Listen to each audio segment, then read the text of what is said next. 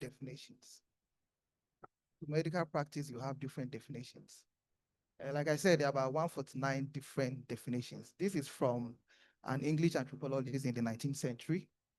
And he defined it as a complex whole which includes knowledge, belief, art, morals, law, custom, or any other capability and habit acquired by man as a member of society.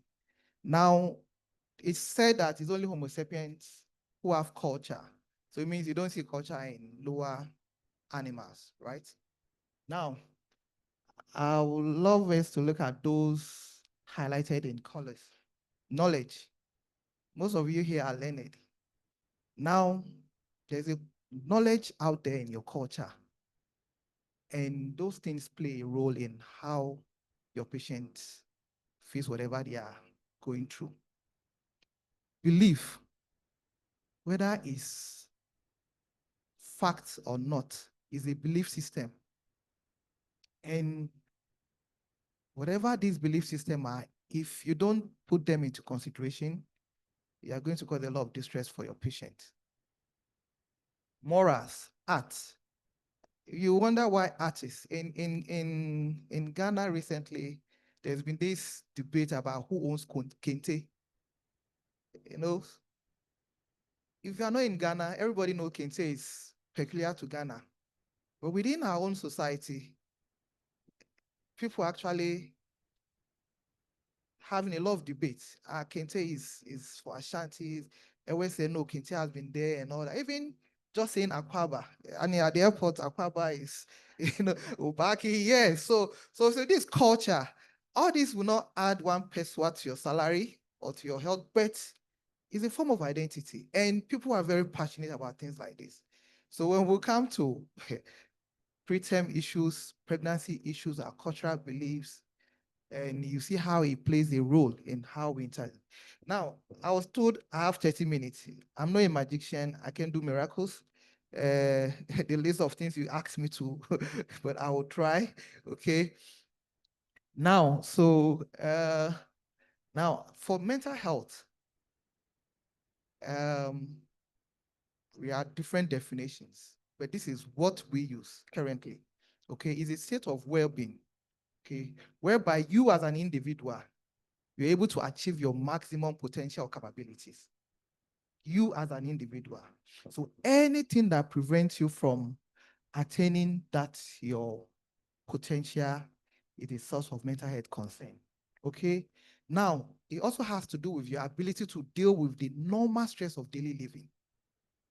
Normal stress. So it means if there's some overwhelming stressor, that is different. That one we expect you to act in a particular way.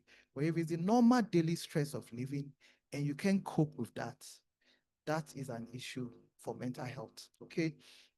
And you're able to work productively and fruitfully and to contribute to your own quota to your community. So this is what mental health is. So you see, in this definition, there's nothing about talking to yourself or removing your clothes or anything.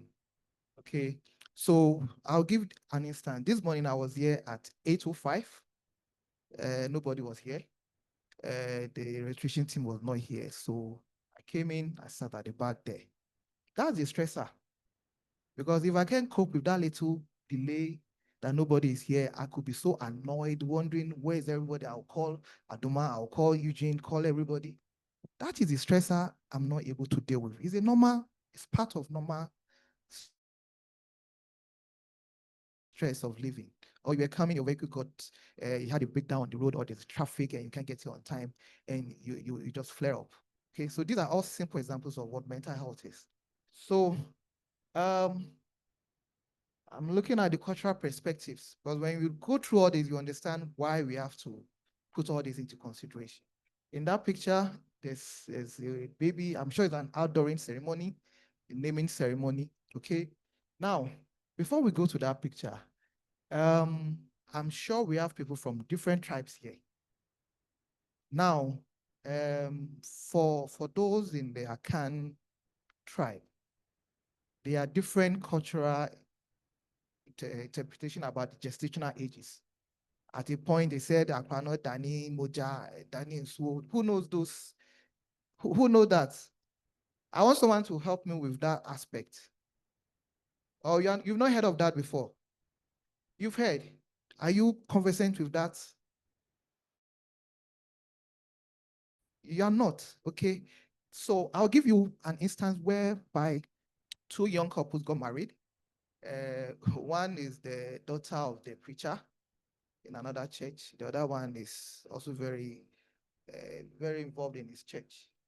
And they got married, had twin gestation, and the lady gave birth premature, and the twins were in the ICU. And the issue was in the gentleman's church, that the husband's church. The pastor said no, he believed they had premarital sex because at that gestational age,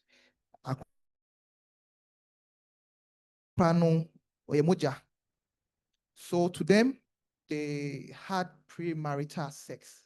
It was a big issue, was almost tearing the family apart. This is a newly wedded couple.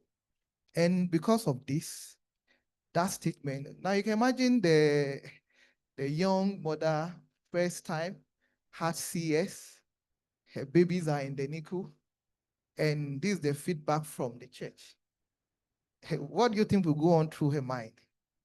And so in our intervention, we had to actually call the pastor and some of his elders in the church to actually have to show them a chart of all the gestational age at each level, how the fetus looks like and everything. After they've said all the accounting and everything, I said, so there's no point in this chart that the child will turn to water and at another month it will turn to, okay? So according to them, if it was truly that was it, that child won't even be a fetus to be blood. So just cultural perspective alone can cause a whole lot of issues.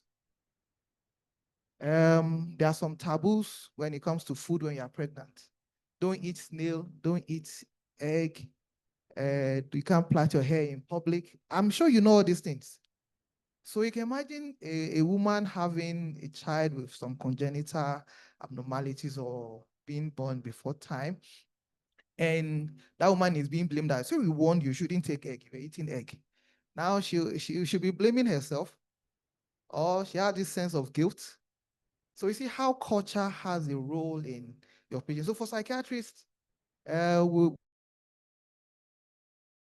we take a lot of history, we spend time to know your patient, their perspective, okay? And all these are contextual factors when we are designing an intervention for our clients. How do you greet someone who has just delivered in your culture? In Tree, what do they say? Ephraim, what does that mean?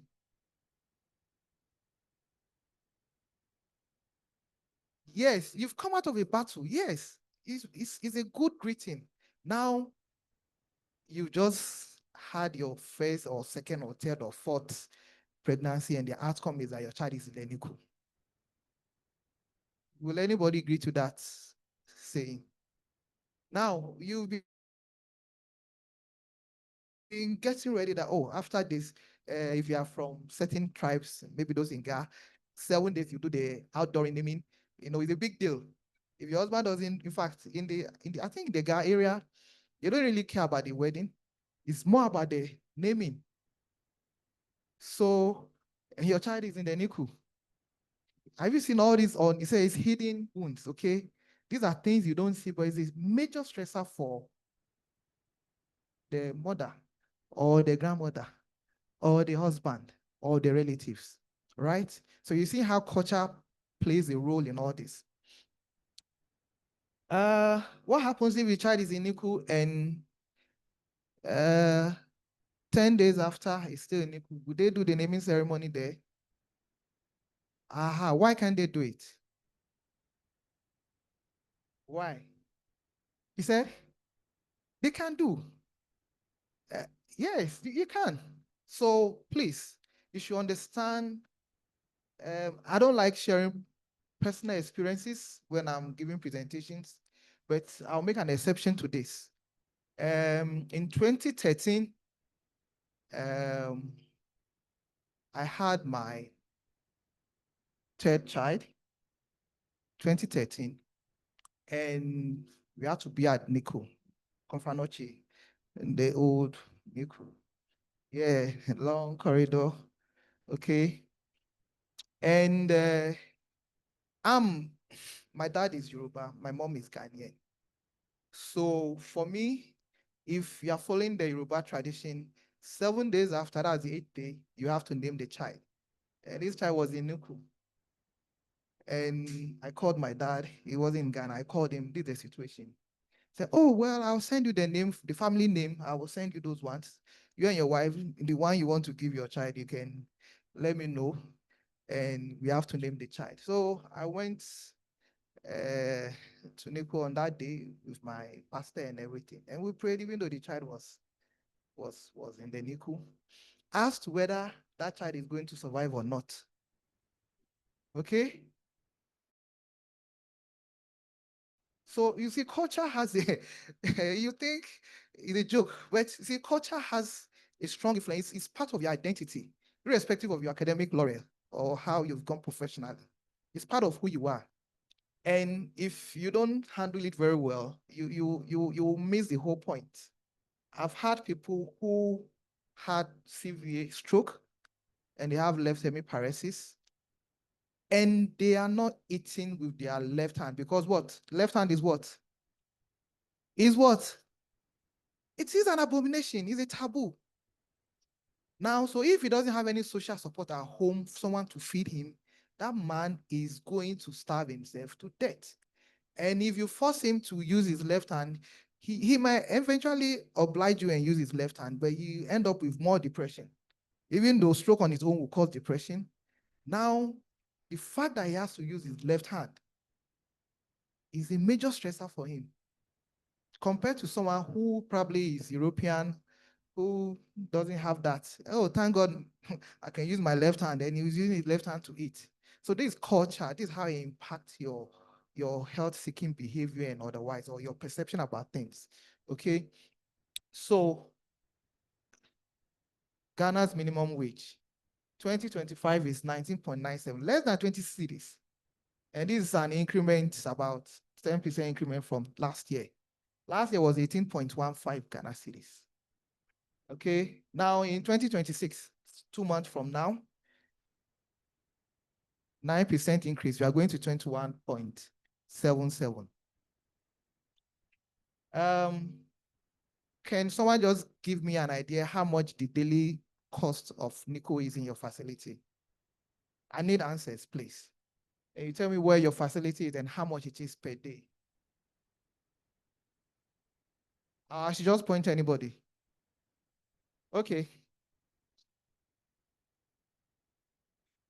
Where? Okay. 200 cities per day. Daily minimum wage is what? Aha. So by the time we are through with this, you won't ask me what is the economic impact of prematurity on the family. 200 cities per day. Any other place, please? I want you to see this practical. Psychiatrists, we don't quote high floating things. We bring it down to your level. Any other? Confanochi, how much? Cats. Okay, so interesting. Oh, anywhere.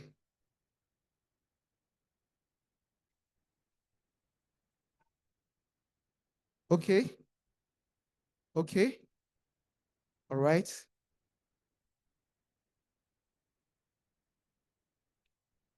Okay.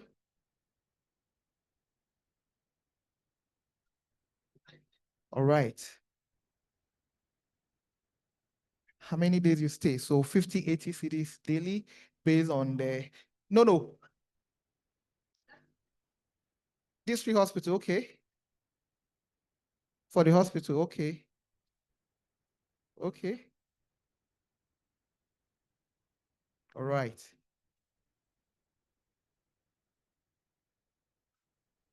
All right. Good. 120. All right. Okay. So she's giving me an insight what happens at Sunyani, right? BBNE. All right. Now, Um, I don't know much about BBNE, but normally when we are dealing with this, look at the environment, the local, what they do there, the job opportunities, the economic power there, and all that, okay? And you give you an idea of, but when it comes to nickel care, if it is expensive. Now, in Ghana, do we grade our nickels level 1, 2, 3, 4? No, it's just nickel. Do we grade? Okay, some say yes, some say no. In the US, they also grade. Now, for any baby who has been admitted to nickel level 4 in the US and spends up to 30 days, that child, the whole working life of that child will not make the amount spent during that stay in the nickel. The question is, who is paying for it? Now, we said minimum wage, it means low socioeconomic status. And I'm sure yesterday, I wasn't here, but when we were talking of the factors for prematurity, low socioeconomic factor is one of it. So it's a double bummer. So wahala, all right? So this tells you the economic impact of nickel admission for prematurity. We will not even mention the other comorbidities, all right? Whether this person has insurance or not. If he has insurance, drugs outside the insurance, what happens? Okay. So we've mentioned this, drugs outside. And don't let's forget inflation rate. We've not talked of that too. Inflation rate and exchange rate. Luckily, I think the exchange rate has been a little bit stable. Yesterday was 11 series. Tuesday was 10.98. It's been a little bit stable. So because most of your drugs, medications, and equipment come from outside, we don't manufacture them here. So all this has an impact on any baby you see in the NICU. So what challenges do parents of babies who are in the NICU, premature baby who are in the NICU, what challenges do they face? At this level, I think we should move away from just citing what the literature review says. Oh, they will be exposed to this or this or that. At this point, I think we should be having local studies we do here, all right? And from there, we pick our data, extrapolate, and we know these are local things peculiar to us. Okay, so in addressing the challenges, but if you don't know the challenges, you can offer any psychosocial support for the parent. Okay, so if you go and read some textbooks, they will quote so many things, but they may not apply here because we mentioned culture, our own cultures here, our own local things. Okay, so I'll use two studies. Two studies. Come on, why is not this? Why the study is not showing? One was done by Daliri. There's a study that after this slide there should be something there. No. Before then, there should be something. Yes, there should be something. So Dennis is a colleague. He's in Bogatanga Upper East Regional Hospital. And 2024, that was last year, they did a study at the NICU, that is psychosocial impact of mothers whose kids were in the NICU. And I also checked another study done at Kolebo in 2022 by, I think, Kwame Edu something. All right, that was at Kolebo. So one from a regional hospital and one from a teaching hospital. If it's not showing, don't worry, I can go ahead. Is it showing now? Okay.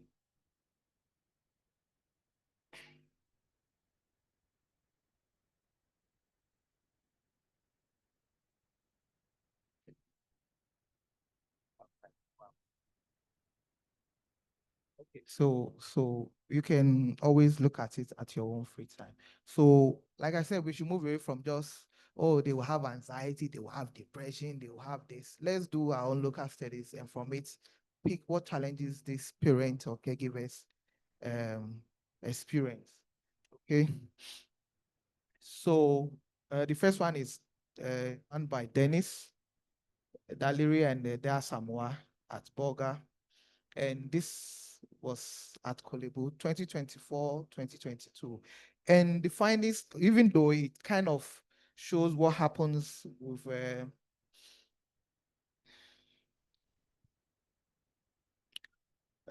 what is in the literature review, but this is really our own. So probably in your own different facilities, you can have something like this done. If you have a psychiatrist or psychologist, or you can also always also consult somebody and you can design a study and you have. Now, usually pregnancy on its own is a stressful event. Now, having a baby with special needs, maybe prematurity, requiring NICU admission, actually poses a significant psychological and emotional strain on parents and even the family. All right.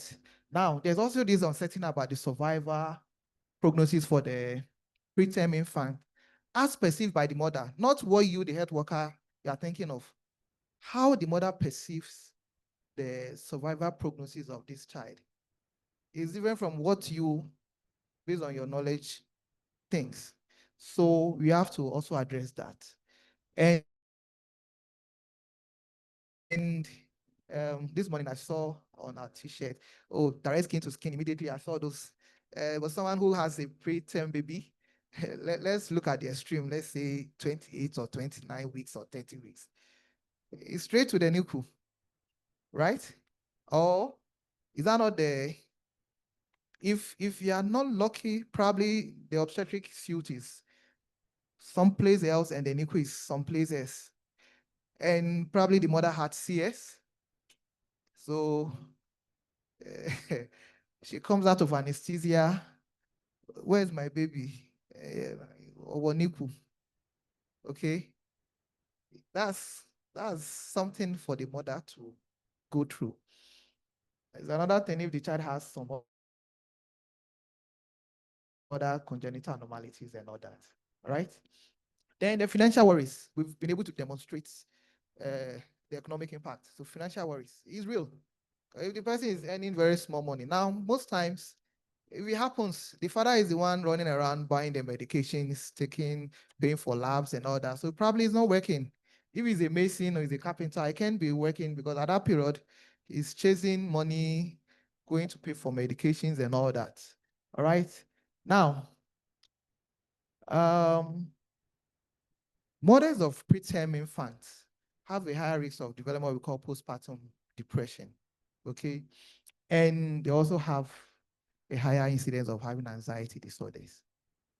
Now, the more the obstetric complications or perinatal complications, the higher the psychosocial impact on the mother. Okay.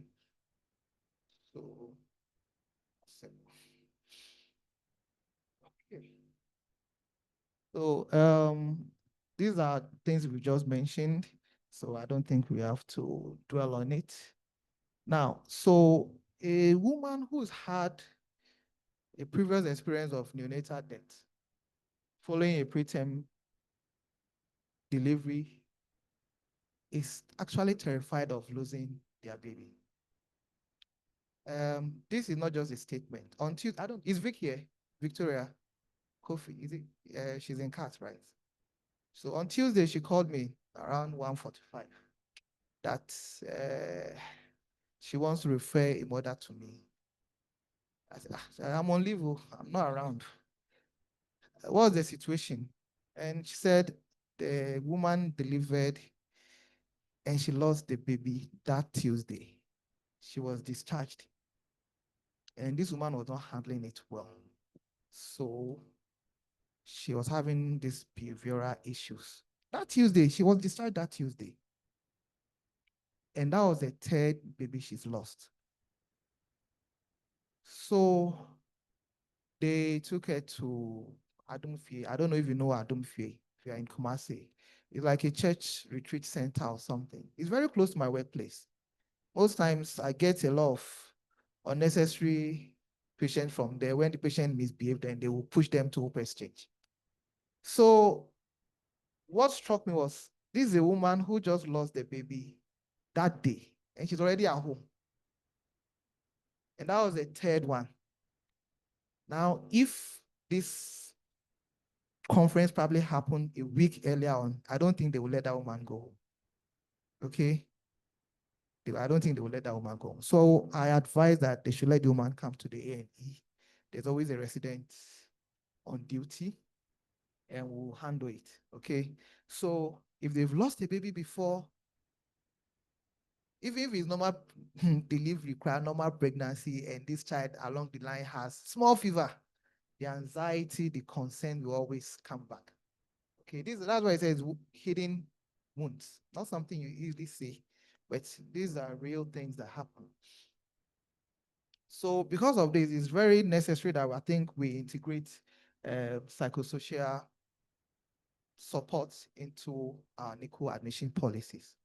Now, anyone from Hope Exchange, I think I've seen somebody.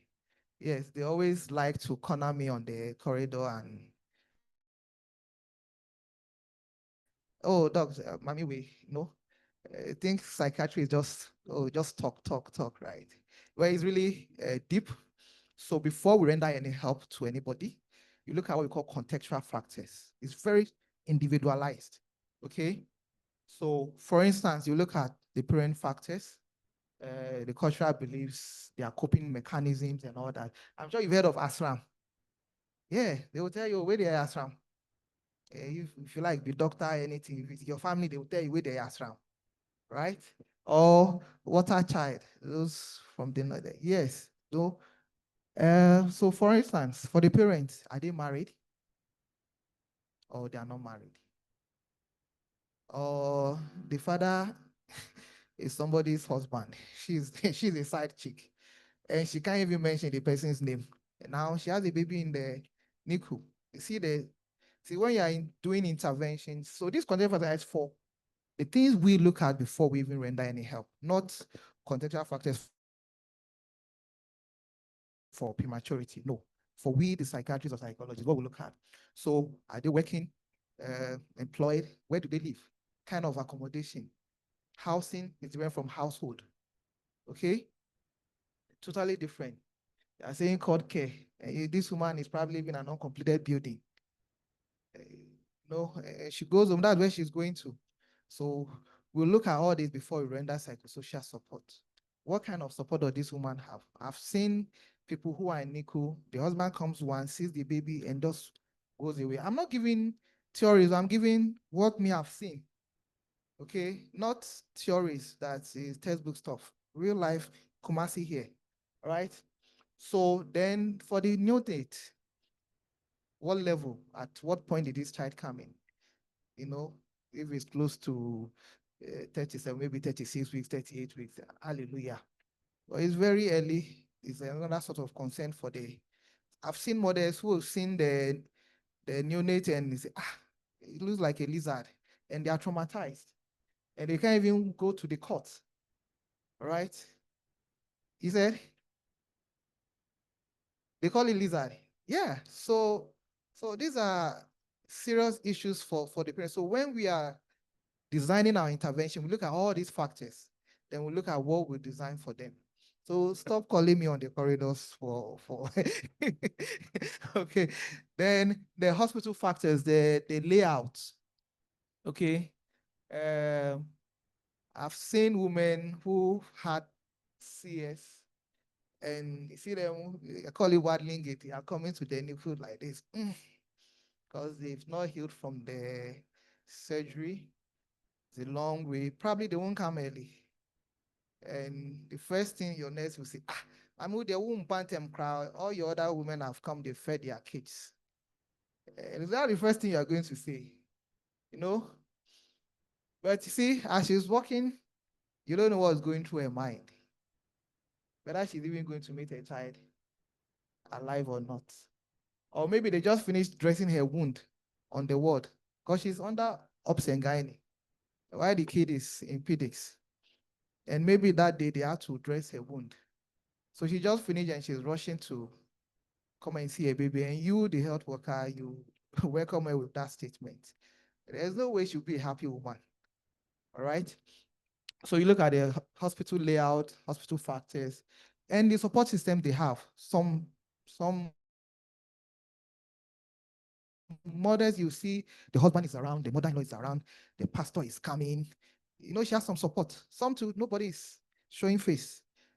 My time, nobody is showing me 5 minutes more.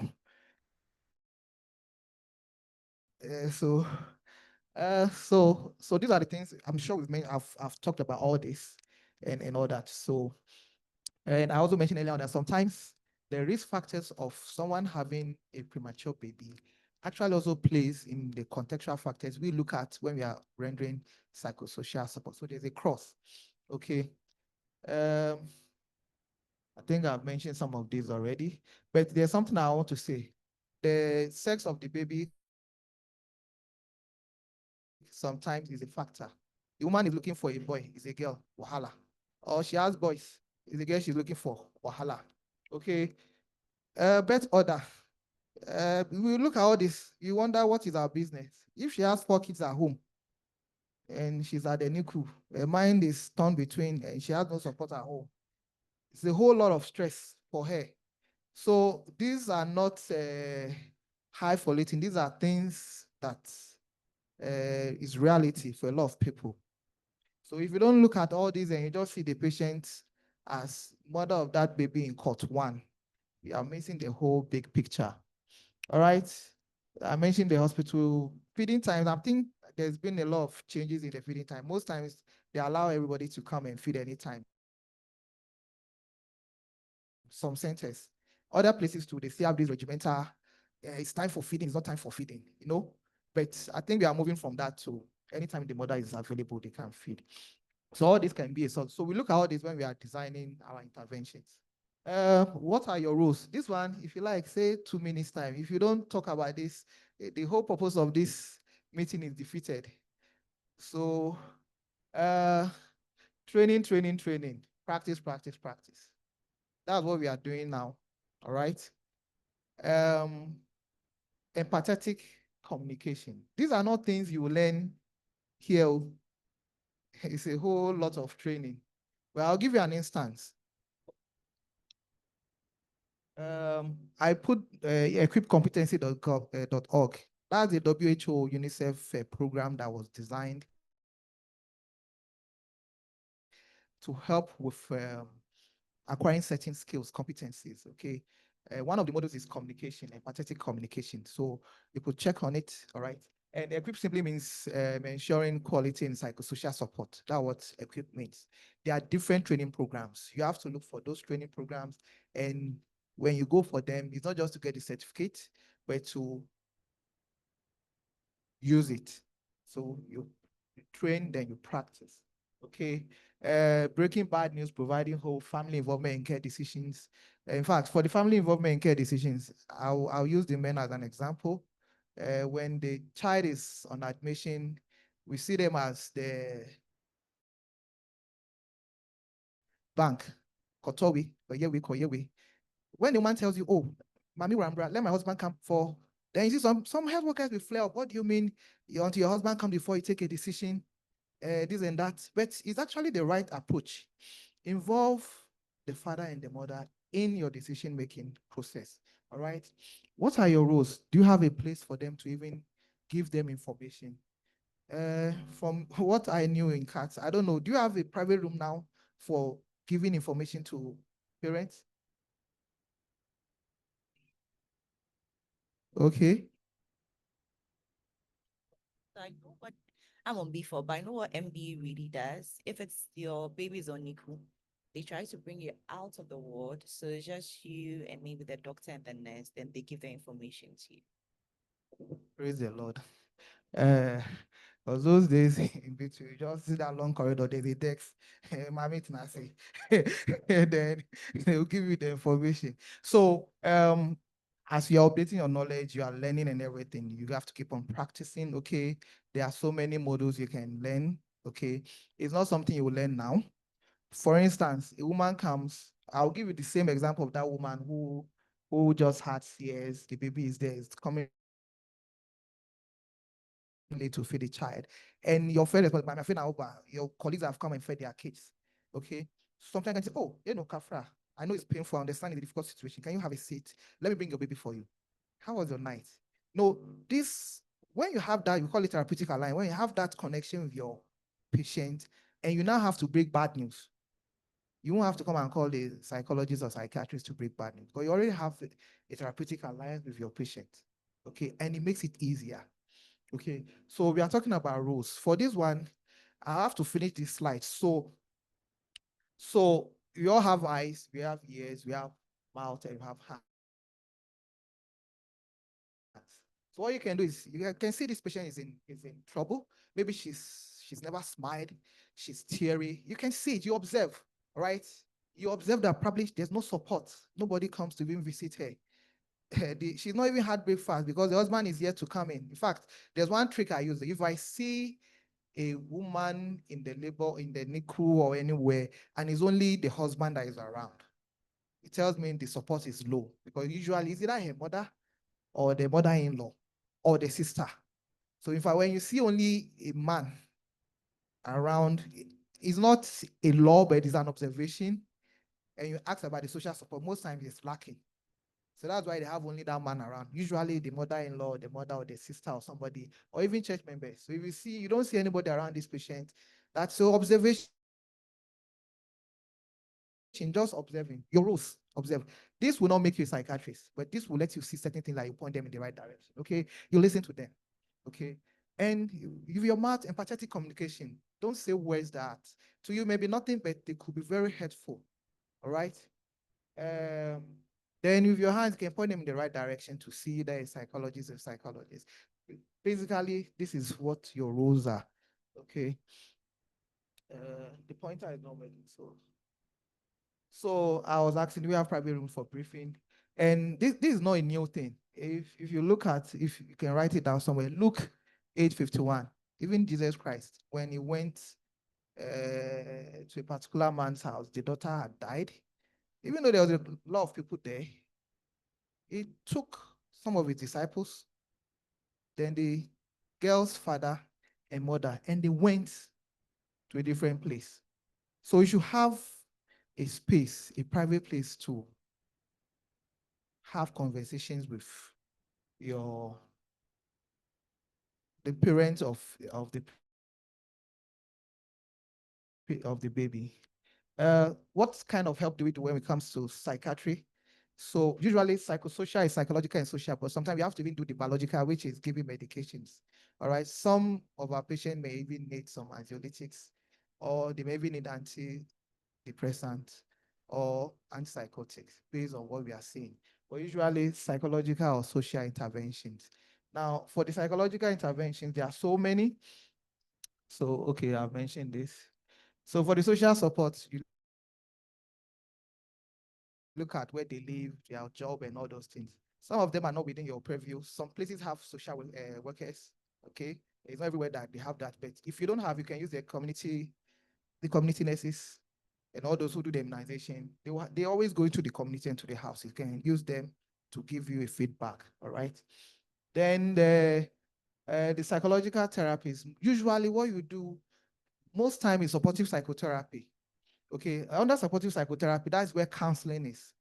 Okay, because of time, I'll just run through it very fast. So for supportive psychotherapy, is under that we have counseling. And in counseling, what you do is you give information, okay, you are empathetic, all right, you offer practical guidelines, okay, problem solving, crisis management, all right. So it means what information you are giving should be top notch, all right. So basically that now sometimes even within the couple, there are issues. So based on what you've identified, you have a couples therapy or a family therapy. Maybe the man and woman cry, they don't have a problem, but the mother-in-law is a problem. So based on whatever you find, you deal with the family therapy or a group therapy. Group therapy is something we should encourage in the NICU because all the women there are a cohort, all their babies are in NICU. So they all have different challenges, but they are all in that NICU. So you can have a group therapy and they'll talk about their challenges, how they are coping and everything. Sometimes when you listen to other people, you get some vibes from it and you also imbibe them in your own strategy. Some may have what we call CBT, that's cognitive behavioral therapy. Time won't let me talk about all this, but these are all types of psychosocial support that is available. Normally, what you do is that you try to let them give them what we call emotional support. And when you give them this opportunity and they are crying or all those things, it's part of the therapy. It's called venting of emotions. It's part of the therapy. So you shouldn't worry yourself so much if they are crying or something. Your own is just to probably give them a handkerchief to clean their face and let them ventilate, let them talk about whatever is on their mind. Okay. Uh, okay, so I won't go into all that. Uh I think so. So it should be non-judgmental. Um you can't just say man because you know could deny the when you buy. You don't do all those things. You try to be empathetic, non-judgmental. All right. And my recommendation really is that we should develop evidence-based strategies. When I say evidence-based, our own local ones. So we have to do a lot of studies. And some of these studies don't really cost much. So within our own settings, let's do local studies. And from what we get from these local studies, let's adopt them and implement those studies. Okay. Then when patients are discharged, if possible, let's have a ward phone whereby they may call. It's not everything that they have to come to the hospital. Sometimes they just need information. Oh, say now then you can give advice. It's not everything that they should move all the way from wherever they are living to come to the hospital. Okay, so if possible, you can have a phone line on the ward that for those who've been discharged, you give that number. If there's any issue, you call. That's apart from their usual review days. Okay, that will also help in allaying their concerns and fears. All right. So in conclusion, I think the postnatal period imposes tremendous psychosocial stresses on parents of preterm infant, and we want to mitigate these measures. We should include targeted interventions that are culture sensitive, okay? And this will go a long way in helping our patients. So these are my references, and thank you. Yeah, Brett. If you have questions or anything, please. Thank you so much, Dr. Ogundipe. And we are far behind time. So I want to plead that we don't take any questions. He's still around. So if you have any questions, you can see him during the snack break, the coffee break, and ask him all the questions. You have enough time to respond to you. But for the sake of the conference, we would want to move on. A very insightful presentation. And one key thing I think we should all take home is a therapeutic alliance. Most of the time, we don't have a solid relationship with our patients. And when we have to break bad news to them, bad news is not always about death. It becomes very difficult. So let's try and foster the culture of therapeutic alliance. Before we move on to the next presentation, I have some receipts here with me. So if you hear your name, you can see me during the snack break for the receipts. Dr. Asteria, Joyce Ochre,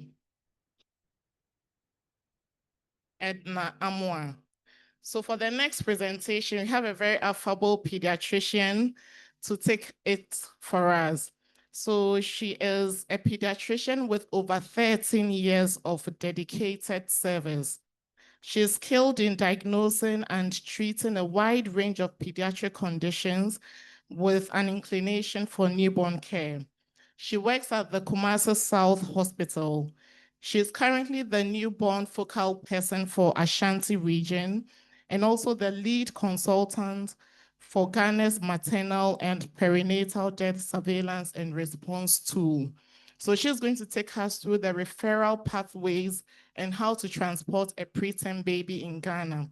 Most of the time, we have the babies, the referring facility would call you, and by the time the baby gets to us, we say that they told us a lie because the baby's condition would have changed. A lot might have happened in transit. We don't want to make a mistake again. So without wasting much time, I'll call my boss, Dr. Rita Ofosu-Yeboah, to take us through this presentation. Good morning. I hope we've had a nice 2 days. So thank you for the first presenter. You've said one of my slides. So there's nothing on psychosocial support for our mothers anymore.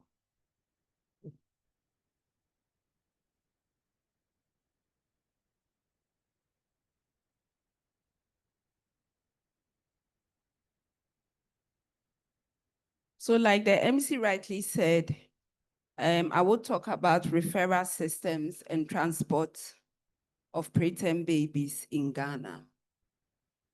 Next. It's not good.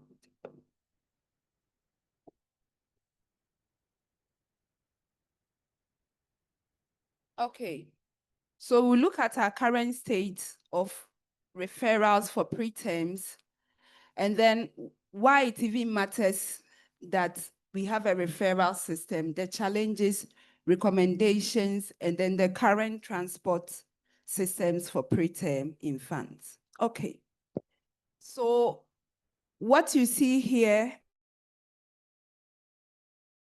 is the Ministry of Health referral policy and guidelines.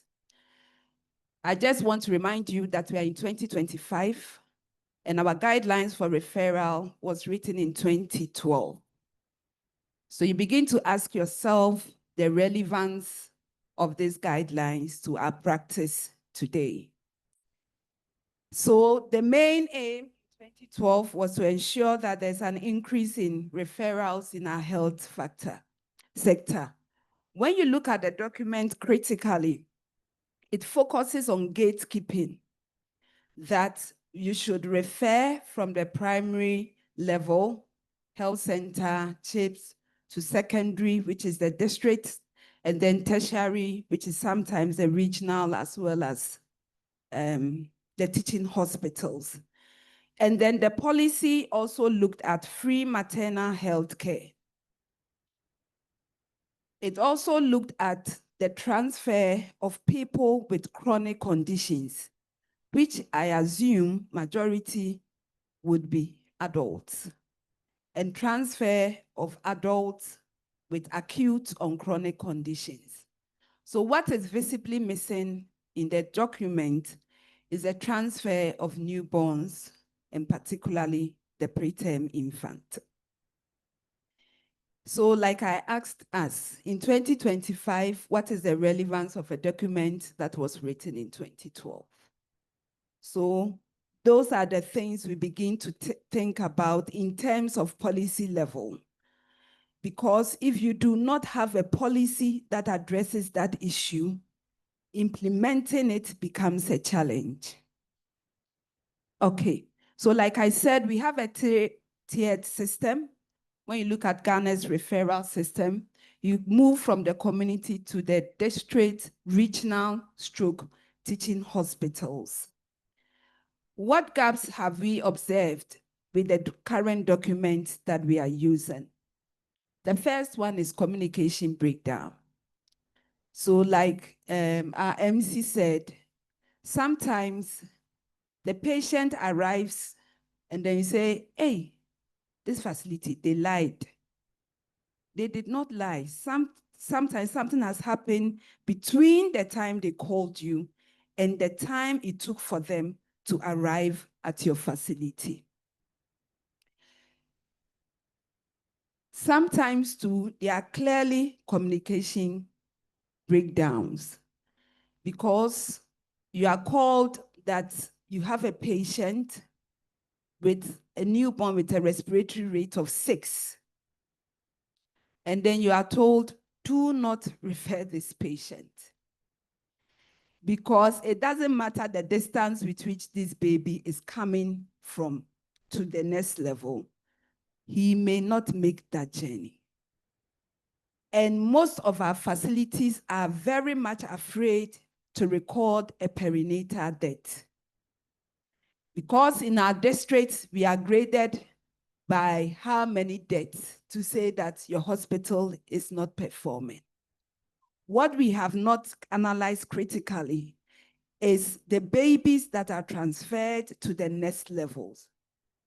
What are their outcomes? If we begin to measure these things by their outcomes in the facilities they are referred to, we would have a clearer picture. So one of the things that we advocate as a service is that when people do not have debts, it should be a warning rather than something that deserves an applause. Obviously, all right? And sometimes there are delays. There are delays because patient is referred, ambulance costs 1,002. Then now she has to call her husband, who has to call his uncle, and then the grandfather before the family can gather the money. I remember there was a referral. I waited because it was an exchange. So I called the person who referred. Where is the baby? He said, the family says they are not going to gather money. The baby arrived the next day in the afternoon, obviously in an irredeemable state. So all these things are things that we should look at, and process inconsistencies in referrals for pregnancy-related cases have taught us over the years that these same things are going to be applicable to neonatal referrals.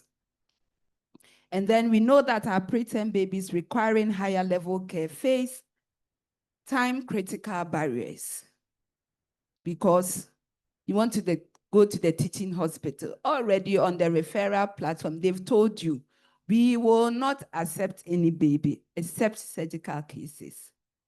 So where do you go? Those are some of the things that should stimulate our thinking. So like I said, we have a tiered system.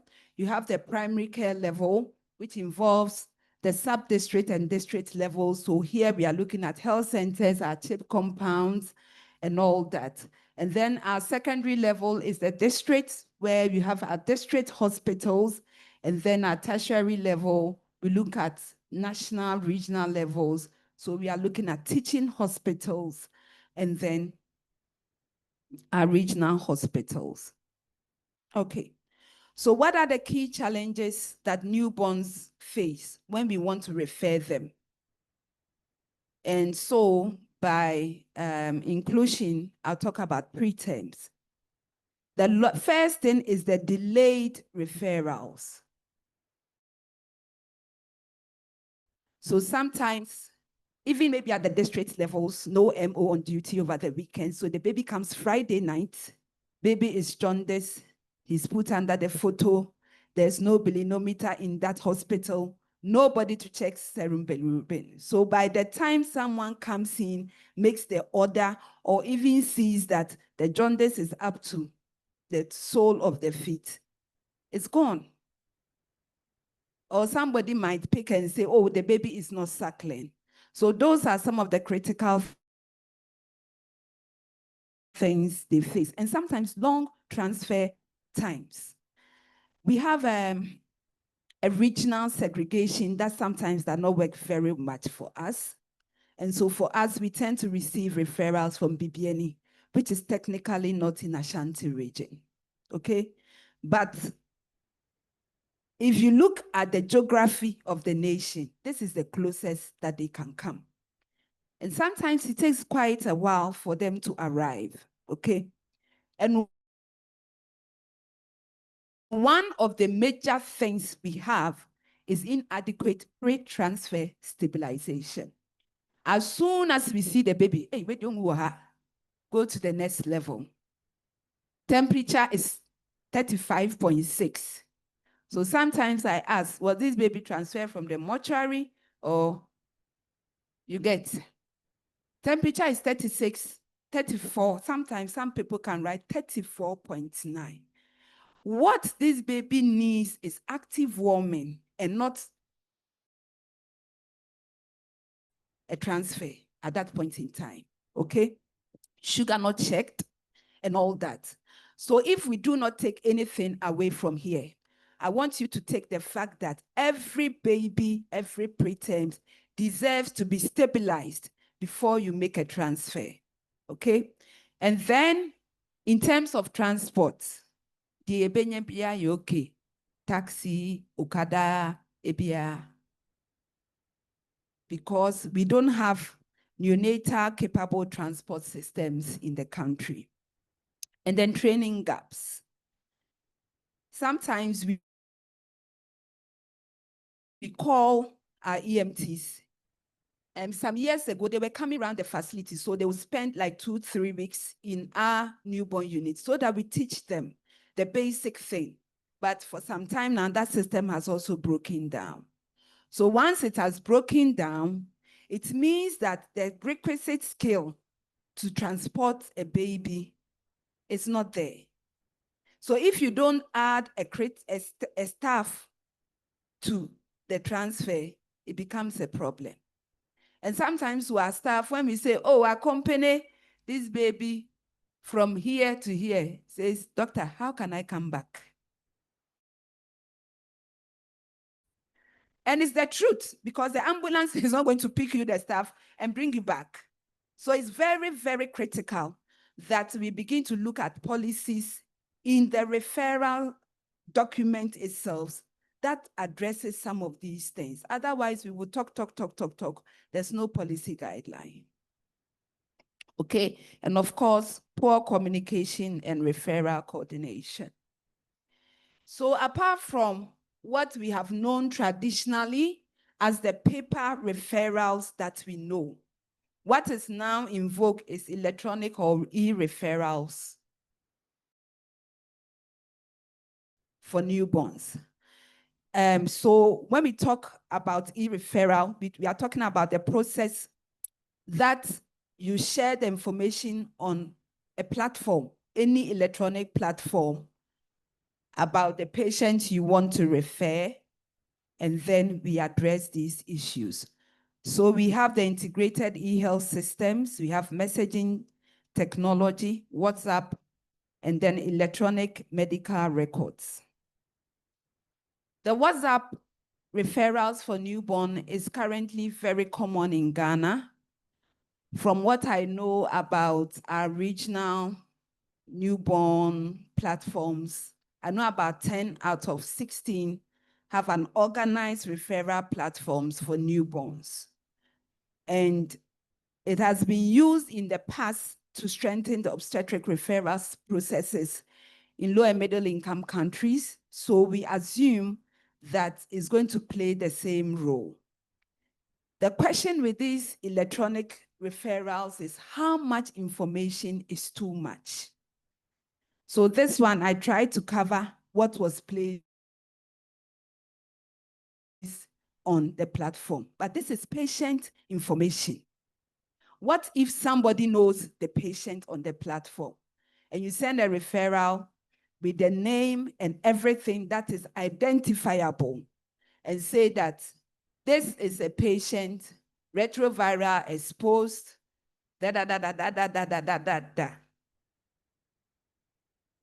The question we must ask ourselves, how much is too much?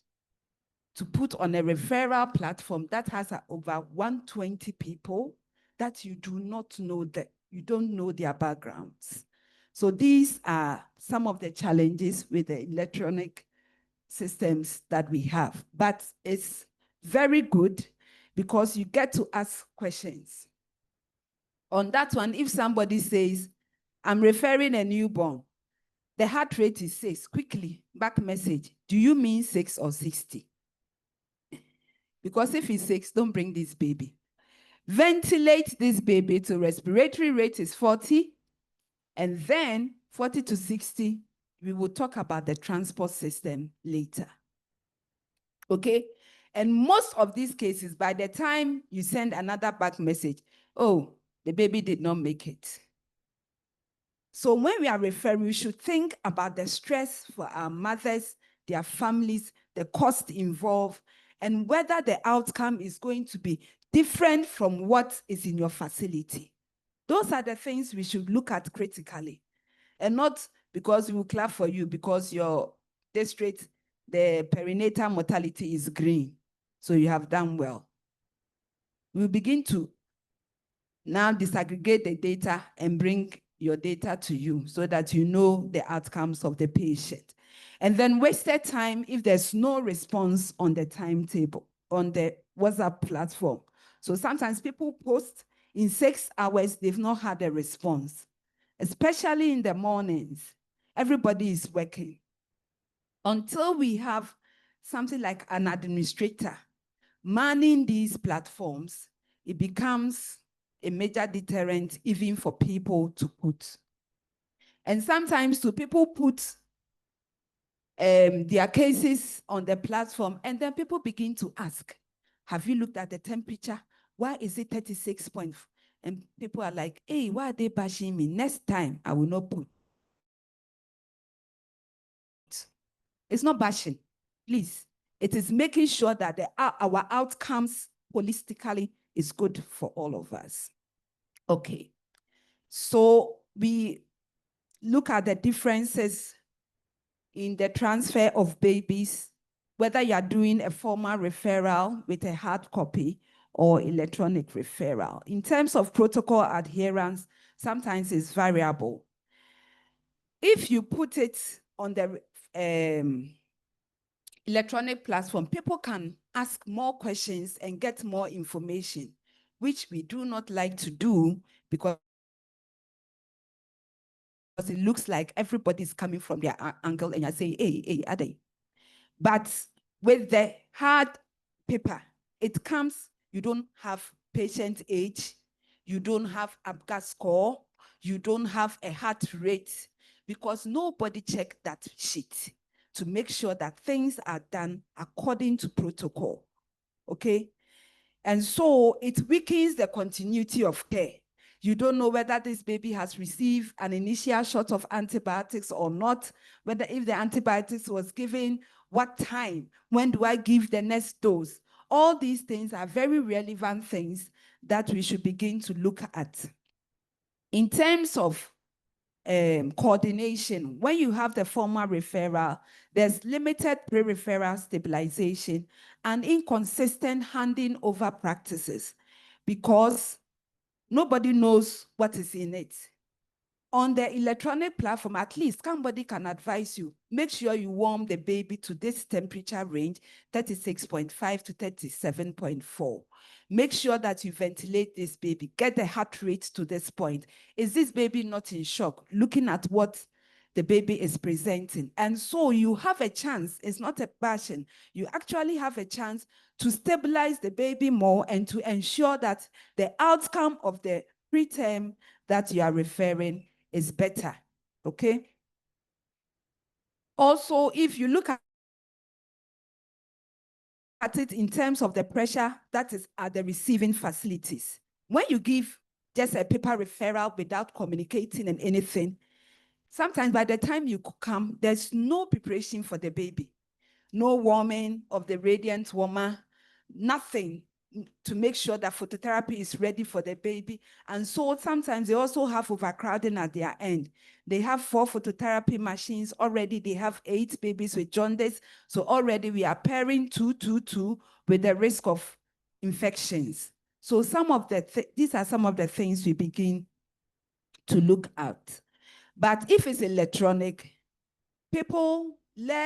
facilities that are less crowded can say, oh, come to this facility, come to that facility, so that we all don't end up at Confanoche.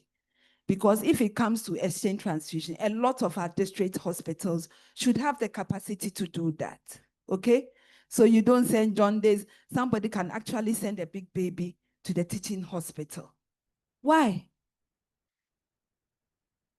Destabilization can be done anywhere. We are laughing, but that's what we do, okay? But when it comes to terms of data protection, then in the formal setting, it's good because nobody really knows what the woman is coming with. But you know, with the electronic, there are significant challenges related to confidentiality and even unauthorized access. Sometimes you have a scammer who just, or what do they call them? The ones who enter our platforms. Scammers, they are scammers, eh? So hackers, so they come. Okay. So when we talk about transporting the preterm, we know that preterms and low birth weight infants, they have a very uncertain journey right from the periphery to the receiving facility, because they have issues with hypothermia, which I think I heard that you discussed this morning. So for every degree that is lower than 36.5 in temperature, every degree, is it lesser than 36.5 in terms of temperature, your mortality actually increases by 20%. So if you send a baby who is 34.5, you just calculate the mortality by yourself. It's like Kofi Ekowu, okay? Which is not good enough. And then we have high neonatal mortality that is linked with instability during the transfers. And so the babies may arrive at the receiving facilities in a condition that was not described to you. One, because of the distance, because of the temperature control, and then the lack of neonatal transport services, respiratory compromise, and all the things that we know about. So for pre-referral stabilization, what should we do? The first thing is immediate thermal care steps. The baby should be dry. Sometimes even in our own facilities, once the mother baby unit or newborn care unit is close to you, people actually run from theaters and run from labor ward with a baby that is wet, in wet clothes. Please, if you've ever done that, don't repeat yourself, okay? The principle is to make sure that your baby is dried. You remove the wet clothing and then put on a dry one before you even think of transferring. And please, when we are drying babies, people tap, like they are putting on their face. Your drying also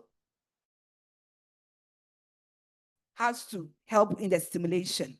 And then you manage the airway and breathing. So babies that need to be put on CPAP have to be put on CPAP. Babies that need to be on oxygen, nasal oxygen have to be there. Metabolic control and circulation, make sure your baby is not in shock. Identify hypoglycemia and correct these things before we move the patients, okay? Infection prevention and medication. You think your baby is septic.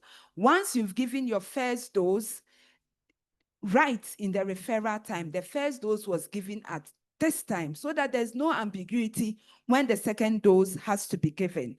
And then documentation and then handing over. And then you look at our transport options and then recommendations. Okay, so what is the current realities for preterm transport? Common practice, they are transferred in anything. Regular ambulances that have no support for the preterm, or improvised transport rather than neonatal equipped transport systems.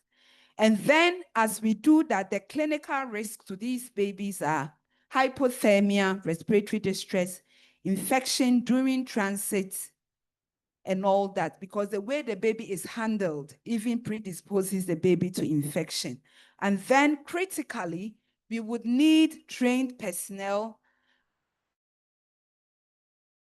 okay, and standardized neonatal transport protocols as we move the baby to the next level of care.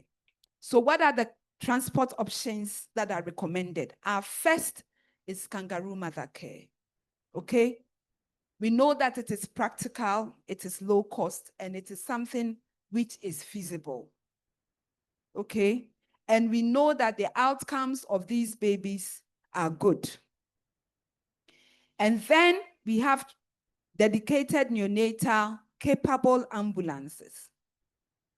It's ideal when it's available, but I know that maybe one or two of all of us presented here would have a neonatal capable ambulance, maybe just one, I'm not sure, okay?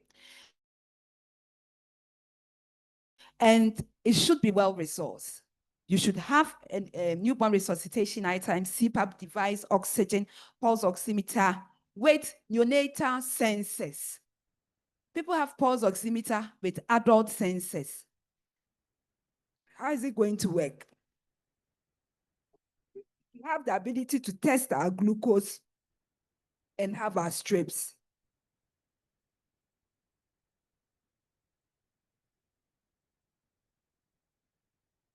So what's the difference between the two? We know that for most parts, neonatal transport ambulances are not available. And when you transport these babies in the ambulances that we have, because of the mechanical effects of the shaking, of course, you know how our roads look like, it actually can cause intraventricular hemorrhages in these babies. There's temperature instability, blood pressure instability, and then sometimes there's lack of family-centered care. But with KMC, as long as you have a willing adult, it's available. There's no significant difference in the heart rate and respiratory rate. There's temperature stability, we know, and then there's about 93% reduction in the risk of hypothermia.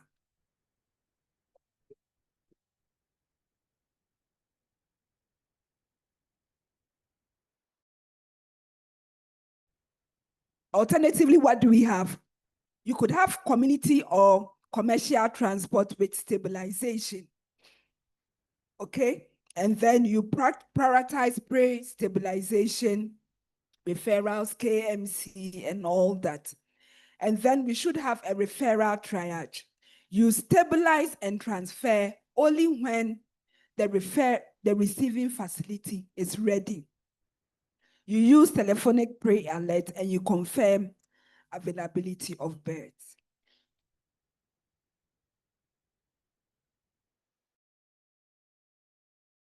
So all these things must be ready technically if you want to transfer a baby.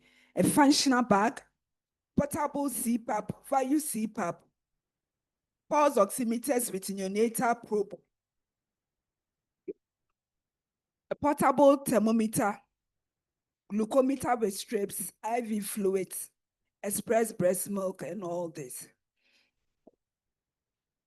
So with the family experience and family-centered care, the first presenter has already spoken on it. And then what works better in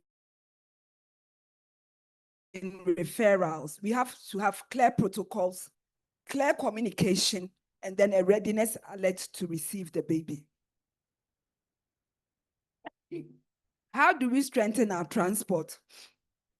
So the transport, we should have our incubators, our CPAPs, and everything ready. We should have our teams ready. So our EMTs and nurses should be trained. And then the process, we should have thermal protection, airway or breathing support, IV access, if necessary, and then continuous monitoring in transit. Okay, this is, okay. So at the policy level, what do we do? The first thing we have to look at is a revision of our referral guidelines. Something that was written in 2012 cannot serve the same purpose in 2025. And then we should look at funding. We should train our EMTs on neonatal stabilization and safe transport across the levels of care. And then we should establish regional neonatal transport teams or on-call consultants to advise pre-referral management. What are our policy and implementation priorities? We should look at standardizing our referrals, okay? So when you have a referral guideline, you are more likely to implement it and to make sure that your referral is standardized. We should invest in transport. It's not just KMC. Neonatal capable ambulances. And then we should also invest in training people to manage these things. And more critically, we should scale up our newborn care units. Sometimes you move to a level of a district hospital and they cannot really provide another level of care compared to the health center which brought the case, okay? And then we should institutionalize family support, make psychosocial and practical services part of the newborn care unit pathway. So what is our role as Pediatric Society of Ghana? Is advocacy, advocacy, advocacy. In terms of the revision of the policy and also advocating that we have a standard transport incubator for referrals of our babies. Okay, so in conclusion, timely coordinated referrals plus safe transport is what is going to save lives. If your referral is timely, but your transport is not good, your baby is going to arrive in a different way. And then families need structured support along the pathway. The next steps, we have to look at protocols, trainings, and then the capacity of the hospitals that receive the referrals that we send. And then also put a lot of emphasis on family-centered care, their implementation, so that we can close the survival gap. Thank you very much.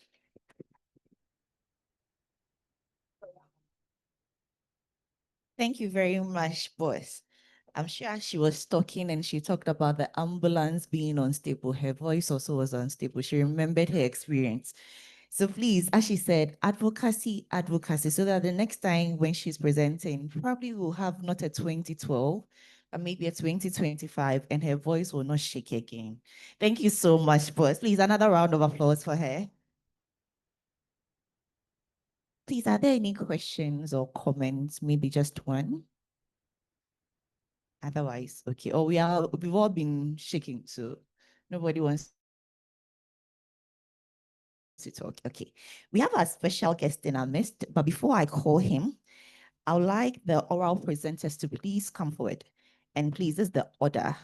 So we'll start with Dr. Etieno Samson Basi. Please come and sit in front, followed by Mr. Ebenezer Fosuhini. The third person will be Dr. Abigail C.E. Johnson, followed by Dr. Betty Osei Mensah Kansa, then Miss Marion Osei Mensah, and then the last will be Dr. Adoma Odami. So Etiano, Mr. Ebenezer Fosuhini, Abigail Johnson, Betty Osei Mensah is number 4. Betty is number 4. Yes, then Marion number 5, then Dr. Odami.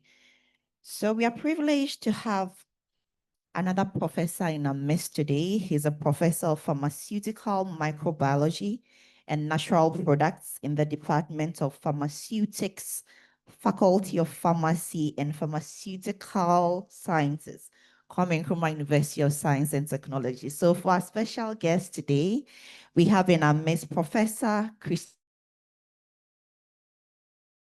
Ajari, who is also the Provost of College of Health Sciences. Thank you very much.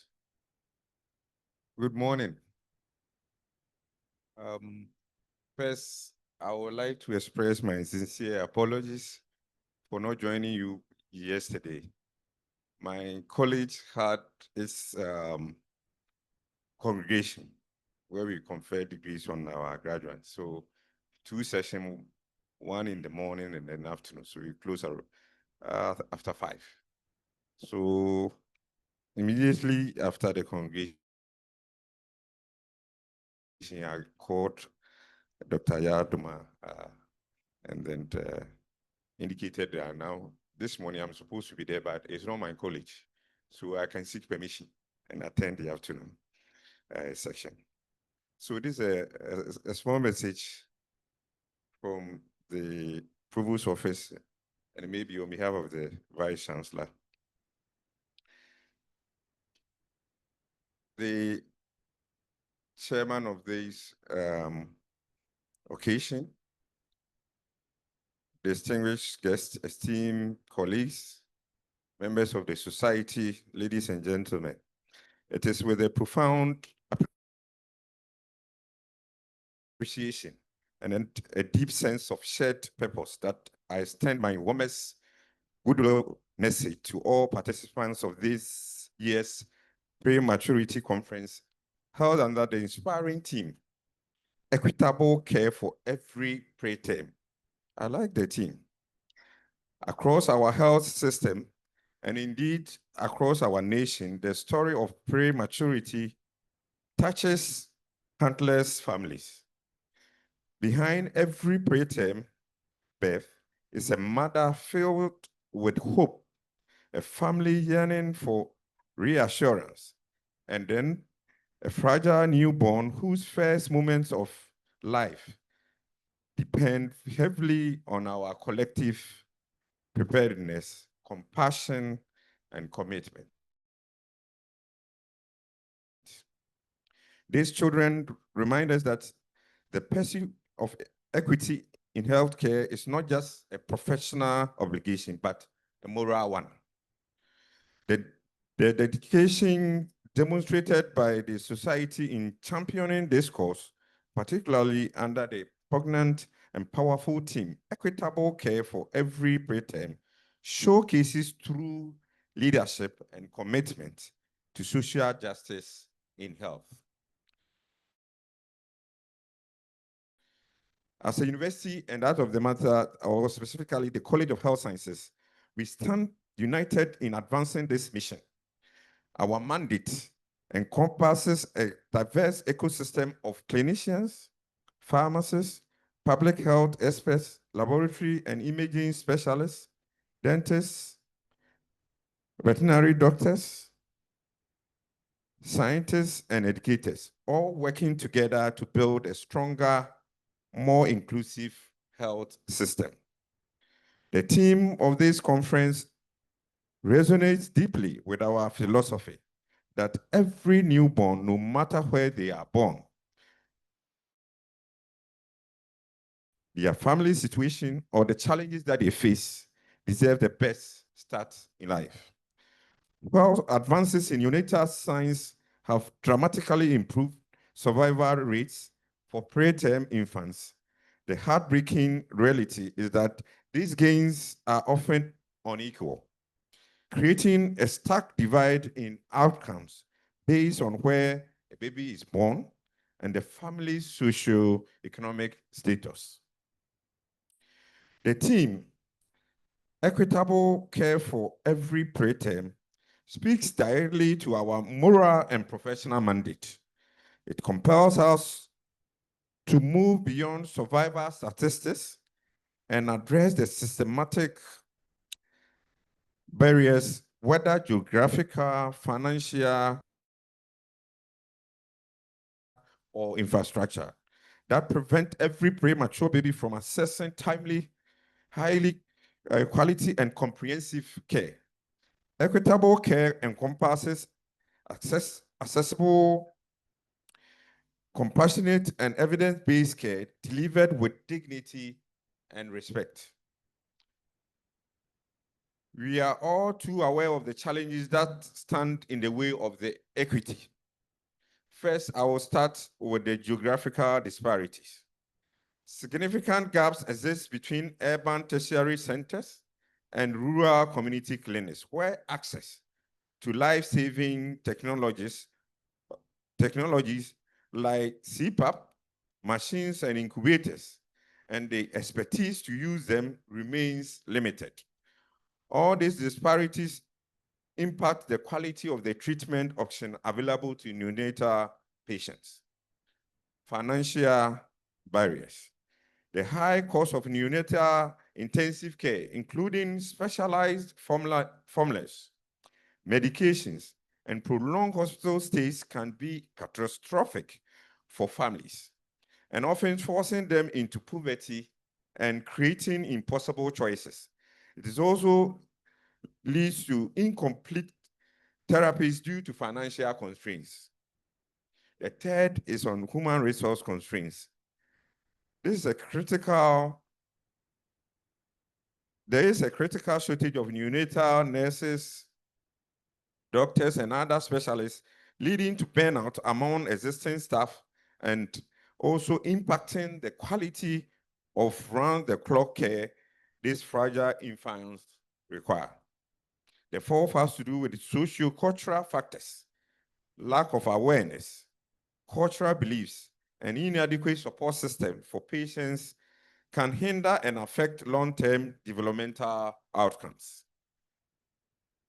Addressing some of these challenges requires a multifaceted and collaborative approach.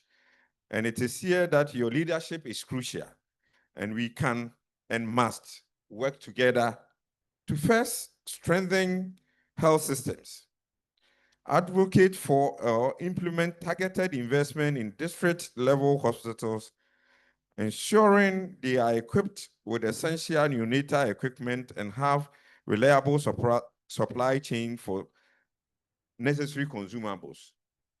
You know, always health workers will go on strike, but we've had few occasions where we will go on strike because of lack of certain equipment, vital equipment. I think it's time that we get to that stage where the community, when I say community, everybody involved will then be aware, so that even when it concerns us, they will know that we are also fighting for them. The second has to do with the expand and empowered workforce through institutions such as the Ghana College of Physicians and Surgeons, Ghana College of Nurses and Midwives, and then education institutions like ours, that is the College of Health Sciences. We can develop and scale up specialized training programs in neonatal issues for doctors, nurses, and midwives, and explore innovative tax-shifting models to maximize our human resources. 3, leverage technology and innovation. I think we can promote the use of telemedicine to provide specialist support to remote areas and invest in low-cost, high-impact interventions that have proven to be effective when it comes to the setting that we find ourselves in, especially the resource-limited settings. 4 is supportive policies. This includes championing policies that provide financial protection for families with preterm babies, such as expanding the National Health Insurance Scheme benefits package to comprehensively, the word is comprehensively cover neonatal care. Last but not the least, foster community engagement. This we can do by intensifying public education campaigns to create awareness regarding preterm birth, promotes kangaroo mother care, and build strong support network among parents. This gathering provides a crucial platform to share knowledge, renew partnership, and spark innovations that will improve survival and long-term outcomes for preterm babies. I applaud the dedication of healthcare professionals, researchers, policymakers, and families whose tireless efforts give these children a fighting chance.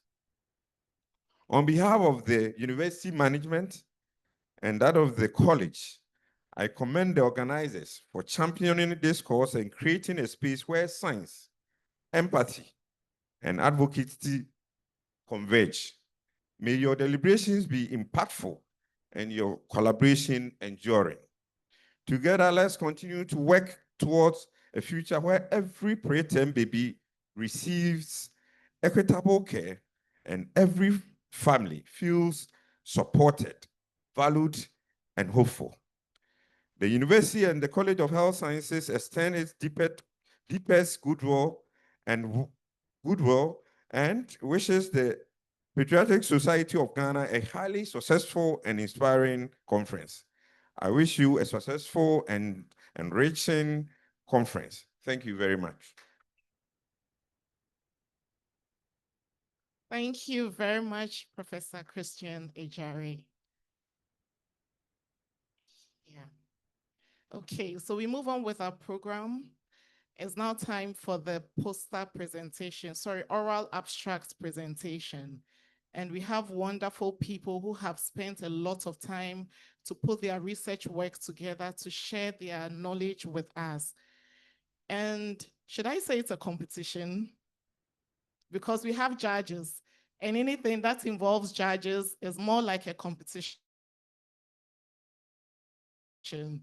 But this is a friendly academic competition. Everybody is competent. It's just that we have a marking scheme. So I would want to introduce our judges to the House. We tried to eliminate conflicts of interest as much as possible. So we have Dr. Bernard Ogundipe, who is a psychiatrist, and he's from Hope Exchange Medical Center. For the sake of this assignment, he's not from Hope Exchange Medical Center. We also have Dr. Kulehe Hadis. I hope I got the name right. She is a consultant neonatologist, and she's from Value Global Health Foundation. So Dr. Hadis, can we please see you? Yeah, she's one of our judges. And last but not least, we have Dr. Ilona Wunchi. She is a pediatrician from Bibiani Municipal Hospital.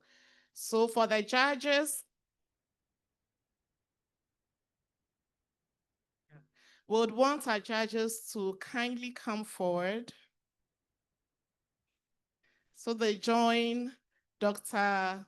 Ogundipe over here.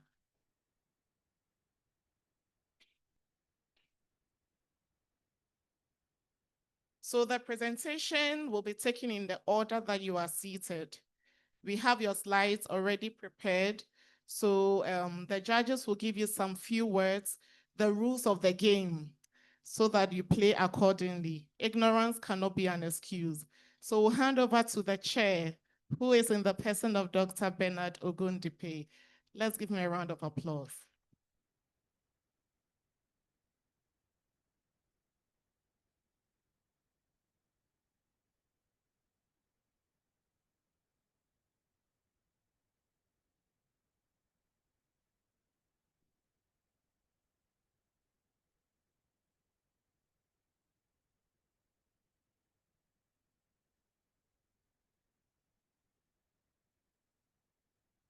So, so good morning once again. Okay, so research is actually an untapped mind feeding in our own setting. And it's a pleasure that we are actually coming to that. It's not easy doing any research, but I believe you have something exciting for us. I've been told you all have about 7 minutes to tell us what you've done. And it's friendly fire. Everybody's a winner, even though for clarity's sake, we are going to grade it, but you've all done a yeoman job. We believe at the end of it all, we have a research that will be able to translate into our clinical practice, and we'll be able to adopt this and implement. So all the best to all the participants. All right.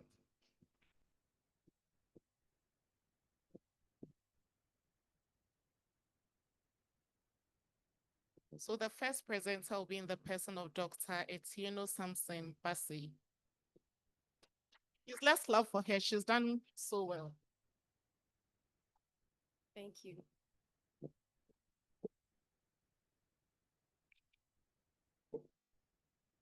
Good morning, PSG. Good morning, panel of judges. Good morning, bosses and colleagues. Congenital hypothyroidism is one of the preventable causes of intellectual disability. But the tragedy remains that the more it takes, the longer it takes to detect it, the worse the intellectual disability or the worse the injury to the brain.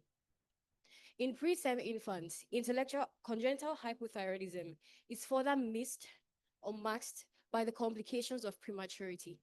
My name is Dr. Basi Eteno Samson, and today we present a case that reflects these challenges, as well as what can be done in low resource settings. I am from Mastermind SDA Hospital. We managed, yes. We managed a 33-week gestation male preterm neonate with a birth weight of 1.1 kg. In the first week of life, he had recurrent hypoglycemia. On day 3 of life, he passed meconium. On day 4 of life, he had jaundice. On the 7th day of life, on the 10th of life rather, he had poor feeding with inadequate weight gain. The mother was not diagnosed with any thyroid disorder, neither was shown any treatment for it.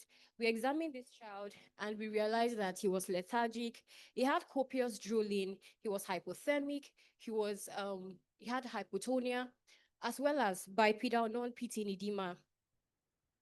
We did our investigations. Now, these symptoms, these signs that I've listed, they're usually typically seen in prematurity. But when we noticed it in this preterm baby, we realized that, or it raised our suspicion for congenital hypothyroidism. We went on to do our investigation.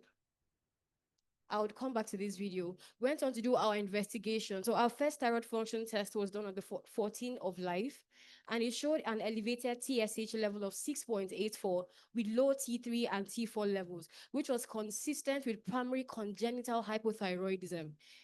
We had a differential of transient hypothyroidism as well. Serum bilirubin levels showed conjugated hyperbilirubinemia, and other things that we noticed were neutropenia, thrombocytopenia, but there were normal liver and renal function tests. So we went ahead to initiate our management for, oh, did I mention that we could not do a thyroid ultrasound because of our setting and the resources were unavailable at the time?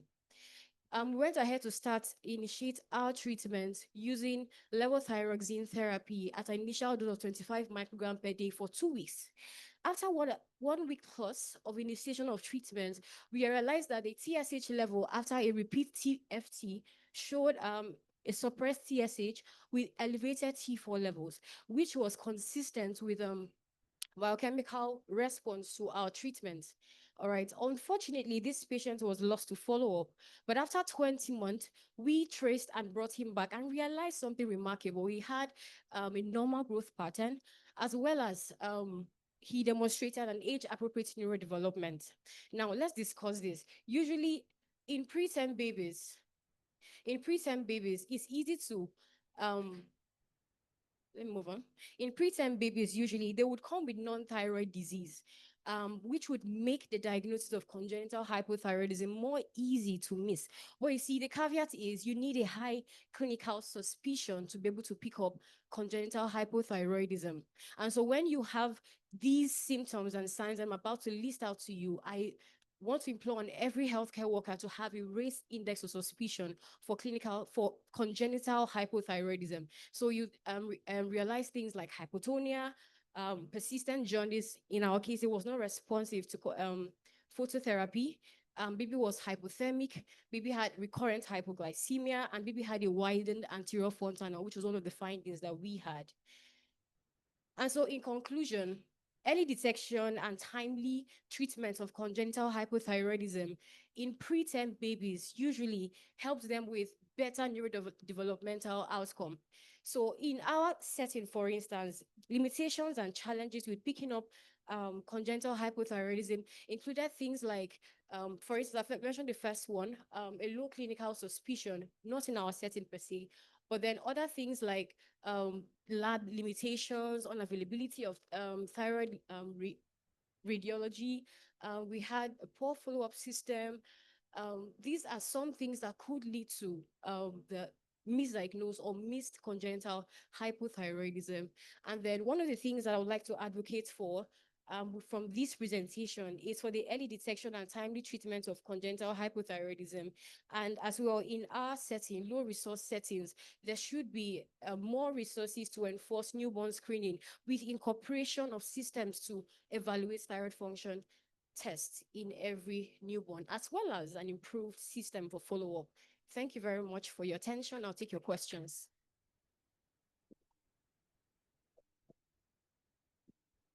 Indeed, you have set a very good pace for us. She presented within 6 minutes, which is very good. Pressure for the rest of you. All right, please, you can take your seats. So the next presenter is a nurse. Personally, I'm excited when the nurses present because they let us know that the work is not just for the doctors. They are also involved. So I would call Mr. Ebenezer Fosuhine to take the second presentation.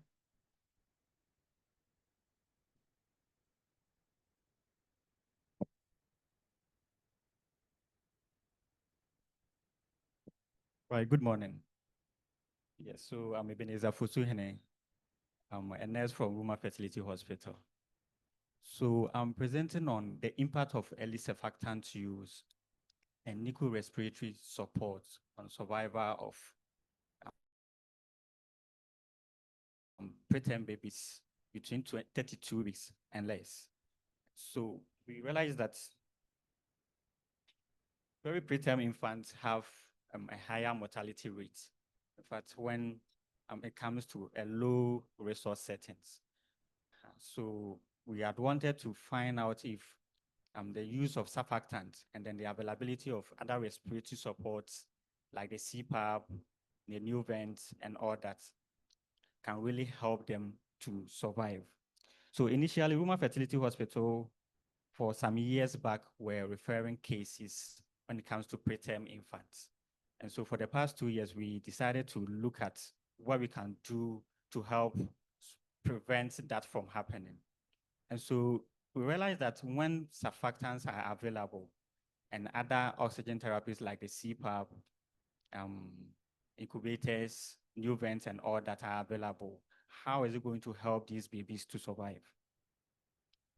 So we use some key variables in, looking at this research. So we look at the gestational age of the mothers, the baby's weight, the number of surfactants that were administered to the babies, the days babies were on oxygen, length of stay at the facility, and then those who survived. So these were our results. So, okay, let me look at it. So for the past 2 years, 16 preterm babies were handed. And out of the 16 preterm babies, we're looking at a maiden gestational age of 27 weeks. So some comes with 26, 27, 28, so up to 32. And then the mean birth weight was 1 kg. Out of the 16 babies, 13 were given surfactants. Then the median length of stay at the hospital was barely a month, that is 26 days. 9 out of the infants who survived to discharge were 9. And that represents 56.3%.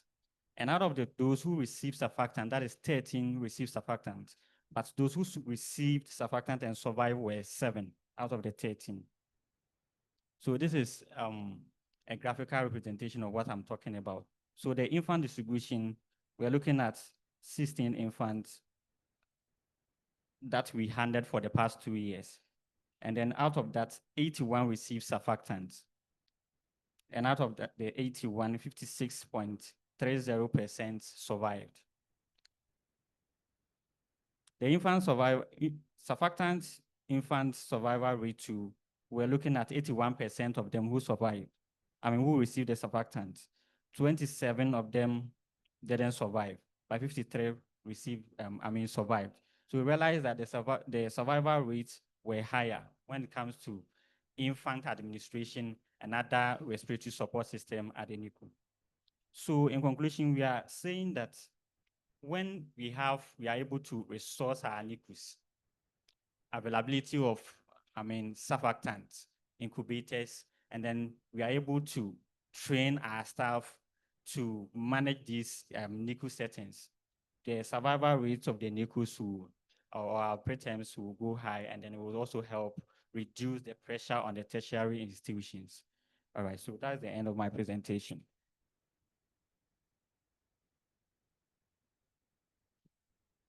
Thank you so much, Ebenezer. The pressure is pressuring because he used 4 minutes for his presentation. Wow. So we have the next.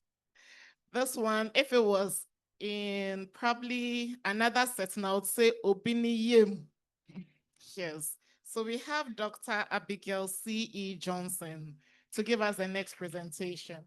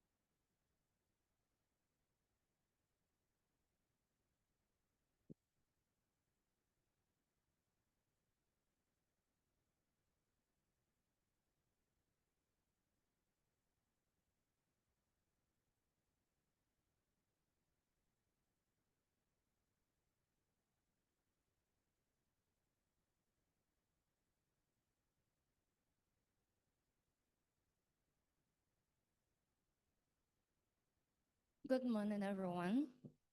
I'm Dr. Abigail Johnson from the St. Martin de Porres Hospital at Ekwe in the Western region. Today, I'm presenting on bacterial isolation and antimicrobial susceptibility patterns among neonates with suspected sepsis at a district facility in Ghana.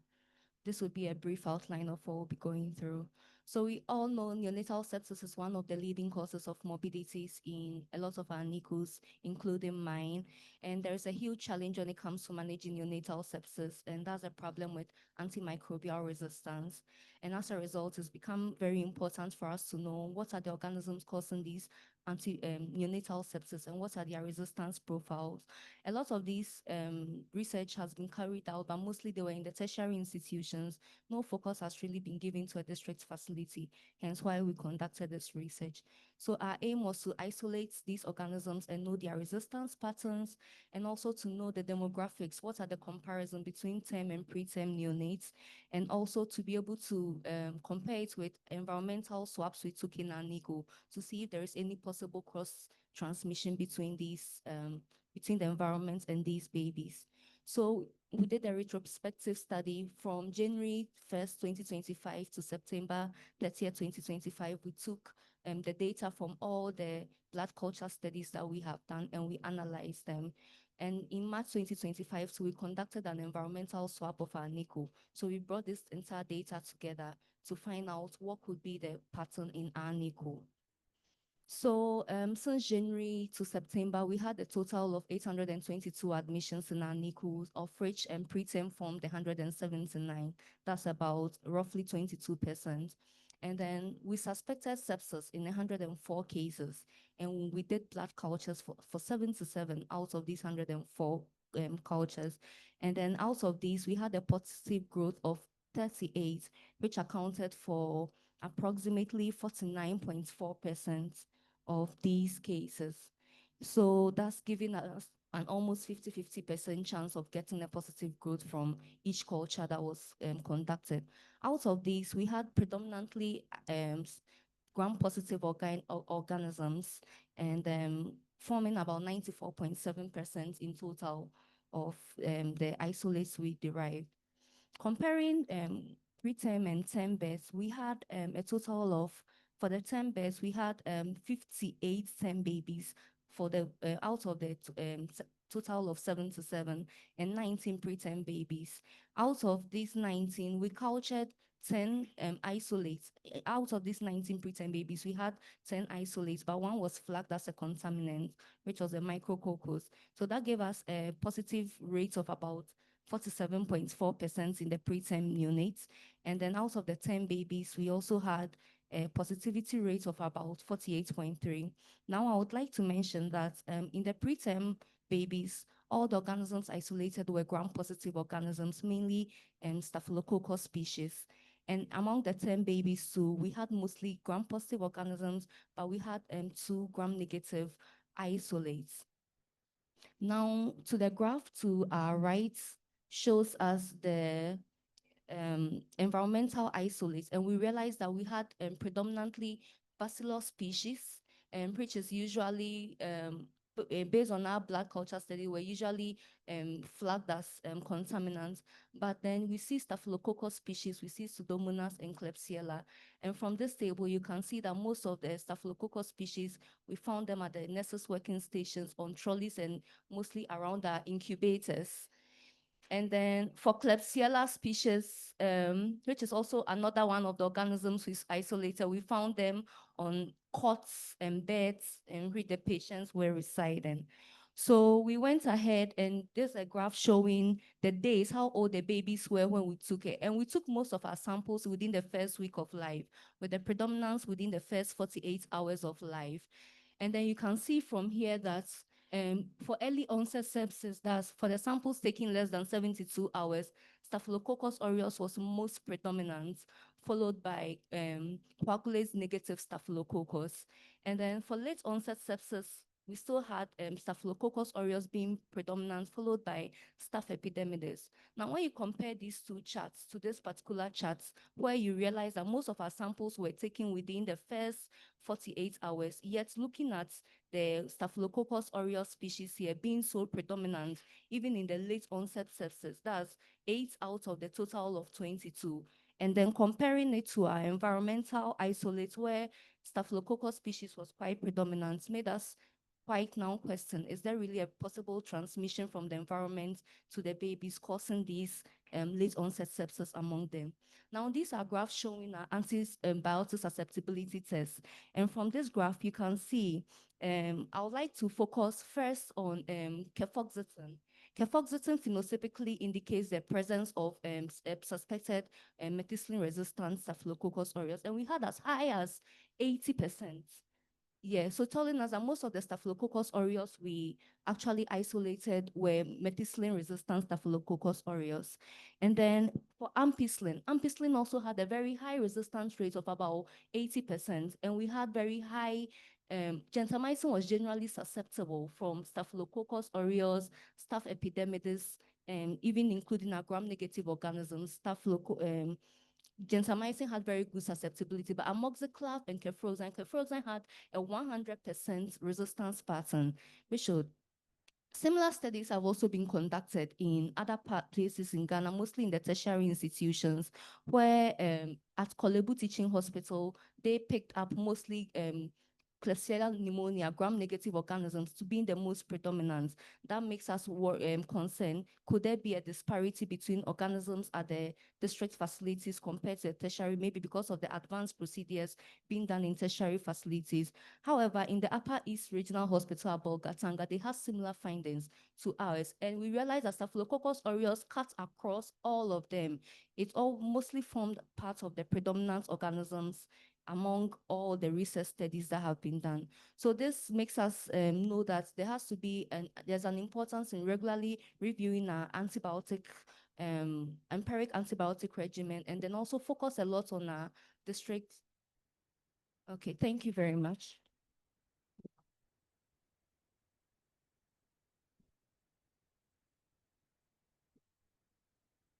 Saved by the bell. Yeah. So as soon as I heard the alarm sound, I heard thank you very much. Just on time. Well done, our three presenters. I enjoyed all the presentations. I'll hand over to the chairperson. So after the three, we would ask questions, then the other three will come in. Okay, please, do you have? Okay, my question will be on the second presenter. So you have given surfactant for some, and then what do you think is the reason for this for those who have already received surfactant? Do you have any? It's a retrospective study, but did you try to find out what could be the reason for the disease? And for the third presenter, I think you have already pointed out that even in late onset neonatal sepsis, the majority of your isolates were gram-positives. So how do you intend to use your choice of antibiotics, especially this We have seen that on your studies, its ampicillin is also very much resistant. So what would be your recommendation on choice of antibiotics when you start medications?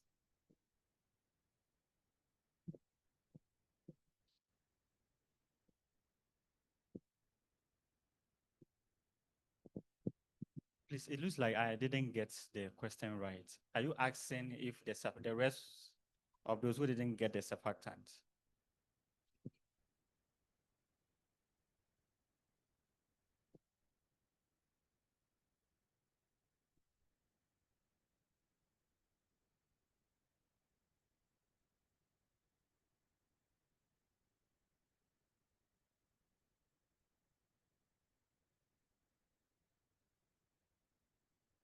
Yeah, so the survival rate for those who took the surfactant was 53 points. I mean, more than half of them.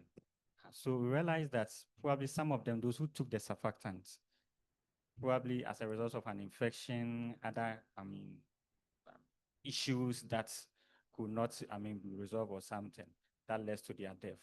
And later sepsis, the RSD, RDS, and then all that, yes. So that could be the reason why they couldn't survive with the surfactant, even after administering it.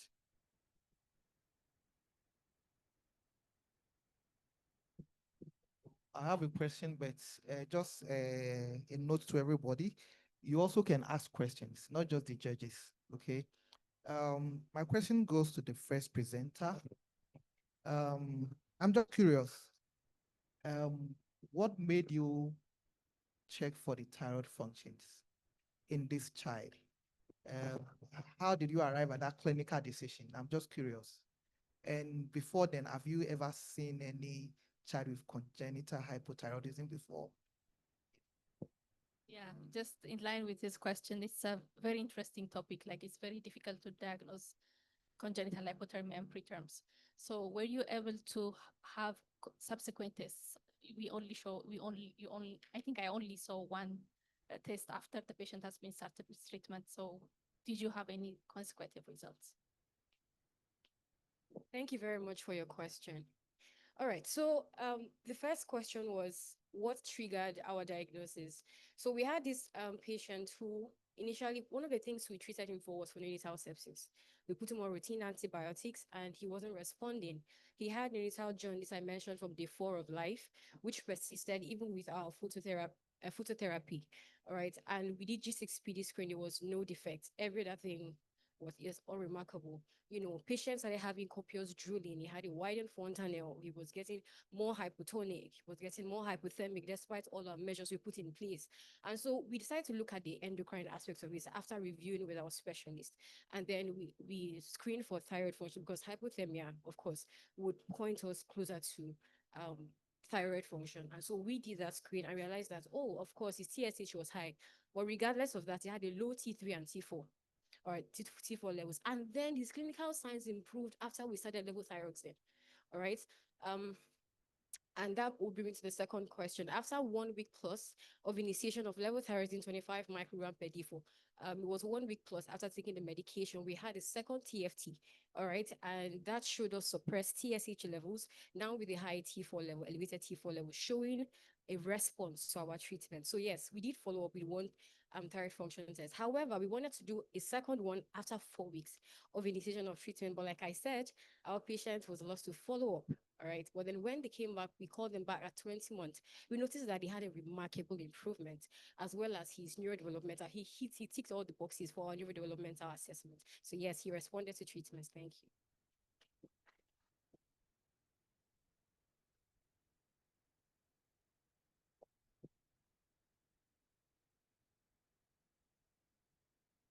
Yeah, I think you asked a question about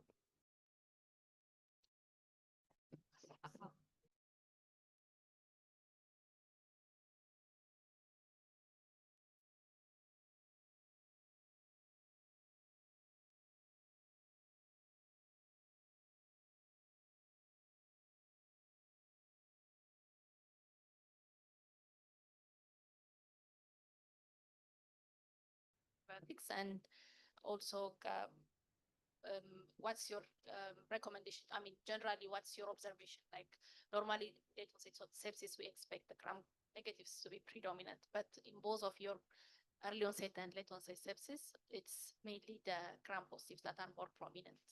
So what's your recommendation on antibiotic choice and a way forward? All right, thank you very much. So currently, especially most of the first line we are doing, especially at my facility, is ampicillin gentamicin. And I think we realized that gentamicin had very good susceptibility patterns across almost all the isolates. Yes. So in the meantime, I think we should maintain gentamicin with the ampicillin together as our first line, since ampicillin will still have a very good coverage for some organisms like group B and then the listeria in the meantime. It wasn't a 100% resistant. So ampicillin and gentamicin, I think, are still good first lines. But cefotaxime had a very high resistance pattern to also as high as almost 80%. So in situations where we have to move to a second line, I think by then we should get a blood culture result to really inform what choice of antibiotic to use in that particular situation, since we are not so sure about the cefotaxime being able to work, if we should switch from that first line to the second line. Okay. Yes.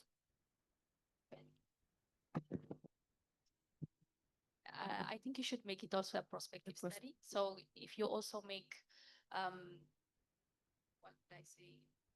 If you also try to check or try to take blood cultures before the patient has started antibiotics, which is within the first hour after the patient is admitted to your ward, then you'll get a lot of positive results that would give you a true result of what's really actually going. Yes. So you will not be thinking about having a patient taking a hospital-acquired infection or something if you take it after 48 hours. Okay, thank you very much. So those are all parts of our limitations. Yeah, so I think we're also looking forward to expanding the sample sizes to give us a very true picture with time. Thank you very much.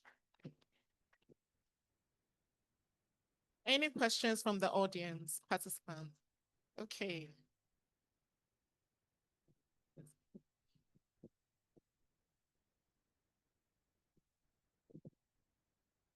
Okay, so my question goes to the third presenter on the sepsis.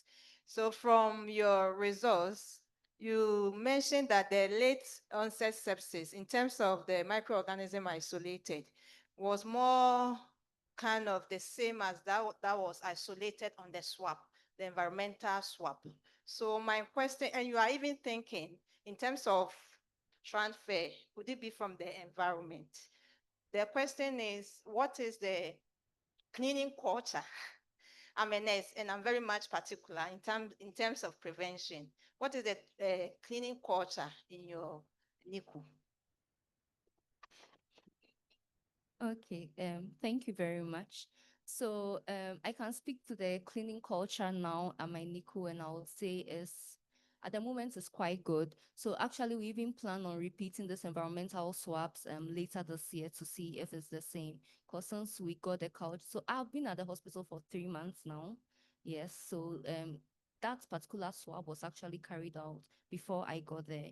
Yeah, but since it was carried out, especially after I got the results and I analyzed it, we've really implemented a lot of strategies, daily cleaning of the incubators and with bleach solution. And we've also been, we've got, before we didn't have oddlies also in our NICU. So now we've got an oddly that is stationed there, and we ensure that at least twice every day that is done. And we instituted very good hand hygiene.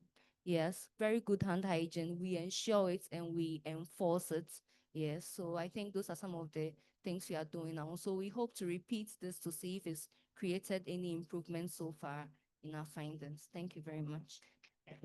Thank you so much. Any more questions? So this will be our last question. Thank you. My question is to the second presenter. I'm just a bit curious about why some of the babies didn't receive surfactants, if there was any reason, because they were all 32 weeks and below. Thank you. All right, so basically 3 of them didn't receive the surfactants. So basically, when they came out, we realized that their respiration and everything was okay, and there were no need for the surfactant administration.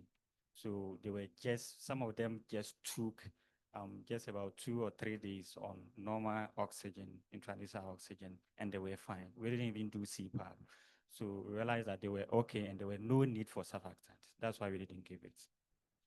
But those who didn't survive on the surfactants were as a result of probably intraventricular hemorrhage, sepsis, pneumothorax, and all that. That is why some didn't also survive. Yeah.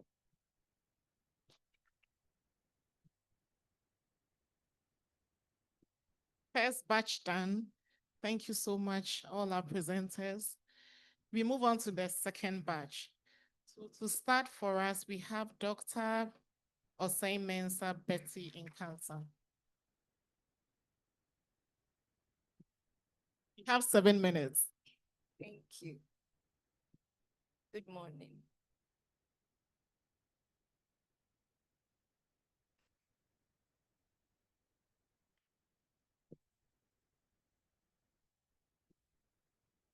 Good morning once again. I'm Betty Nkansa Simmons, a pediatrician at the University Hospital, KNUST. And our work, I'm using it because an ongoing research, assessing the effectiveness of low dose maintenance dose of caffeine citrate use in the management of apnea of prematurity at the University Hospital. So the outline with the background, objective methodology, results, conclusion, and implication and references. So apnea of prematurity. Apnea of prematurity defined as cessation of breathing for more than 20 seconds or less when it's associated with bradycardia, that's heart rate less than 100 beats per minute, or hypoxemia, oxygen saturation less than 90%. And usually affects 85% of babies born below 34 weeks of life. And this condition is usually inversely proportional to the gestational age. So what I mean by that, so the lower the gestational age, the higher the baby's risk of developing apnea of prematurity. And it's important to know that it's a diagnosis of exclusion. That means you should rule out sepsis, you should rule out electrolyte imbalance, hypoglycemia, even any neurological abnormalities. Yes. And it has been linked to long-term complications such as cerebral palsies and developmental delays. And we know caffeine citrate is now being preached in its use in the management of apnea of prematurity, either prophylactically or for treatment. And usually in babies less than 34 weeks, 34 weeks.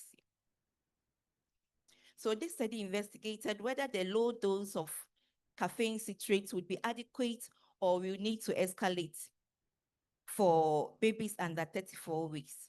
And I took inspiration from a training that we went in January on caffeine citrate using apnea of prematurity. So the objectives include to quantify premature babies who would require caffeine citrate administration, then to determine the percentage requiring caffeine citrate dosage adjustment, and to compare babies who will require dosage escalation versus those who would not need it, and establish immediate outcomes, usually that the babies were discharged, referred, or died at the hospital. So it was a retrospective study, and it was conducted from January to September. That's the third quarter of 2025. So details of the babies were taken from the folders, and consent were sought from the mothers. So with the results, out of the 36 babies, please, I'll be quick to add that we were taking it as the babies come on admission. So if I'm not around or any of the team members are not around, we are not able to recruit babies who would come in our absence. Yes. So 36 babies were studied, and out of it, 35, that is 97.2, were managed on 5 milligram per kg. We know most of our protocols, even currently, confirmatory mother and baby unit, the protocol is as it stands now in the documented is 10 milligram per kg as maintenance dose, and loading dose is 20 milligram per kg daily. But when I went for the training, we were told that babies do well on the 5 milligram per kg maintenance dose. So I was curious that, so let's take it, because we are in an evidence-based world, and we don't take things that you are being told, but you need to investigate and find out if truly it's applicable to your environment. And truly, those 35%, 35 of these 36 babies did not need dose escalation. They were okay on the 5 milligram per kg, and you're able to wean them off in a period less than 7 days. And only one needed dose escalation. And with this baby, we had excluded sepsis. Most of them were on antibiotics and hypothermia, hypoglycemia. And with the immediate outcome, 30 were discharged or managed successfully and discharged. The length of hospital stay for all of them, the average was 14 days, and 2 were referred. And I'll be quick to add that one was a surgical case, and the other one was persistent respiratory distress. And 4 of them died. And for them, most of them, the gestational age was around 2, gestational age was 28 weeks, and the AFGAS scores were very bad, low AFGAS scores. One was 1 over 10 in the first 5 minutes, and the other one was 4 over 10 in the next 10 minutes. So just this a graphical presentation of them. And currently, yeah. So most studies are also, the interest was that most studies that is done on caffeine citrate is on babies who are on intubation, mechanical ventilation. And they realize that rather, instead of in that group, babies who are intubated, the high dose is rather preferred, because it decreases the length or duration of them on the mechanical intubation. Also prevent post-extubating failure. So let's look at these two groups too. It's, I think, to be of interest for those who have access to ventilators to also look into that. So in conclusion, the lowest maintenance dose of caffeine citrate, which is currently 5 milligram per kg, is adequate for both prophylaxis and treatment.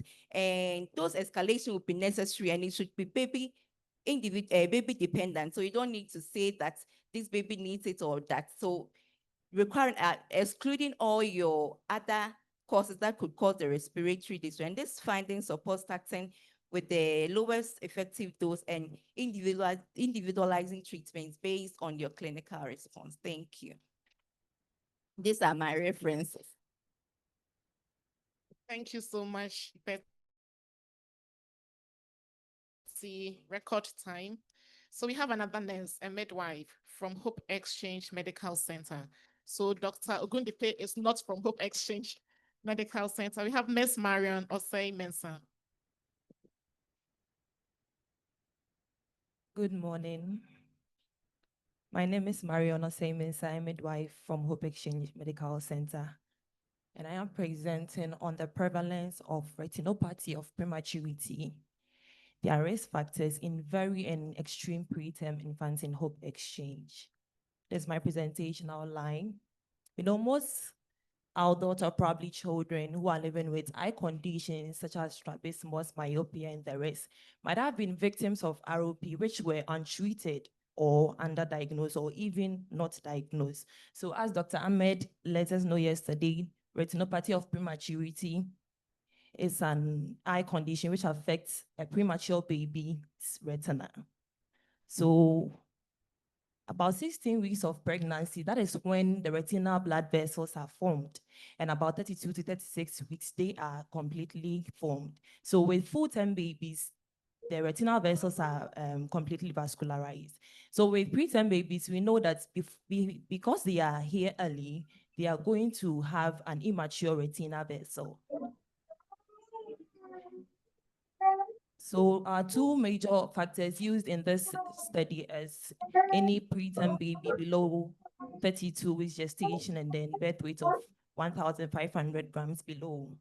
But we have other risk factors such as the CPAP ventilation, blood transfusion, we have gestational age and then their weight as well.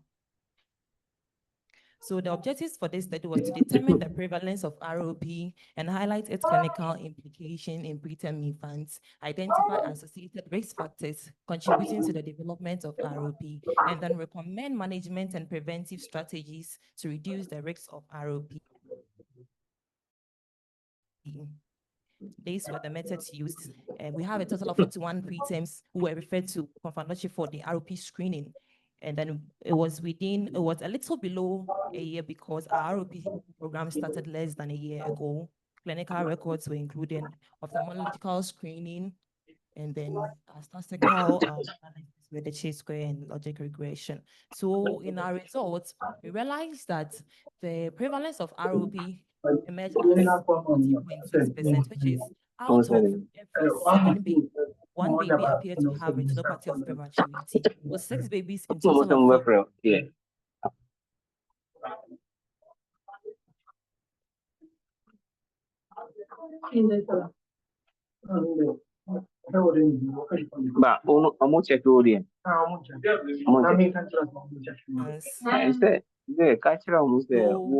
So we can see that most babies in the NICU are very preterm and then preterm. So realize that most of them having the gestational week of below 32 weeks and then birth weight of below 1.5 are the common risk factors for ROP.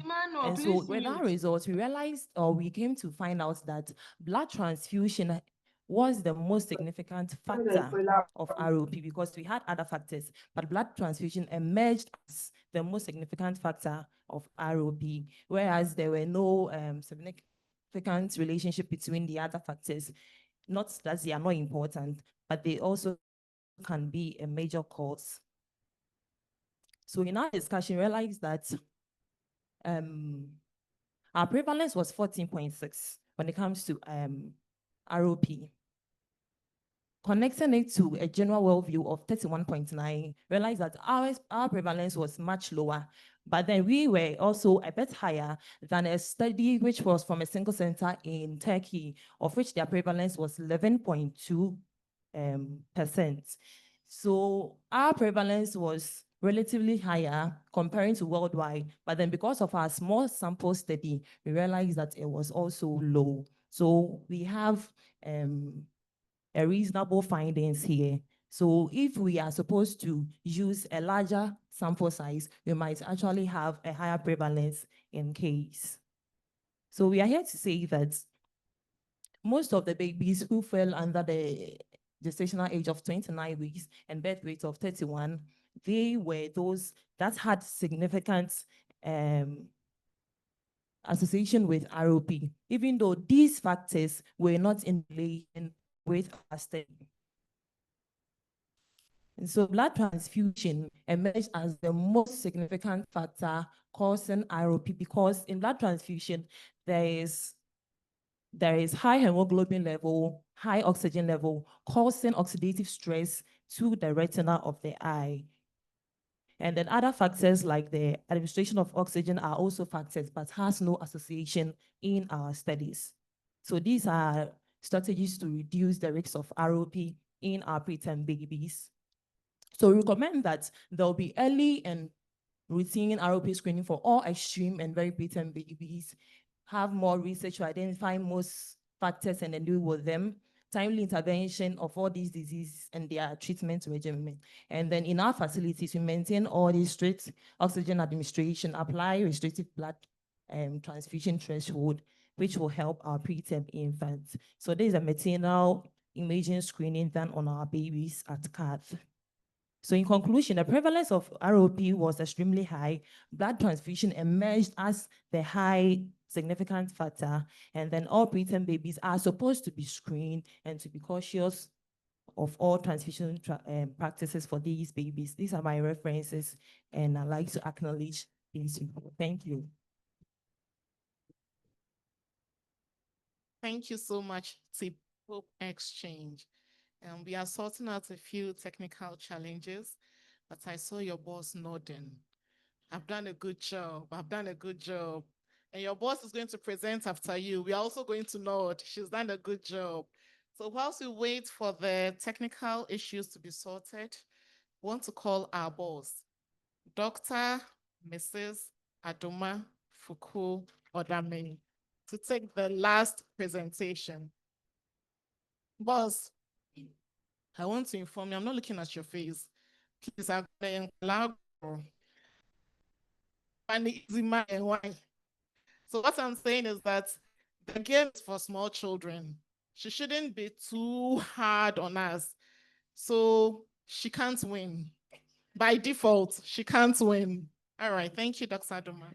Thank you. Thank you so much. Now that you have said that, I was going to say something to one of the judges, Dr. Wenchi, that if you mark me down, I will not accept any referral from your facility again.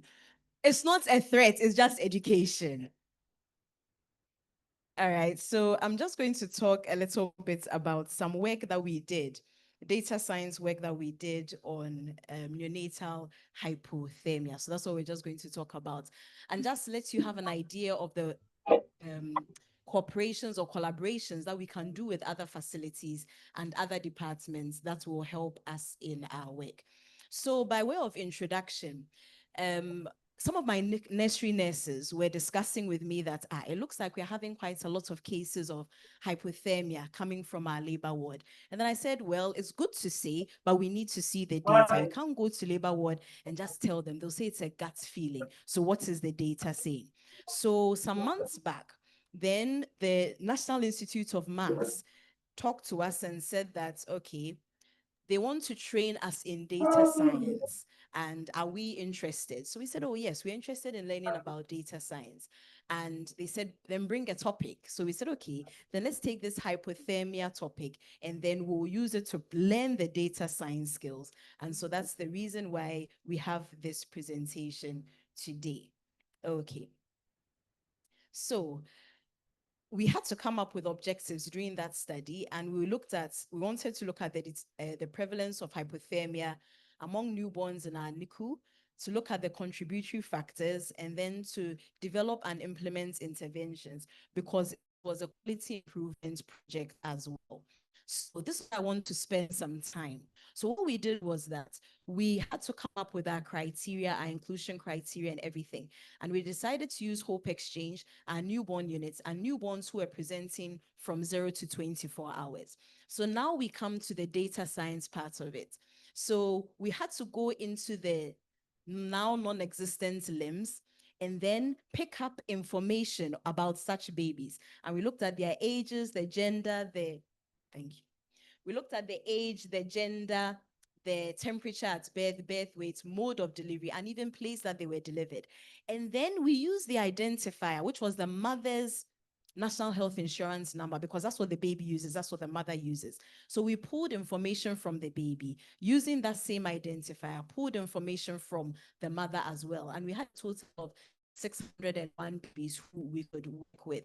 And using the bedside register as well, we also found this information. And then we used the delivery register as well. So we pulled data from various sources. And then we now created a database. They taught us something, PostgreSQL, Dr. Opon, PostgreSQL something, some nyama things. They taught us Python, they taught us coding, they taught us a whole lot of things. And the rest of the team did that. And I just came to look nice to do the presentation. So they did that work. So we created the database, we cleaned the data, and then now we extracted the requisite information. And then with the requisite information, we now did the quality improvement part. We did a Pareto chart to see where are the babies with hypothermia coming from. Then we brainstormed with our fishbone to find out why are the kids coming in with hypothermia. And then we came down to our PDSA cycle. So this is just a quick look at some of the results. We realized that many of the babies actually who were hypothermic were coming from our facility. We had an incidence prevalence of 28%. And then risk factors we found, which were common with common literature, were preterm births and abnormal weights, less than 2.5 or less than 4. Abnormal weights, the preterms, we know that they will be cold. But why were the big babies cold also? Possibly we thought because of resuscitation. They may have more resuscitation done. And the studies show that it is one of the risk factors. Interestingly, protective factors were skin to skin. Unfortunately, skin to skin, the amount of skin to skin we're doing in the facility is actually pretty low. It's around 52%. But we know that every baby should have skin to skin done. Even if the baby is in theater, nothing precludes that baby from having skin to skin being done. So then we developed some interventions. We did our root cause analysis, and then we did some brainstorming as well. From the root cause analysis, we had some interesting findings. the theater was cold.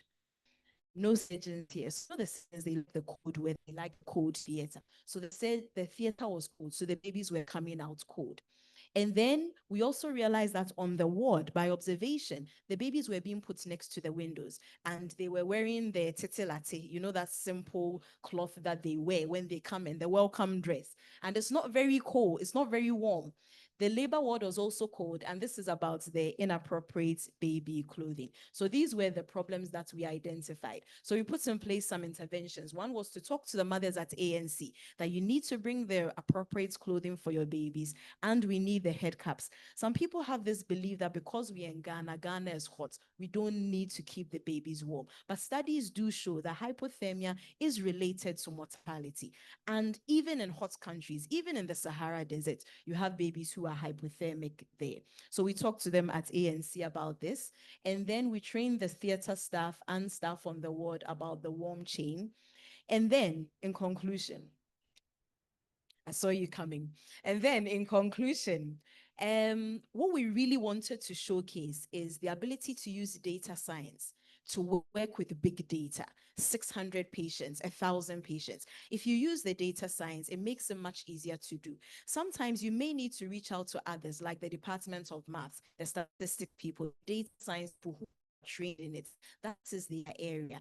If you have a little bit of understanding about it, when they are talking and playing around with it, you have some idea of what to do. So I just wanted to showcase with this work that we work together with the National Institute of Maths and our data science training to be able to come up with this work. This work was done with pediatrics, data science, our health information, and then our research departments. Thank you very much.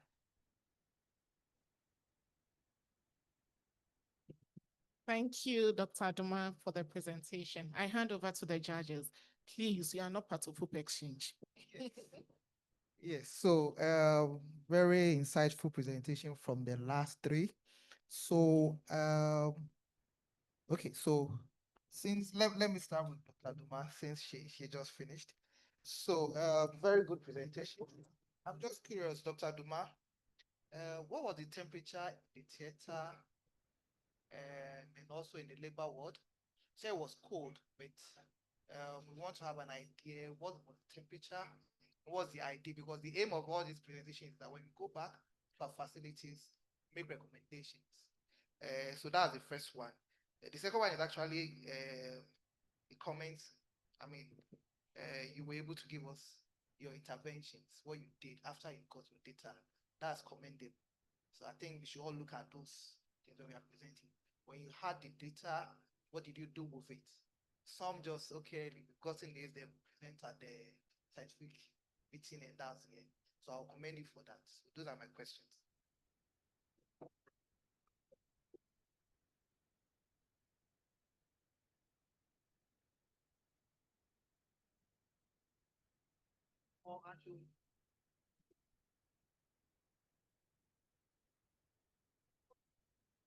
Okay, thank you all for your very nice presentation. So my question is for the presenter on assessing effectiveness of caffeine citrate. So, so in the conclusion, we heard that just having a maintenance dose of 5 milligram per kg would be enough for our patients. So my question would be, how long have you been able to observe these patients? I think I've heard you saying that the longest was 14 days. So we know that it's weight dependent. So if you have already treated a patient for 1 week and kept the patient for 1 week, there will, I mean, the first 1 week especially, there may not be any weight change. So can we confidently say that we can all treat them with 5 milligram per kg? And for the second, for the fifth presenter, so my question would be, you were able to find out the blood transfusions were the most significant risk factor in your study. So were you able to see how many blood transfusions have been given to these patients? And what would be your I've heard that you recommend to be more careful, but what is there anything that you would recommend more to on regards to the transfusion frequency and the dose? Yeah, thank you.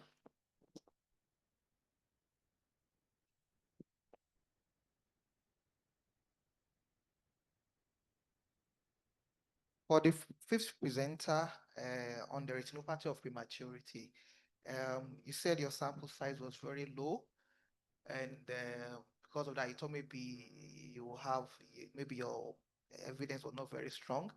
Now, when we are doing a study and you have a very low sample size, the other ways you can work on it in terms of the analysis. Okay, I think Fisher is one of it. Oh, I think so. So most times talk with your statistician and they'll tell you what analysis you can do to get a very robust data. All right.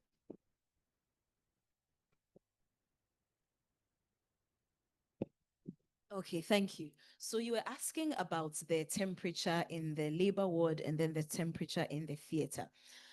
Unfortunately, to have been very standard, the best thing would have been to look back over that time period from, I think, November to April, it was 1.5 years, to look back and then be able to have the temperatures on the AC every day. That would have been beautiful. Unfortunately, that information does not exist. So it's something that's going forward. We want to start tracking the temperatures in the labor ward and then in the theater, as opposed to the temperatures that we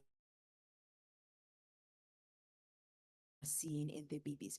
We do know that normally the theater, they put it below 28, below 25, single digits sometimes, but I don't have that evidence. So I think that we'll factor it in for our next presentations. Thank you very much.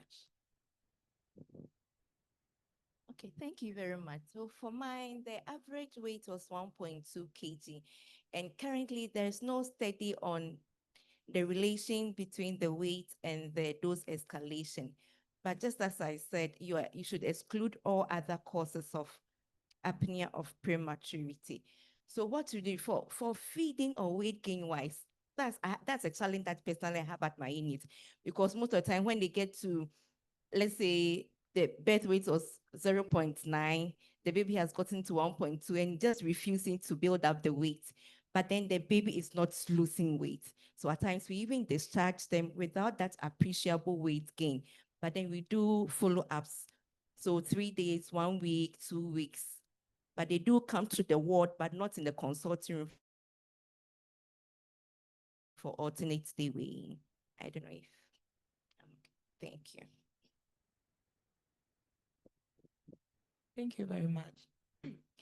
Please, when it comes to the blood transfusions, those that were included in the test or in the study, they all received blood transfusions. And most of the times we have a number of babies on the ward that they receive more than one blood transfusions. So sometimes when we do the FBCs to check the hemoglobin levels, realize that if they are low, we want to transfuse the babies. But sometimes clinically, they don't look pale or they don't demand blood transfusions. But then we are mostly comparing with the labs. So when a baby demands it, clinically and then health laboratory-wise, we're going for it. And we have protocols for give blood transfusions, mostly 10 to 15 per kg, that is the birth weight. So we do that calculations and then you give the blood approximately to the baby. So we make sure that we give timely blood transfusions and not be bombarding it on the babies just because clinically we see that they are pale and even their labs don't determine as such.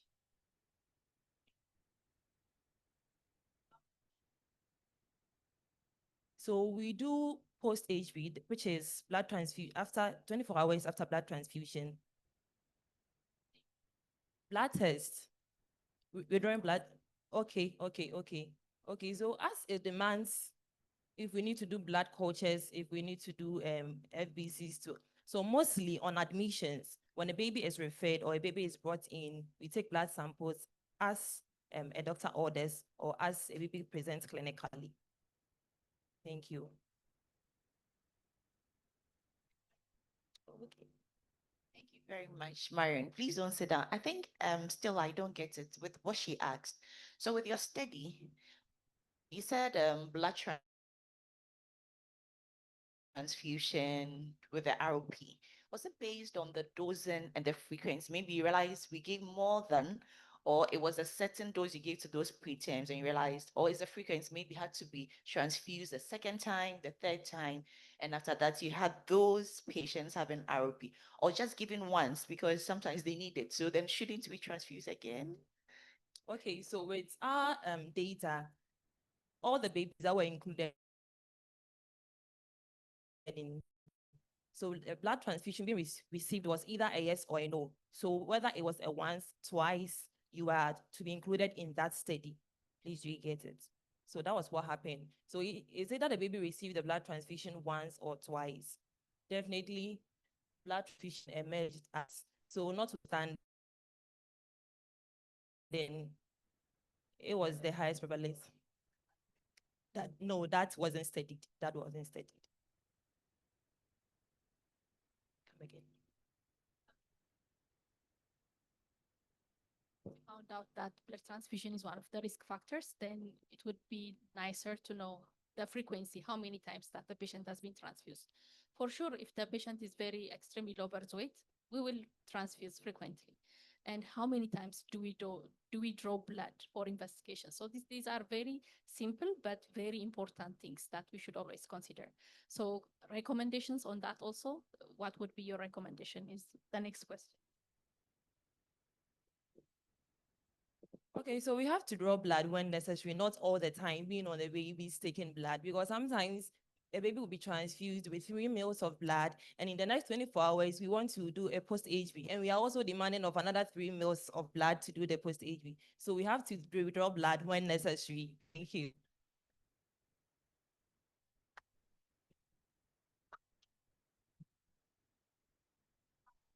So, yes, so we've had about 6 wonderful presentations, very engaging and insightful. I don't know, I think we are going to compile the results, right? Yes. Yes, so we are going to do the total, then we'll get back to you all right? A round of applause for our judges and for our presenters. It's not an easy task being here and then looking at my face and I'm timing you. I was really afraid to time Dr. Adma, especially when she said the fish bone. Then I was like, the rest of us, which bone did you people test? Nothing. So I think Dr. Adma Damage should be taken out of the scheme. Oh, who agrees with me? I mean, fish bone and she should be taken out. Otherwise, you won't score anything. No. Thank you so much. Whilst we are waiting for our judges to compile, we have one of our sponsors here, Value, to do a presentation. We'll go for coffee breaks soon. Please smile. We'll go for coffee breaks soon. So if Value is here, they have a presentation. Oh, it's still one of our judges. Oh, okay. Should we sing or do something? Okay, please give us some few minutes. They will finish soon. And then maybe you can stretch, say hello to a friend. Ask Dr. Adoma where she got the fish bone. And that was tilapia or boss, you are coming.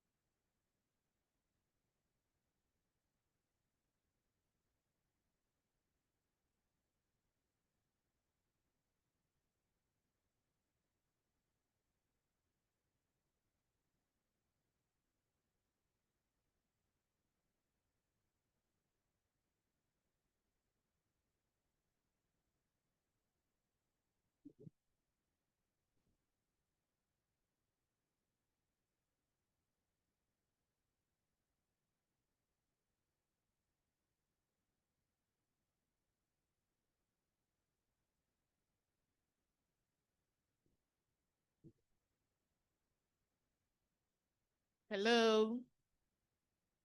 Hello. I want to hear your voices. Hello. Or your voices have become hypoglycemic or hypothermic or a combination of the two, which is very deadly. So whilst we wait for our technical team to set up our slides, we want to still acknowledge our sponsors. We have Panacea sponsoring us. Can we clap for them? We also have Novartis also sponsoring us, SDG Pharmacy, Ethifarm Pharmacy giving us caffeine citrates all the time, and Value Global Health Foundation. They are going to present to us on Value.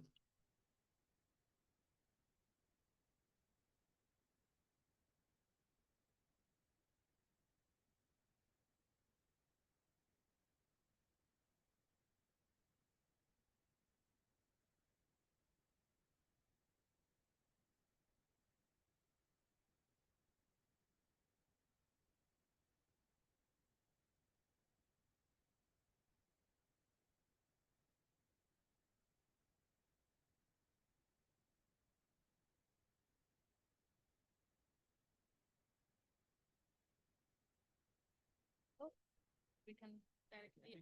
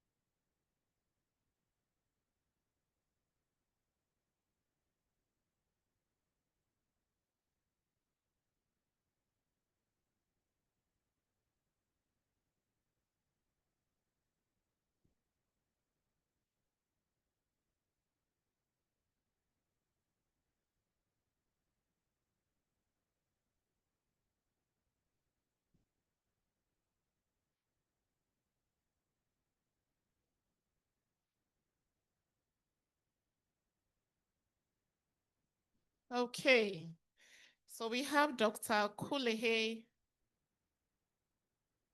Hello. Time up. So whilst our presenters move back to their seats, let's give them a round of applause. They've all done so well. At the end of the day, we'll know whether it was a cassava bone, that one, or congenital hypothyroidism, antibiotic susceptibility, surfactant use in the NICU, who again, caffeine citrate, and ROP. Would know who.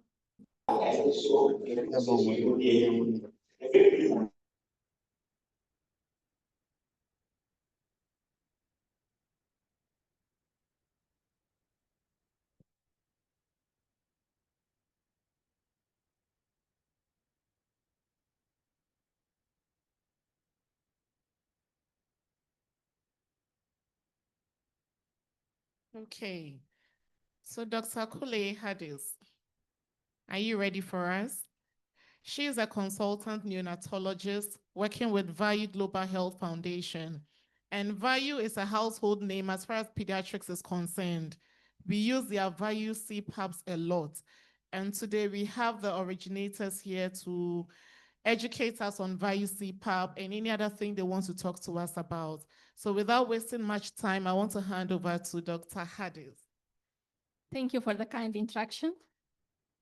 So good morning again. I know it has been a very long morning. We have seen very interesting researches so far, and I'm very humbled to be here and was able to be a witness of your hard work. So you should have a clap for yourselves. So I will be taking you through Vayu Global Health. Vayu Global Health is a non-governmental organization which has two wings, has the innovation part and the foundation part. So the innovation part is the one which does the commerciality of devices and so on, and the foundation part is the one which is mainly involved in training, doing mentorship, and everything that we do now. So we are mainly from the foundation part. So why do you want to be here?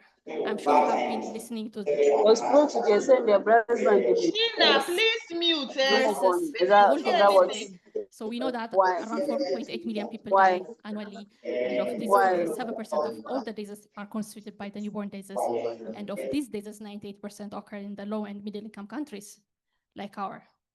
So what do we want to do? So we want these newborns, we want to increase the survival, we want to give the appropriate treatment. It's starting from oxygen therapy. Even though our patients have oxygen treatment, the chance of these babies having appropriate, which means a blended, humidified, and if possible, heated oxygen is very hard to find. So we want to help reverse that. Oh.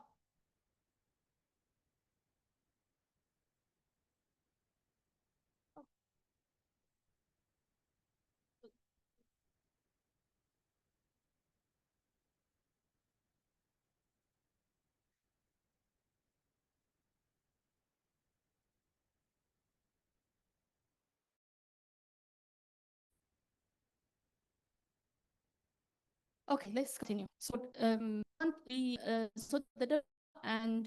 the Sustainable Development Goals is telling us to decrease maternal mortality to less than 12 per 1,000 live births for newborns and less than 25 in children. And again, the WHO Essential Newborn Action Plan suggests to have at least to equip every level 2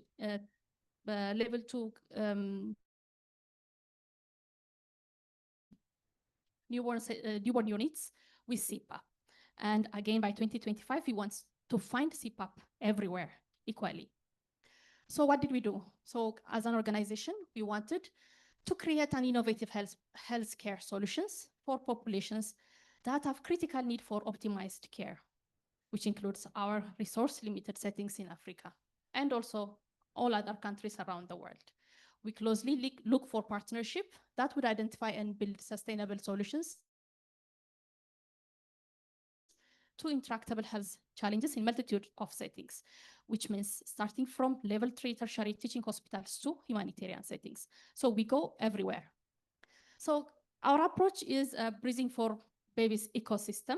We have the device, but we also strongly believe in quality training and mentorship and technical support. Once we train, we make sure that there is adequate mentorship that follows so that the healthcare individuals who are using this will not have any problem while they are using our device. We provide resources for people who ask us what are the evidences under our products. And we also do a lot of research. So coming to our devices, we have two types. We have bubble CPAP and oxygen blender system. These devices are low cost, but very effective and high quality, transportable. They do not require any electricity or compressed medical air, and they don't require a biomedical and sophisticated biomedical engineer. So anyone who has come in contact with our devices and had the appropriate training can use our devices. So the centerpiece for our devices is our oxygen blender system. So the blender is a very simple part of our CPAP. So The elegance is in its simplicity. It just mixes 100% oxygen, which comes from the concentrators or wall oxygen or any cylinders. And then we'll mix the 100% oxygen, sorry. It will mix the 100% oxygen with atmospheric air. So as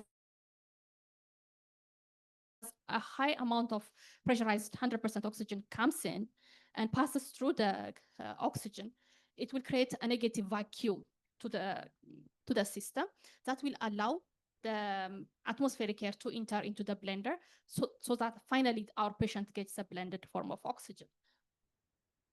So how do you do our training? We encourage all our healthcare workers to take an online training first. That will be a baseline course. That would be a background thing that will help to understand what's behind all these things that we are doing. And then we will encourage to have face-to-face training, and we do TOTs. So we have been doing these TOTs for the past 3 weeks now. We've been in Ghana, throughout Ghana, I can say. And then we have been doing a lot of TOTs, and then we've been doing cascade trainings. So we have 16 published papers in 9 peer-reviewed journals. And we also know that even though we supply CPAP, treatment for a baby is like, you don't give CPAP and then you say that it's done, right? So a patient needs a holistic approach. So even though we are supplying the appropriate setup for CPAP, but the patient also needs glucose, or we have to make sure that the patient is eating very well. Or what if the patient has infection? And what are other things that will contribute to the respiratory distress? So these are some brochures that usually come together with the machine to help especially lower level health workers to make them remember what other things they should do or they should be thinking of whenever they're treating a patient.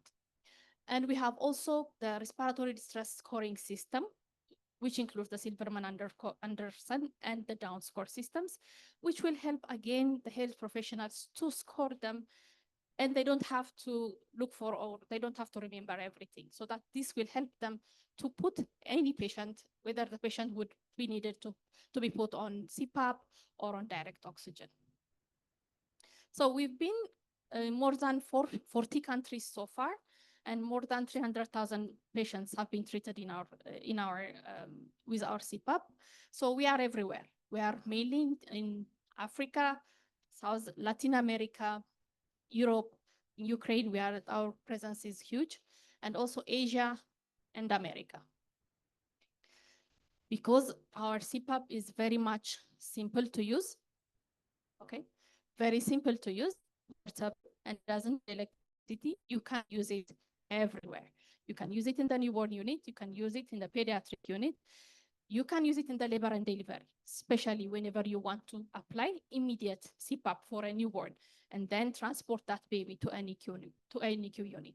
And during transportation, not only from unit to unit, from facility to facility, you can use the VIU CPAP. And it's also used in the emergency department. So this is some pictures that we have. This is an ambulance, the patient being transported in a KMC position with our CPAP. This is a boat ambulance for 3 hours ride in the Amazon of Brazil. You can see that there is a preterm baby was being transported in a boat in Amazon, okay? This is in Ukraine.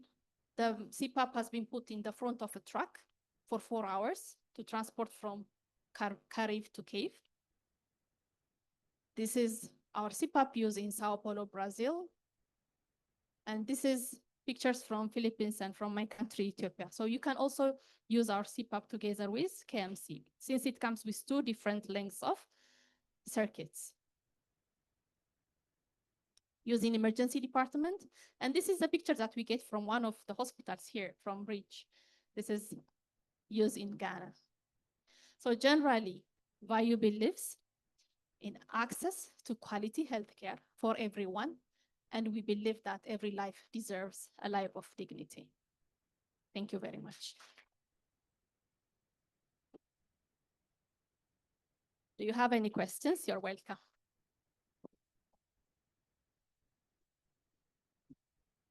Any questions for Value Global? All right.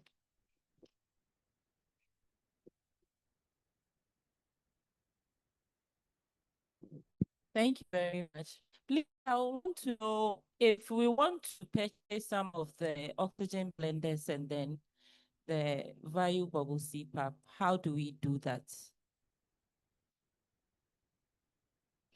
Thank you.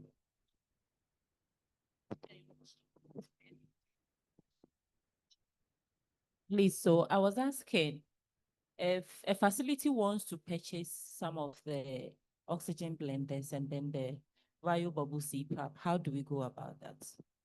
Thank you. Okay, hello. I'll help Dr. Kule answer this. So we do have a distributor in Accra, and we'll gladly share the contacts to the distributor. So they distribute both the devices and the consumables, and also they help with some of the training needs in country. Thank you. Thank you very much.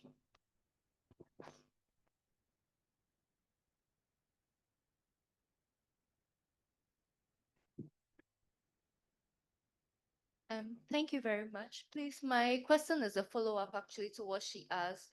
So the Value CPAP has some disposable components, but I think the spare usually in the box isn't adequate.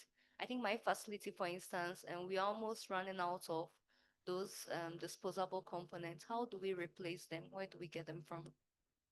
Okay. Thank you so much for the feedback. So the same distributor will be able to help, but also I think now we do have a good relationship with Dr. Mani. You can also reach her when you do have trouble. I think one of the things that we want to say, and I think my colleague said it very well, for us is the saving of lives. That's what's key to us. And I think our partnership goes beyond just selling the devices. So anytime you do experience challenges, please let us know. Anytime you have issues with device, please let us know.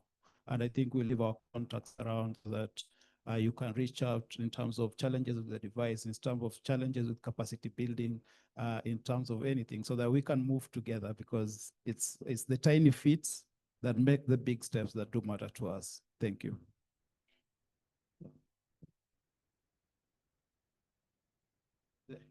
Okay, yeah. So we have received quite some feedback around the blenders. Some of the manufacturing batch had a little bit of issues, and also there was a little bit of glitches around quality training. So we do know that a couple of you have broken blenders, and we would like to collect that data as much as possible, because we would like to review those blenders and see if they qualify for the warranty.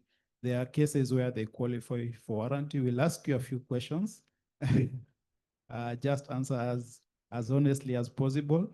Then we can qualify the ones that are worthy for warranty, and we'll want to replace them, because we want you to use the devices. And if you don't have the blender, then you can't use the device. So thank you. And then the last thing is, I think another question that kept coming on. Please don't use our device, our blender for the improvised device. Is not a substitute, and also don't use avoid using the blender for the oxygen blender system, the yellow one, onto the CPAP system, because there's a little bit of a difference in terms of engineering between the two blenders. Thank you. Okay. My question is more technical. It's still on the blender there. You've realized that the FiO2, the least is 30%, and the atmospheric is 21%. So, and usually when you are weaning them off oxygen from the CPAP, we continue the improvised CPAP. So how do we reconcile the difference between these two? Because from FiO2 of 30, that's the least on the device. Then we use the improvised, which we even don't know, assume it's also in the atmospheric. That's why step down. I don't know if my question. So I'll give it a little bit of a shot, then I'll give it to Dr. Kule. I think we shouldn't we know from the value CPAP to improvise CPAP. When you are at 30% FiO2, the baby is almost stable. But let me have Dr. Kule answer this from a technical perspective. Thank you. I'm back now. So the question is whenever we are changing from bubble CPAP, the value CPAP, and then changing it to direct. What is improvised? The bottle CPAP? Oh. So the bottle CPAP that we are using uses 100% oxygen. So you have already put that patient on value CPAP, right? So the value CPAP has been blending your oxygen. So the least amount of oxygen that your patient was getting was 30%, right? So if you are going to change that patient, or if you are going to wean that patient from CPAP, then you should go to our oxygen blender system, which gives a blended oxygen, direct oxygen. So you don't go to your improvised CPAP. So even WHO has condemned homemade CPAPs. The pressure that we are providing is not adequate. And also the FiO2 that we are giving is going to be 100% because we are giving just the oxygen coming from the cylinder, okay? So what we do is whenever we are changing from value CPAP to OBS, whenever we want to wean from CPAP, we go to our oxygen blender system, which you can titrate again up to 60% or 40%, okay?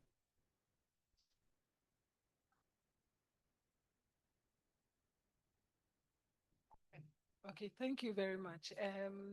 I'm sure facilities that have value would bear with me that it's very good. It's helping with our babies, but I have a recommendation or probably a concern. Looking at the price of the device, I think we should work on the durability because one of us, it just fell down and it broke. And I was very disappointed. It's very good. I mean, since we had value, we hardly refer any of our babies to other facilities, but I will recommend that we work on the quality, please. Thank you very much. Okay.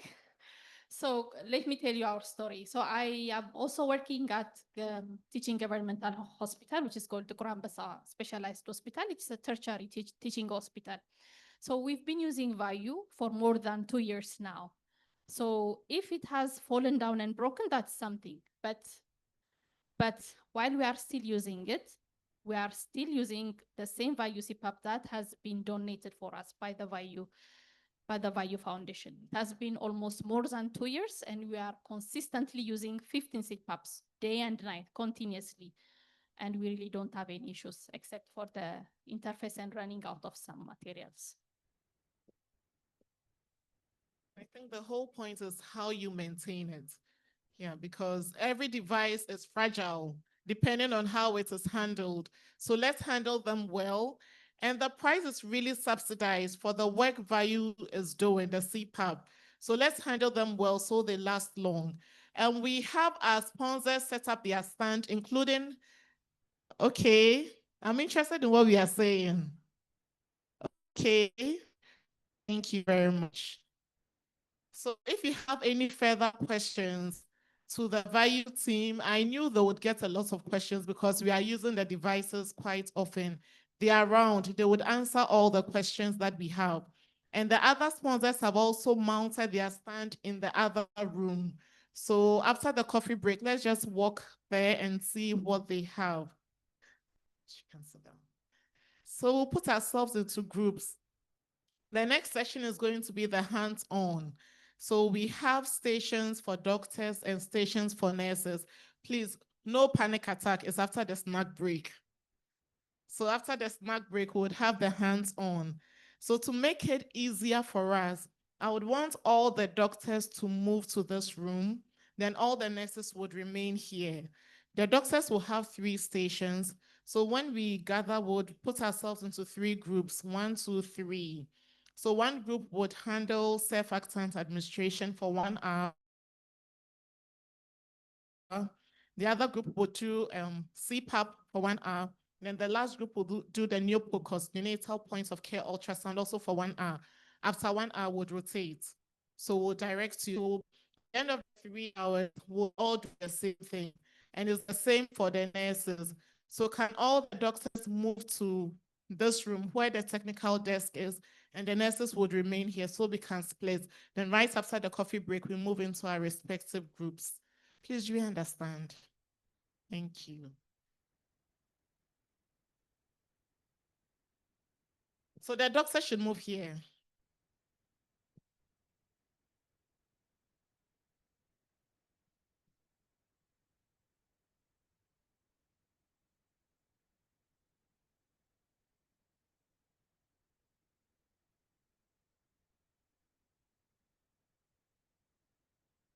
So it's not yours. Yeah, it's not mine. They have been given.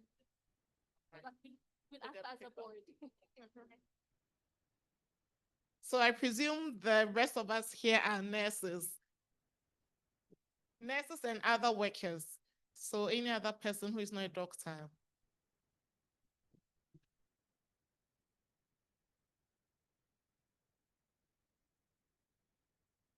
We also have PSG souvenirs at the desk. So we have stickers, we have prematurity brochures, we have scarves, we have key rings, a whole lot of things. So just pass by, t-shirts and all, pass by and grab something for yourself or a loved one at a very affordable price. So we'll start numbering. We'll start from the back. 1, 2, 3, 1, 2, 3. No, there's someone behind you. So you start. Lady in purple earrings. Yep. Okay. So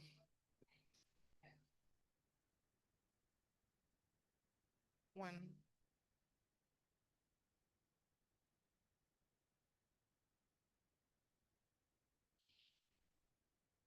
3. Yeah. Let's take this one. So 2. You were 1, 3. Okay. Please speak up so the next person can hear you.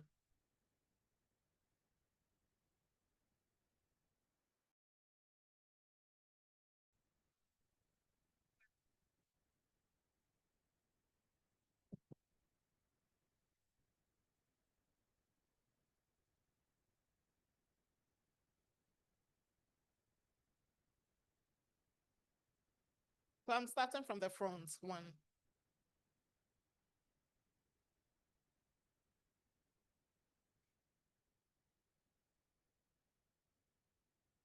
2.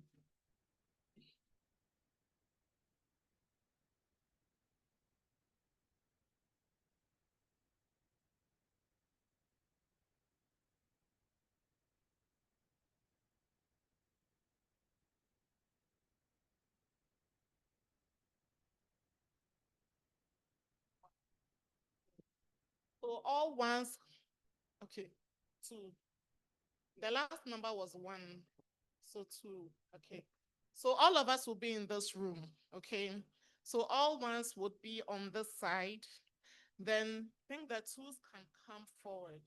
Then the 3s will be on this side. Please, does it make sense? So this will be after the snack break, after the coffee break. So when you come, we'll set a station here for all ones, all 2s, and all 3s.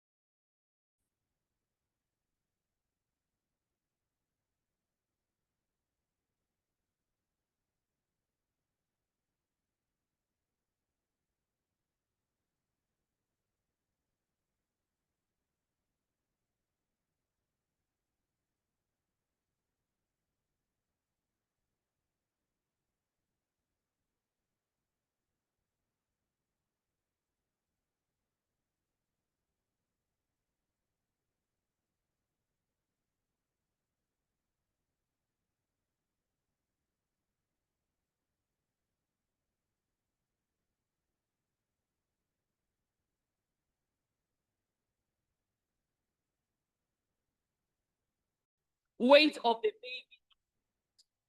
Okay, we have the weight of the baby and we have a hole here. So where you put the hole, that's where you are going to, I mean, this is the amount that you are going to administer. It doesn't work straight like how others think it works. Some things, it works like this. I mean, this is the, yeah, okay. So, I mean, you can demonstrate. So, others think that it works like this. Okay, like where the weight is, that's the same amount that you are going to administer, but it doesn't work like that. So we have a hole here.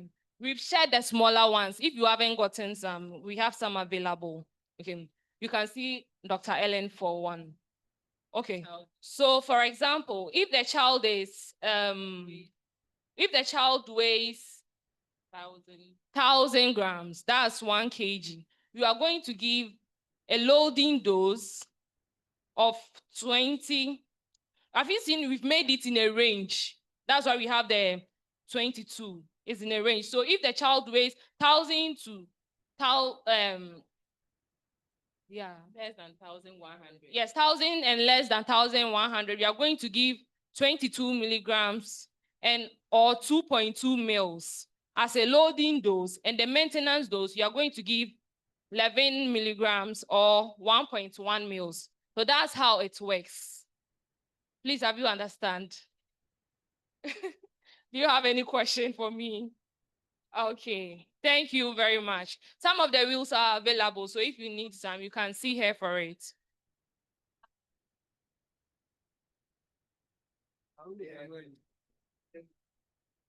Can we do it again? You said okay, so this is how it works.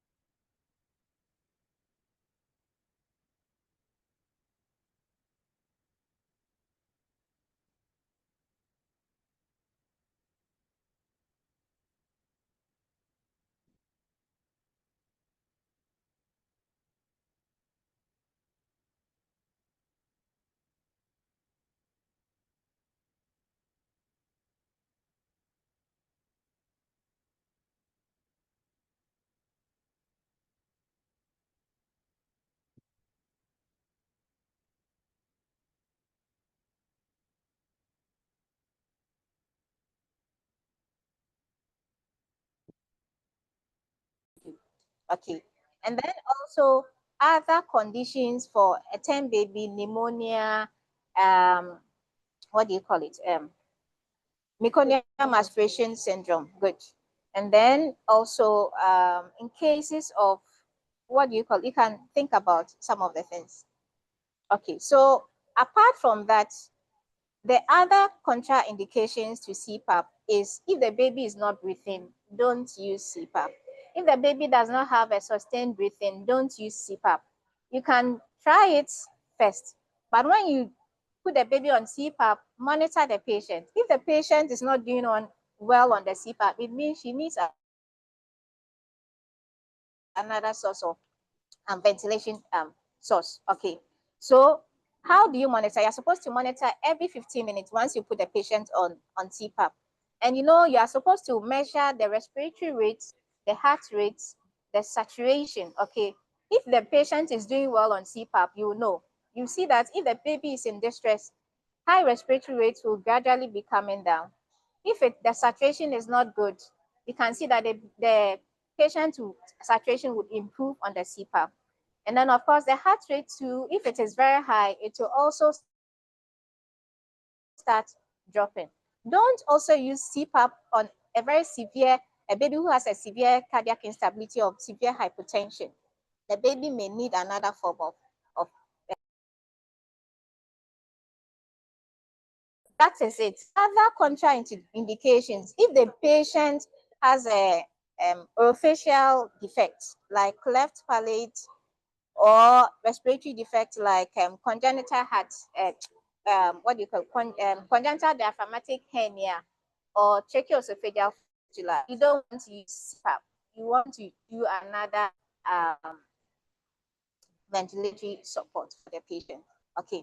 Then again, the other things you want to do is that once the patient is on it, you are talking about the monitoring. It is not only about the heart rate, the saturation, and the other things. Your set target for the saturation, of course, we have said it before. For preterm, you don't want to aim so high. 90 to 95 is okay. Okay. And then again, if you are still monitoring monitoring the patient, you have to continually check the patient's the interface, the oxygen, and then the patient. If the patient is doing well, you will know. Sometimes the nasal prongs may not be in the patient, so you have to go back, and so that is the reason why we need the monitoring. If the patient is not doing well, there are certain things you have to keep on doing to make sure that it is a CPAP machine which is not doing well on patient. So one, you come your CPAP machine, you are monitoring, patient is not doing well. What is it that you have to do? Check the patient first, because if you leave and go and check the machine, the patient, you come and meet the patient off. So check the patient off. Is the patient breathing? If the patient is not breathing, CPAP is not good. You start bagging. If the patient is breathing, but the nasal plug is not in, put the nasal plug and then secure it well. Then also, sometimes there may be leakages on it. Some facilities may use one oxygen connecting tube over and over and over and again. So you want to make sure if there are no leakages on it. And how do you tell? If you do your connections right, now you can even hear the sound of oxygen. So it means that it's working. The sound of oxygen, if it is leaking, you may not know. Are you listening to me? So you can put it in water. The usual things that our nurses do, you put it in water to see if it's bubbling. Then it means it is working. There's no leakage. And then again, when you are done, you want to check if the oxygen source it is working. Sometimes this machine, it's a machine. Okay, it can sometimes break down. And there are certain codings, color codings. Some of the machines have color codings. You have red, yellow, green. Sometimes when it is malfunctioning, it will go to red. It means that the machine is not working. If it is yellow, it means that the machine needs attention. Okay, medical biomedics should attend to it. And if it is green, it means it's working correctly. So you have to check all these. Sometimes you can be using the machine. There's no any indication on this machine, okay, that it is working well or not. Sometimes everything is, you've checked everything for, assessing from the patient to the tubes and then the machine, everything seems to be working fine. If it is not working, this machine also comes up with its own setup, okay. You can see So you do your connections and then put it on the baby. If it is not working well, you can choose to use only this one connected to this. Or the machine itself, it has its own CPAP generating pressure.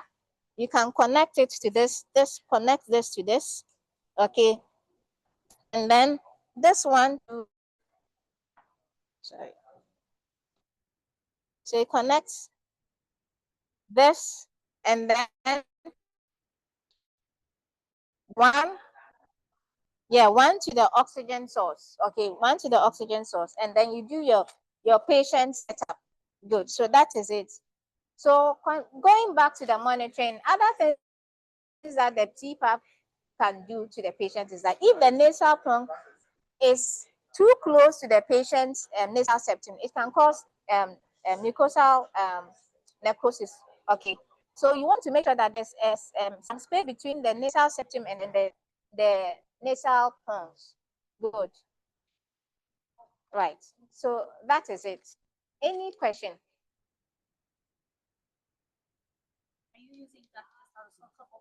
Yes, so I'm using this as a source of oxygen for this one. This one, our district facilities, sometimes you may not have this machine. So we want to teach you the KCPAP. You can do it on your wards. Once you have your oxygen source, wall oxygen or cylinder, you can use it. You can use it to transport a patient. If you have your cylinder, you can use it to transport a patient. You may not have this. They want to show you this. Okay. And we have the Vayu CPAP 2 here. They will set it up and then you know how to use the Vayu CPAP.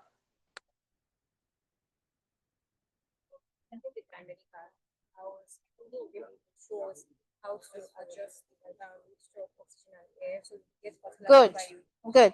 So the CPAP. Sorry, should I say it again?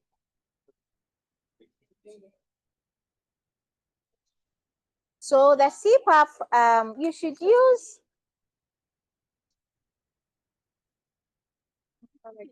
You should use the minimum amount of FiO2 to generate the saturation, the target saturation. So this is an oxygen blender. It blends atmospheric air, let me put it that way. So it mixes it and then draws up a certain amount of oxygen and then air to get the concentration of oxygen you want to give to the patient. So here at the back of the diamedica, you have a certain amount of, there's a labeling, air flow and then oxygen flow. So it gives you an interface. If you move or you set up your machine. Okay, here is the oxygen and then here is the air. So at any point in time, when you do your titration, it should sum up to 10. Okay, so if you titrate your air to 2, it means that the oxygen titration should come to 8.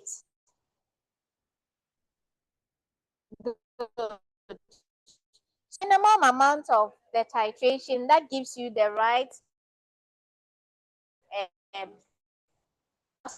oxygen concentration, which is we call the FiO2.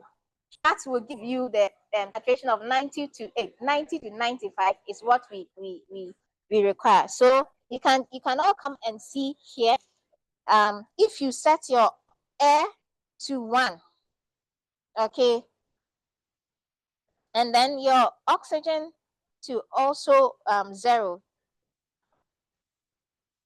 No, if you set your air, no, this one is the oxygen. So the oxygen to 8 and then air to 0, it gives you an FiO2 of 95. And then if you, this 95, it's still giving you a 95, okay, when you move higher or when you come up. Are you getting it? Good. So air to 1. And then your oxygen, it is 86% FiO2, 86.7 FiO2 that you receive. Okay. And then, so as you move further away, you get a reduced FiO2. And then here, so it means that you can do a blend of oxygen 8 and then air 0, and it can give you 95% FiO2. If you set up your oxygen to 7 and then your air to 1, it will give you an FiO2 of 85.6. Okay, so you can do the titration. The least amount of oxygen concentration that will give you an saturation of 90 to 95 is what you require. Remember, you have done what did you call it? Retinopathy of prematurity. So you don't want to give more oxygen to your patient. The minimal oxygen that will give you the target saturation is what we ask for. Any other questions? So they're going to explain it. This machine is not able to deliver at the height of 95%. Yes. In the facilities where you don't have this machine, you're going to use a cylinder. At what level should be set your? But now you already have this machine. So you don't have this, but every 1 liter per minute, it gives you like 4%. Yeah, 4% increase. You know, atmospheric air is 21. So at every liter, you add 4 to your 21. So if you are doing 10 liters per minute of the airflow, then it means it's giving you something like 40. 40 plus the 21 is like 61. So if you are not giving the patient more oxygen.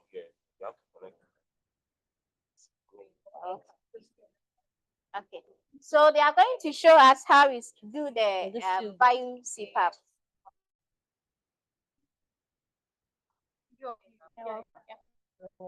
But so I just use the MC instead of.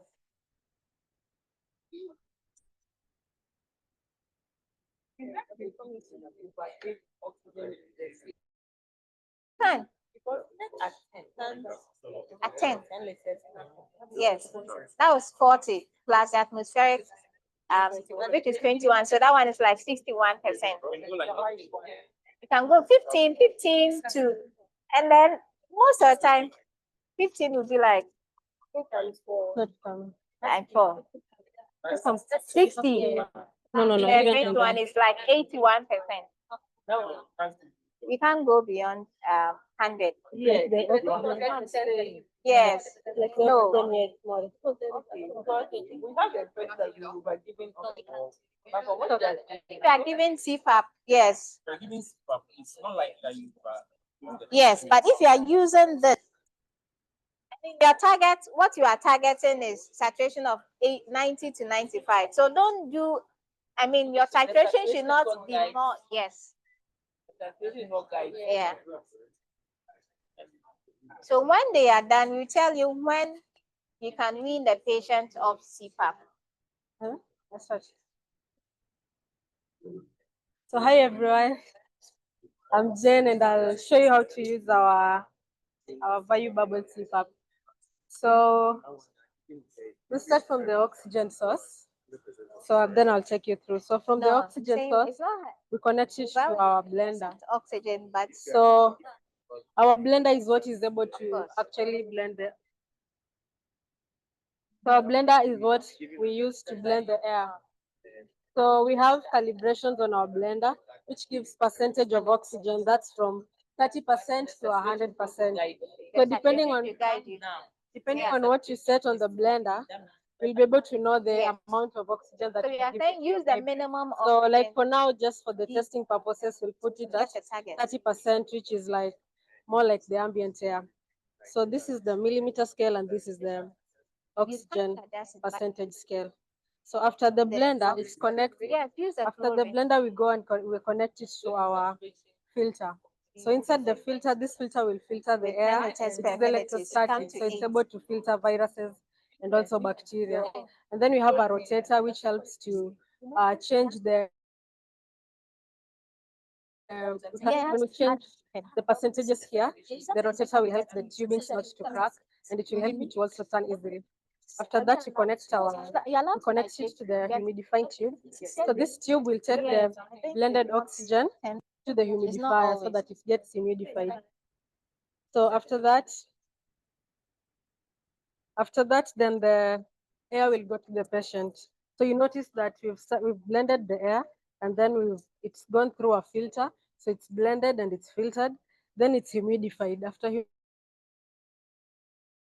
humidification, we take it to the patient. Then when the patient breathes out, the patient is going to breathe through a column of water. So that's what will bring the pressure to the patient. So this is now a pressure, this is our pressure generator. So the pressure generator, on the pressure generator, we have this wand. So this wand is what is going to show us the amount of pressure we're giving to the baby. So it is calibrated. So we have from 4 to 10. So the recommended, depending on your recommendation, we usually recommend to start from a pressure of 5 to a maximum of 7 when you're giving it to the baby. So when the baby breathes out in the column of water, then they'll get the appropriate pressure that they need according to the setup. So that's basically how our system works in a nutshell. Do you have any questions? You missed. So we said for our blender system, we start from the oxygen source. So what you need for this blender is only oxygen. You don't need electricity. So from here, we'll connect it into to our filter. So this filter is what filters air so that the baby doesn't get 100% oxygen. So we have calibrations here, and it starts from 30% to 100% of air. So we have an indicator in here. So depending on what the baby needs, the FiO2 that the baby needs, we just adjust it appropriately. Then after that, we are going to filter the air. This is our filter. So we filter that air, and then after filtering, we bring it to be humidified in the humidification. And then so when the humidified air will now directly go to the patient. So you can see this tube in here. This will bring the air to be humidified and it will go to the patient. After going to the patient interface, the patient is going to breathe through a column of water. So this column of water is what will give the pressure to the lungs of baby. So that's how our system works. So basically it doesn't need electricity, but it needs oxygen. So it is also portable, so you can move around from the NICU to the labor ward or even for referral systems. And then we also have, this one is for low flow. This is our low flow system. So it has a blender that is not in percentage, but it's in millimeters. So we usually offer this. So you can refer to this to know the percentage that you're giving to the baby. So you have two rotators. One gives 0.5 and one gives 1%. So depending on which one you want to give the baby. So the square one gives the square one gives 0.5 and then the circular one gives 1%. So you just come to the scale and then you blend the air with ambient air and then you give it to the baby. So as opposed to the CPAP, this is not a closed system. This one you can use nails that occlude like maybe 50% of the nails because the baby will also inspire their own oxygen out of the surroundings. So we usually recommend when the baby is off of CPAP, you can wean them off through this so that they don't get 100% oxygen, which is risky, as we talked about, which can predispose them to conditions such as ROP. Yeah. So do you have? Yeah. No, this is for low flow. Yes. So just pressures of 0.5 and 1 liters per minute. This is the high flow. Yeah. You're welcome. Yeah. Any more? Yes. And it's not connected. No. This is just for low flow. For now, when you need to wean off. No. You connect it to oxygen. Yes. Yeah. But it blends air so that even in the low flow, you don't give 100%. Yeah. It's like a nasal from just that you Yeah. give the exact effort. Yeah, but yeah, it's the nasal prong. Yes. Okay. What? Okay. And you are giving, let me say, 30% with this because you can set it up to 30% as the lowest, right? So if you are using the nasal prawns at 2 liters, we're told that it gives between 28 to 30% of oxygen.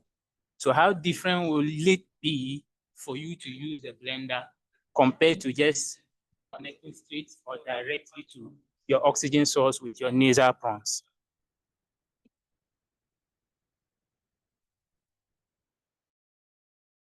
So when you are putting it into this blender system, this gives you a very specified amount of oxygen that you want to give to your patient. So it's not like it's 30ish, 40ish, or something like that. So you can also check it with a manometer, even in your own setup, what type of FiO2 that the patient will get at the end of the line.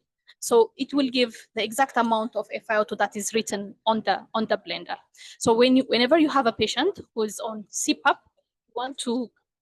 you want to put it on to wean it off on oxygen blender system.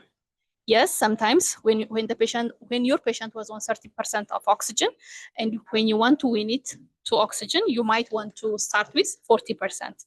That's acceptable, right? Because this doesn't provide pressure.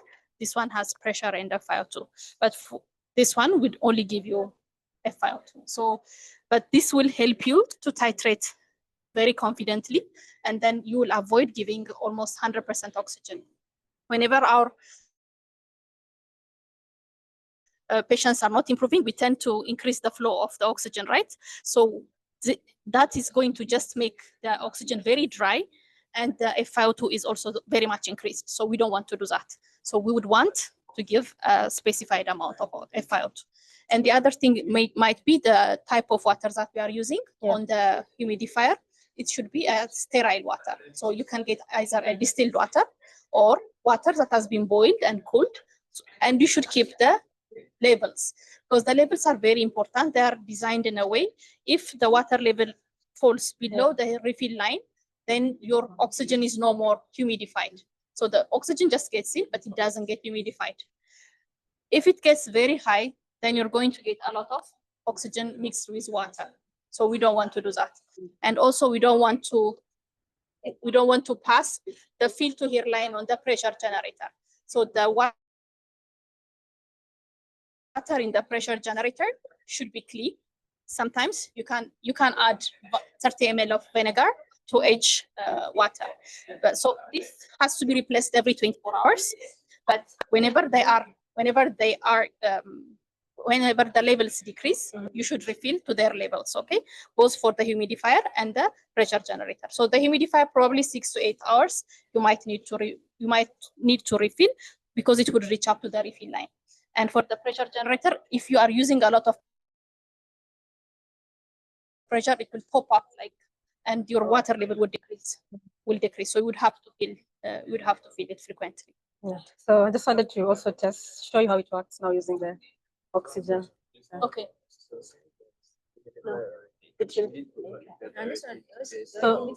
yeah. So this our stuff was not compatible to this. So that's why this is here, but it shouldn't be here. So you can see when you put it at a flow of 4, they should be bubbling at the humidifier alone. That's when you're doing your leak test. It's only bubbling on the humidifier. Then when you put it on the patient, so now that you don't have a patient, I'm just going to occlude so that you see that it's going to bubble in both the humidifier and the pressure generator. So as you can see, there's bubbling. So when you're setting it up, you have to make sure that there's bubbling in both chambers. But before you put it on the patient, you have to test it. So usually if we had like a cylinder that is full, we would start with the 4 liters per minute here. But this cylinder has some defaults, it's leaking. That's why we're not starting at 4. But we should start at 4. And so make sure it's bubbling on the humidifier. And then you're occlude to make sure it's bubbling on the pressure generator. So I'm just going to occlude. So what you want is continuous bubbling like this. It should not be too much like boiling water. It should be continuous and not intermittent. If it's starting and stopping, it means there's a leakage in the system. So you need to go through the system and see if there's any leakage somewhere. And then after testing it, that's when you put it on the patient. Yes. So that's how it works. Another thing about monitoring is now when there's work of breathing, when you can see that now the baby is struggling to breathe a lot, you're going to want to increase your pressure so that you help the baby with breathing. But if the saturation is low, you can see the baby is maybe saturating at 70, 75. Now you can increase the FiO2. You come here and you can increase here to a more like, maybe if you started at 40, you can go to 50 or something. And then you continue monitoring. So those are the adjustments that some of the adjustments we make. Yeah. So, yeah. Probably other than that, all the CPAP parameters that doctor was explaining works for VIU also. Yeah. So it's only the difference between the Diamedica and this one is that the Diamedica needs electricity. It doesn't need oxygen. It produces its own oxygen. But here, what we need is only oxygen. Yeah. It doesn't need electricity. It's very much portable, especially if you try to use it in the labor and delivery. That would be very much very good. It will be helpful for your patients. We all know that how expensive surfactant is. So if you start early CPAP in the first 15 minutes, it's going to reduce the use of, the need for surfactant, okay? It also reduces mortality and severity of symptoms for respiratory distress syndrome. So you would want to use CPAP very early, okay? When it's indicated. Right? Yeah, yes, when it's indicated. But for those less than 32 weekers, if they have spontaneous breathing, you should start As a form of CPAP. prophylaxis. Yes, as a prophylaxis. I had a question. Yes, sorry, technical question. Yes. Yeah, VI is a very good system. But one thing I've realized is that maybe that's just me. When I applied to a baby, or especially some of the younger infants, who have pneumonia, the sound of bubbling is transmitted to the chest. So when you're trying to look for added sounds and stuff like that, you really don't hear anything. I don't know if there's a way around. Yeah. So if you hear a lot of sound from the generator, it means you are giving a lot of flow. Your flow is too much, so you should reduce. So it should not be to a place where it is like moving the pressure generator and all the water is coming out. Okay, so you just need a flow that is very minimal enough to start your bubble system. Okay. That is one thing. The other thing is you might hear bubbles, yes, but the bubbles are said to be beneficial for your patient also. Okay, so it's not a bad thing. The only thing is we don't want it to be moving like this because sometimes it would happen. Like if it is too much, try to close it and let's see. Yeah. Okay. So it will blow up very much and the water might get out just like this. Okay, so we don't want that to happen. But generally, bubbling is said to be beneficial for baby. Yeah.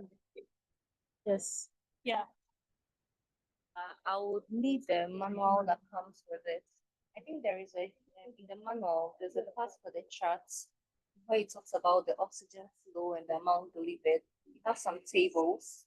Yes, this is for This is for the low flow. Oxygen for the low CPAP. Yeah. This one. Okay. It's not for the CPAP, it's for oxygen blender system. But this one comes with a manual that has those tables in it. Yeah, and I realized something because I realized that at 30% oxygen, based on that table, I realized that 30% oxygen, it delivers a lot more than when it is at 40%. And at 50% it picks up. It's really been something that confuses me. And also, if you had it, I would have liked to ask questions based on that. I think you are still referring to this one because like it's at 30%. I mean, at 0.5, at 0, it's at 40%. It will give you 40%. But if you are using 1 liter, it provides 30%. So it depends on the flow of air that passes through the system. So this is the oxygen blender system. So I would recommend to use the 1 liter one, the 1 liter one. So because it gives you the smallest amount of FiO2. Okay, so that would be beneficial for any patient. I'll find a picture. No, this is when you are putting a patient on oxygen on oxygen blender system, the low flow oxygen blender system. So it comes with charts like this. So whenever it comes like that, depending on the liter that you are using, if you are using 0.5 and you start from yes, 0.5 is from here. Yes. Okay. Yeah. So you have to notice whenever you are using small amount, the system works by sucking air from the environment. So it's not going to be 0.5 liters. So it will be more.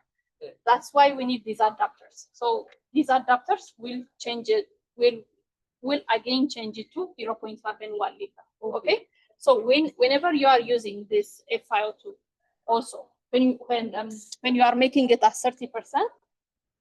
So that is the maximum that it can go, right?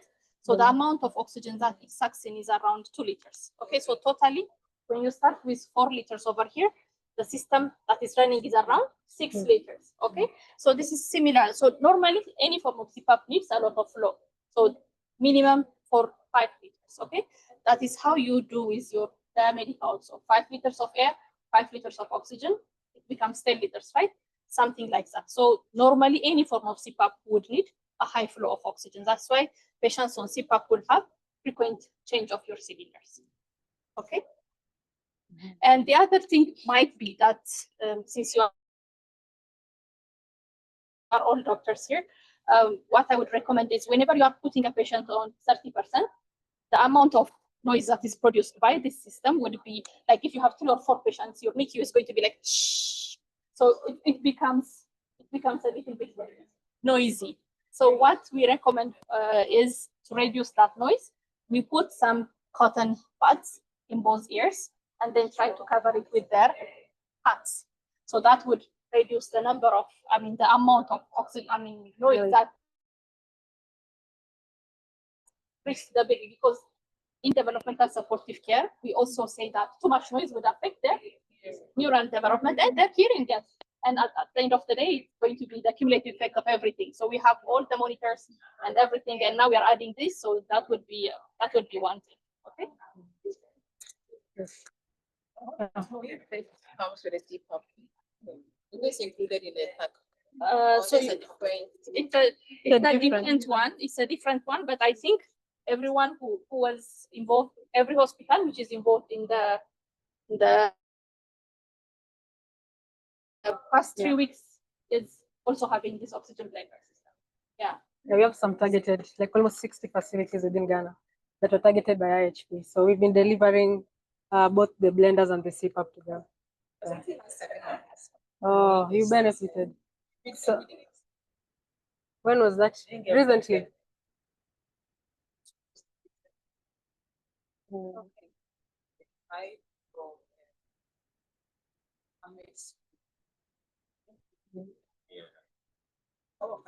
But we don't have Yeah. But this will be available in the local distributor. So if it's not even already, you can get it from the local distributor with a fair price. Yeah. Thank you. So should there be?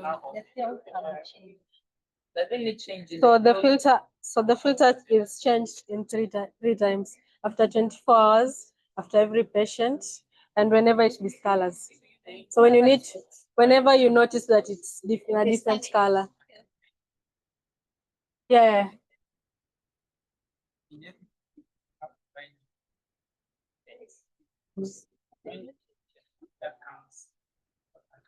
Like 60 pieces.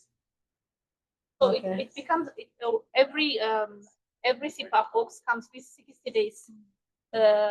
60 pieces of filters, the filter. 60 filters, 60 filters. So if you are going to change it every 24 hours, it means for 60 days. But sometimes in areas where there is a lot of construction and there is a lot of dust coming in, you might need to change it before that. So before 24 hours. So you have to change it every 6 hours, 8 hours, depending on whether it becomes brownish or not. But make sure that it's not something that you are going to reprocess it. You just throw it out, okay? And the other thing that I would like to do is, while you are still using this improvised CPAP, please change the water bottle. The water should also be changed, even though it's an improvised phone, but the water has to be changed every 24 hours. So that will reduce our infection rate. thank you very much. I wanted to add that other things to consider is that before you deliver, make sure this patient doesn't have nasal discharge, because the nasal discharge can also block the maximum flow or the effectiveness of the CPAP. And then also, you see this bottle. Sometimes you leave it, by the time you come, the tube is up. If the tube changes in position, it changes the pressure you are given. So make sure you push to the required pressure level, and then maybe you can plaster it. Okay. And then the water, remember that if it reduces, it also reduces the pressure you are delivering. So anytime you go, check if the pressure level, the water level is okay. If it is below, top it up to the 10 cm. And then other things I'd want to say is that start with a pressure of 5 to 6, and then titrate it upwards if the patient is not doing well. Don't go beyond 8, because above 8, it has its consequences. It's going to restrict venous return. The patient can be in shock. And so one of the things that you should also be monitoring the patient for is the patient passing urine, perfusion, capillary fill, BP, and then pulse volume. Okay. And then also for the nasal septum, some of them, especially with this one, sometimes you strap them and then we put a tight thing around them just to make sure it is secured. If you keep on doing that, they can also develop pressure necrosis. So you should be relieving the patient from these setup from time to time. And then the nostril too, make sure it comes out, at least you inspect it, you pull it out, and then you put it in, because they can also the nasal necrosis. Okay. So when do you wean the patient of CPAP? So once you know that for the indication,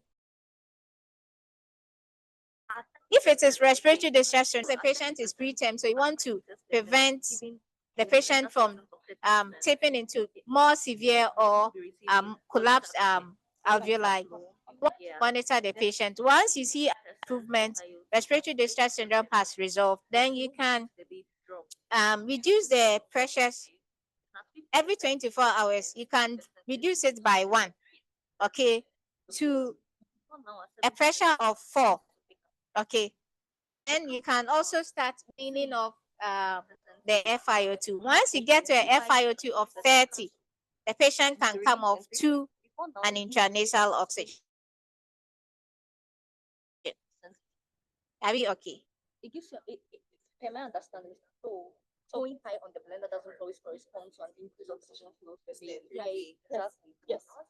This is quite Yes. Because the flow is mainly just to make your flow going, the ones to that make the has the system going.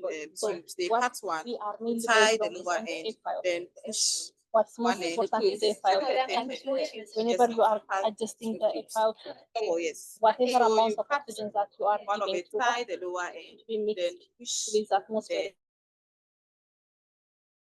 the upper end. So in the system, usually it will be more. Sorry. It will be, If it is more. filled correctly, and But then there's again, no when leakage, passing I through think, that, and then you should make sure through that, so you should make sure the oxygen is being delivered. So this is the flow. This is the flow. Right? This is the flow, and this is the flow.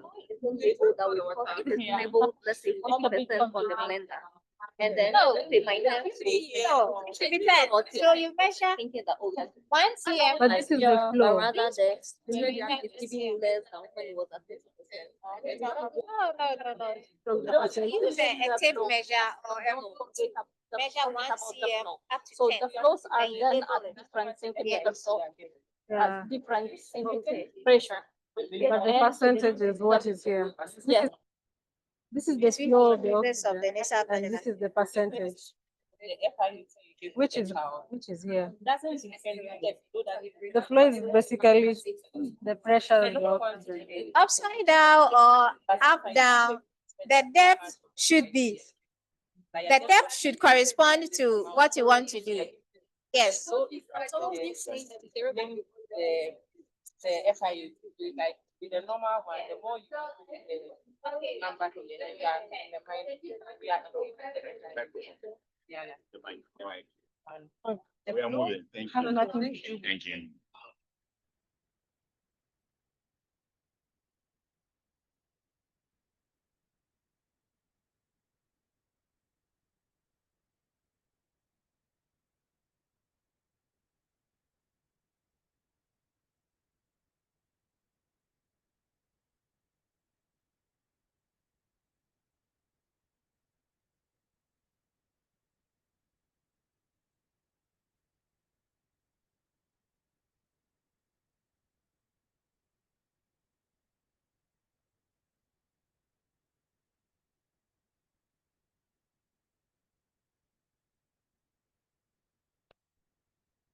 How many are online? Like 12.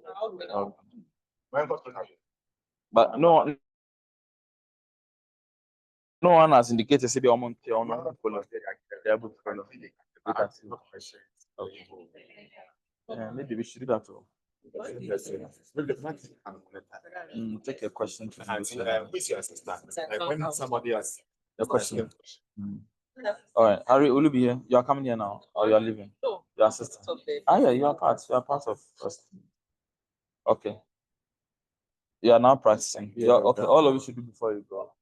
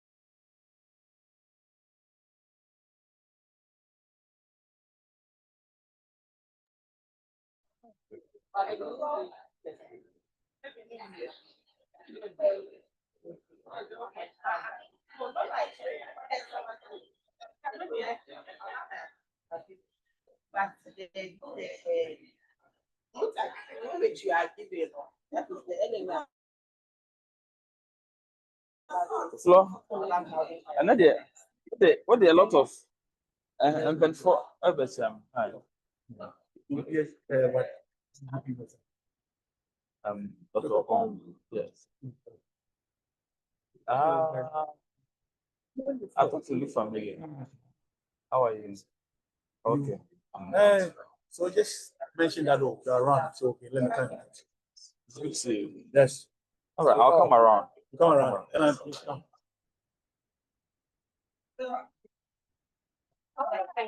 Hey,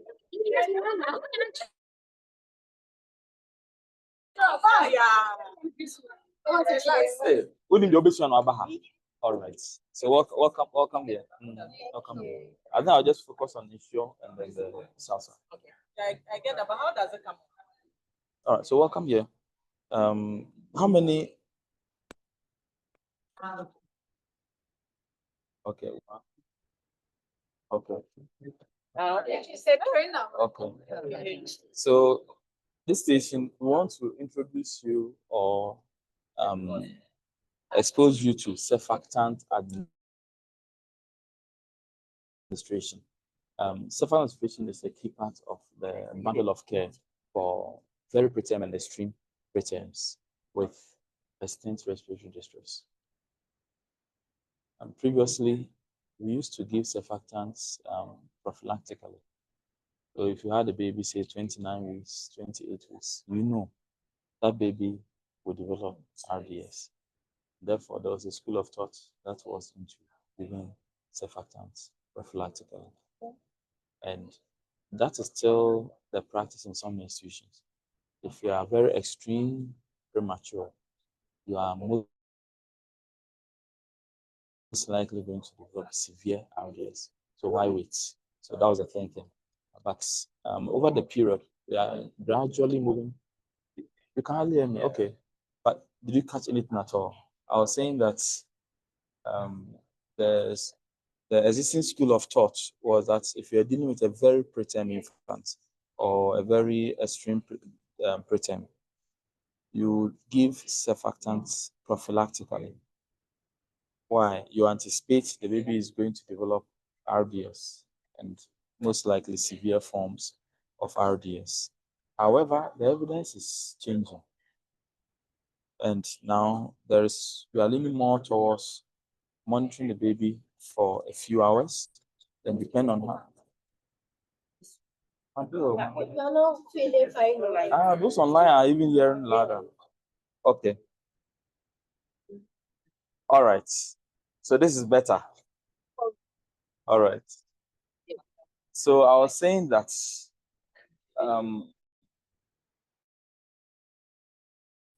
we are changing how we approach surfactant administration. Instead of giving prophylactic surfactant to every preterm newborn who is less than 32 weeks, now the evidence is more for observe, and then depend on how the baby is progressing in terms of work of breathing, in terms of other physiologic parameters, you decide to give. So it's more of treatment than blanket prophylaxis. Okay. For various reasons, we know that before 2022, CPAP will be given as when the baby is developing RDS, that's worse. But from current evidence, any baby born below 32 weeks will need CPAP because we understand the physiology of RDS now. So then that means that there are some babies that may be okay on CPAP without needing surfactants. So if you have a 31-week-old baby that you initiated CPAP as prophylaxis, baby came out pink, strong, everything is fine. Then you initiated CPAP at the time. What you are doing is that you are conserving the limited surfactants the baby came out with. I think we learned that yesterday.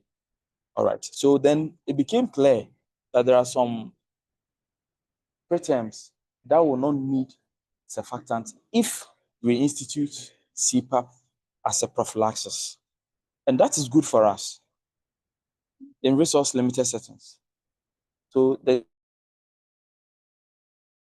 take home, even before we come to actually administering surfactants, is that CPAP is the key intervention to prevent and improve extreme newborn preterms with RDS. Can we agree on that? So we are not giving you this training so that now you start giving every extreme preterm with RDS surfactants. That is not the aim. The aim is to be able to first identify who qualifies. And I said we don't give it prophylactically for every extreme preterm. But if you initiated CPAP and this baby is still struggling, respiratory rate is getting worse, work of breathing is getting worse. SpO2, you are struggling, you keep increasing your FiO2. You've gone below 40% and you still need more, then that baby is a candidate. Okay. And we are talking about babies who are normally less than 32 weeks. So again, if you are dealing with a 34-week-old, a 34-week gestation preterm, 35-week gestation preterm, who is showing signs of respiratory distress, apart from RDS, you should consider other differentials.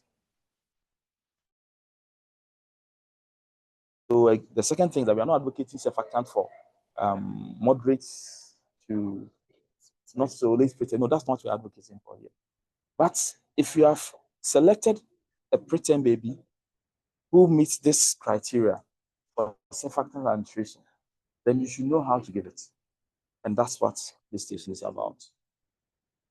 Okay. Now, most of us are familiar with Ensure, where you intubate the baby, administer surfactants, then quickly extubate and put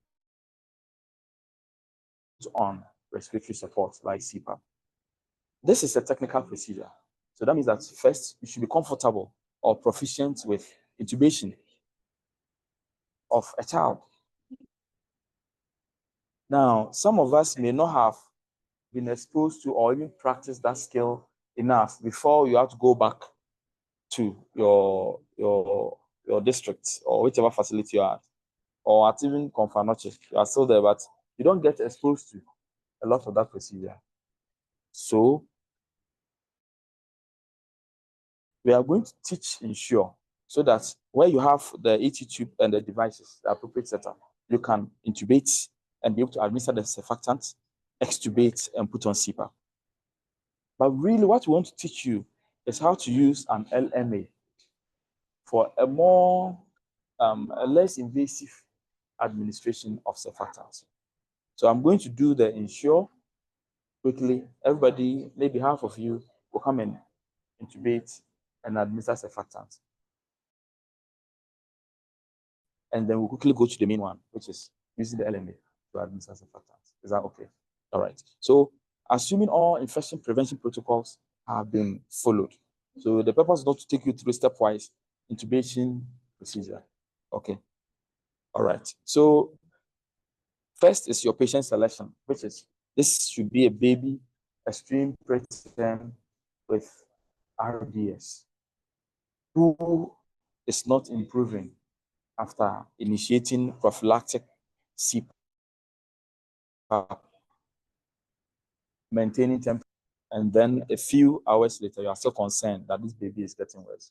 I must say that if you have, say, a 26-week-old baby, 26-week gestation baby, typically, you don't even wait for the baby's respiratory distress to get worse. Why?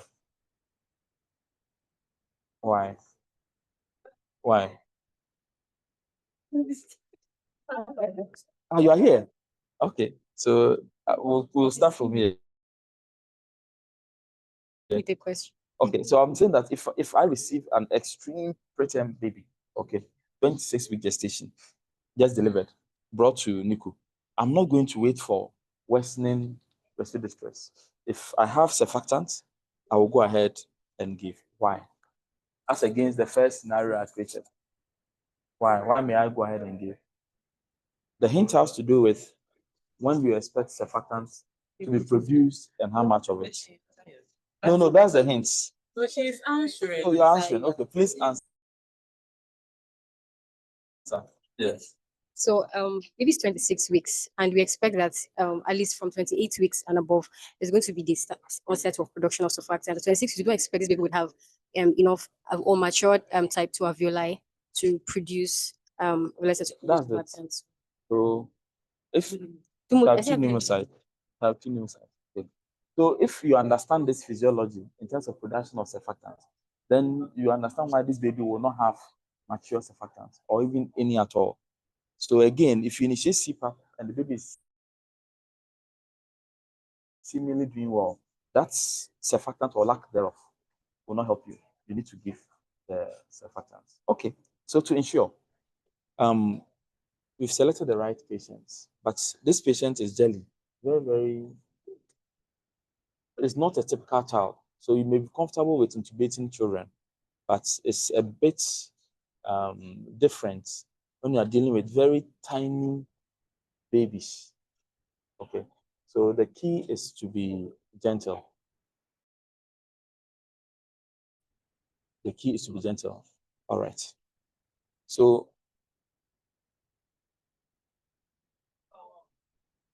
first thing, when you go back, do you have an appropriate laryngoscope? That's the first thing. So if you are going to do this, then you have to have an appropriate size laryngoscope. You can't attempt to use the big one for children or even adults for these babies. This mouth is big, I can assure you. Some mouths are smaller than this. So that's the first thing. Okay. Now the second thing is to make sure that your equipment is good to go. And the main thing that you want to check is lighting. Again, don't attempt to intubate when you cannot even see the lights. You just be traumatizing the baby. I've seen some people have a phone camera or a pen touch as a complement to a poor lighting laryngoscope. It's discouraged. So get the right equipment because you want to increase the chance of succeeding right from the first attempt. And these are not the babies, these are not older children that you can go a second attempt and a third attempt. As much as possible, in the first attempt, you want to be successful. Otherwise, these babies, remember, they are in severe, you're not dealing with stable babies. You are dealing with a baby who is in severe respiratory distress and is still trying to figure out how to even breathe. So you want to minimize your chances of failure. You want to really minimize it. So device check has been the number one reason why your intubation may fail. So make sure you have the right devices. Okay. Now, technique. Most of us are right-handed. Okay.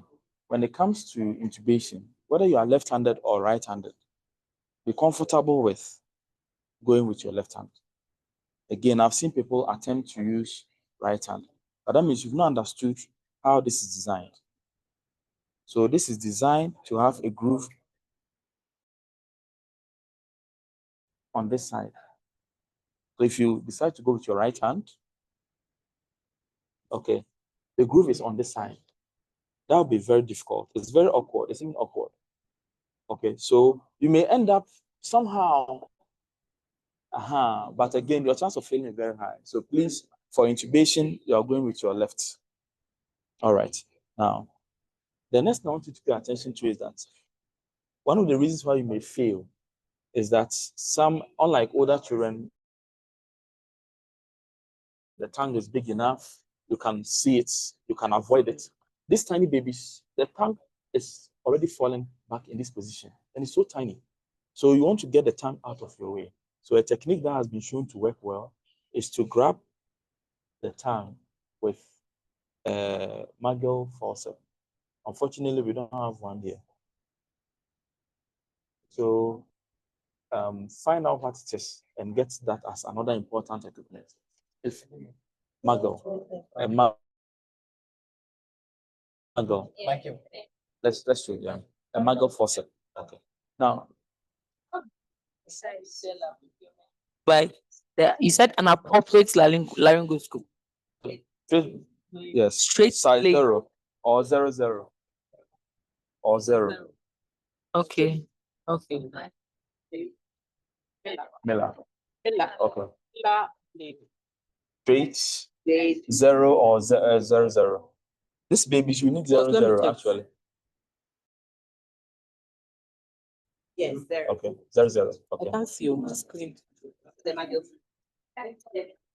of you have it actually. The surgeons, you've seen it before in the theater set, and it was being used. It was being used instead of an artery, or it was being used as a sponge holder. It was being used as a sponge holder the last time you saw it, or to pick what do you guys? All sort of funny, or you didn't have an artery, or what do you call it? The needle holding forceps. I've seen someone try to use a Magel to hold the needle. All right. So if you have this, that's your friend, because then you can get the tongue out of the way to the side. And then that will make your intubation very, very easy. Okay. The other thing is suctioning. Suctioning. Don't attempt intubating when your suction device is not ready to be used. And doesn't necessarily have to be a suction machine. The penguin has an effective suction pressure, so you can succeed with it. Okay. All right. Now, so our tongue is out of the way. If you don't have a mag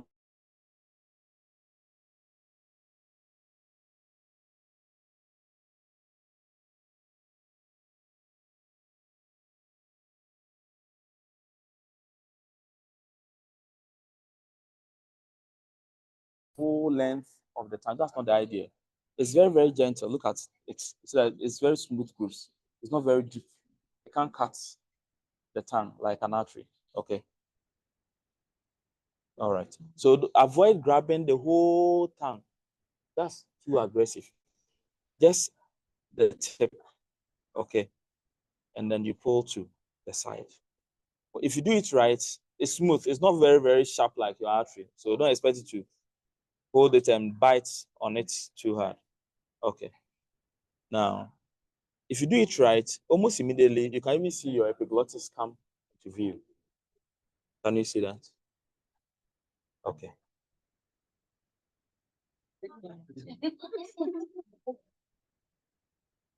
All right. So this is what I mean. Okay.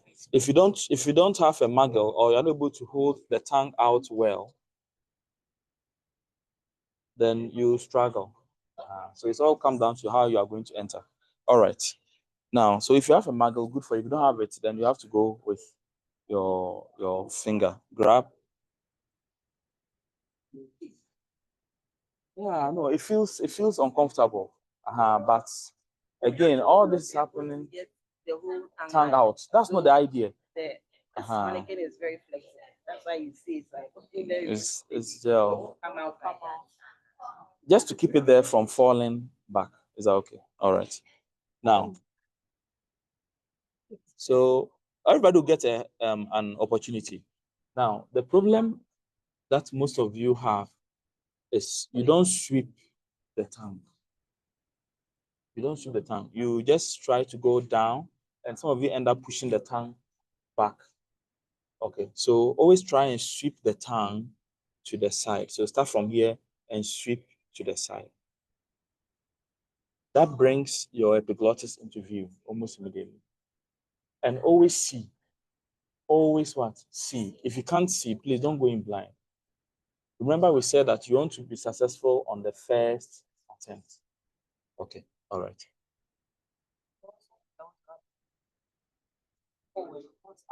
It's not, you're not pulling the device like that. Okay. So you are sweeping. And usually these babies, you don't need a lot of cricoid pressure. Remember, the epiglottis is the who is that teacher? Baby. Same thing. All right. Okay. So can some those here come and visualize this? Yeah. All right. So can you see? No, I'm applying a bit of pressure. So this is what you're supposed to see. Now, can you appreciate the vocal cords? So you are supposed to see from the tip of the laryngoscope, the epiglottis. But can you appreciate the vocal cords? I mean, you are looking for something very big. Please, they are not very big. But they seem to form a triangle towards the tip of the laryngoscope. Okay. So again, when you are entering, you want to see that. If you don't see the vocal cords, you are likely where? In the esophagus. Let me see if I'm still there because I felt my fingers slip. No, it's a bit down. Down. My fingers are slipped. But on the wall, you can see something coming. Oh. Yes, down. Beyond the epiglottis. Okay, let me read. All right.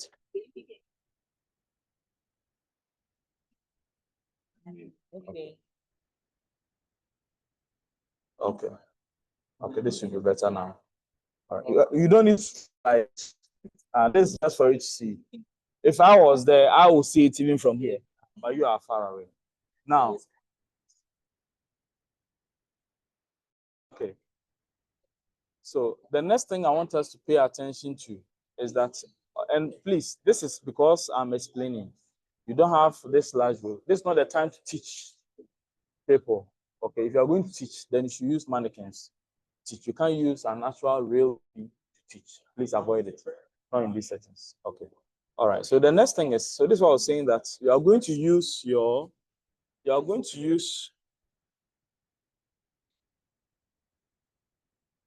someone is asking the size of the ET tube. Most of our facilities don't stock these. Okay. So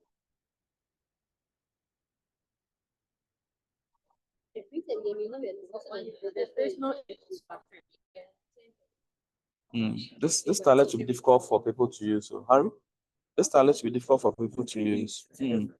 And I would discourage it because you are supposed to use a smaller stylet. Okay. This is actually the smallest that we found. And I know most facilities have even bigger stylus. So if you are going to use a stylus, then please go for one that is really friendly for a size 2. Okay. Otherwise, avoid it. Besides, you are dealing with very, very soft tissues. So mostly you don't even need a stylet for extreme preterm intubation. So avoid it. Otherwise, once you are in, you struggle to pull it out. So always test it first, and that's what I was doing. I decided not to even use it, but once you picked it, okay, let's check and see, because this is difficult. So if you are struggling to push it in, then know that when you are going to take it out, when you are successful, it will come out. You come out here. So avoid it. Avoid it. I would really discourage use of a stylet for intubation in an extreme preterm. Or Jenny, what do you have to say?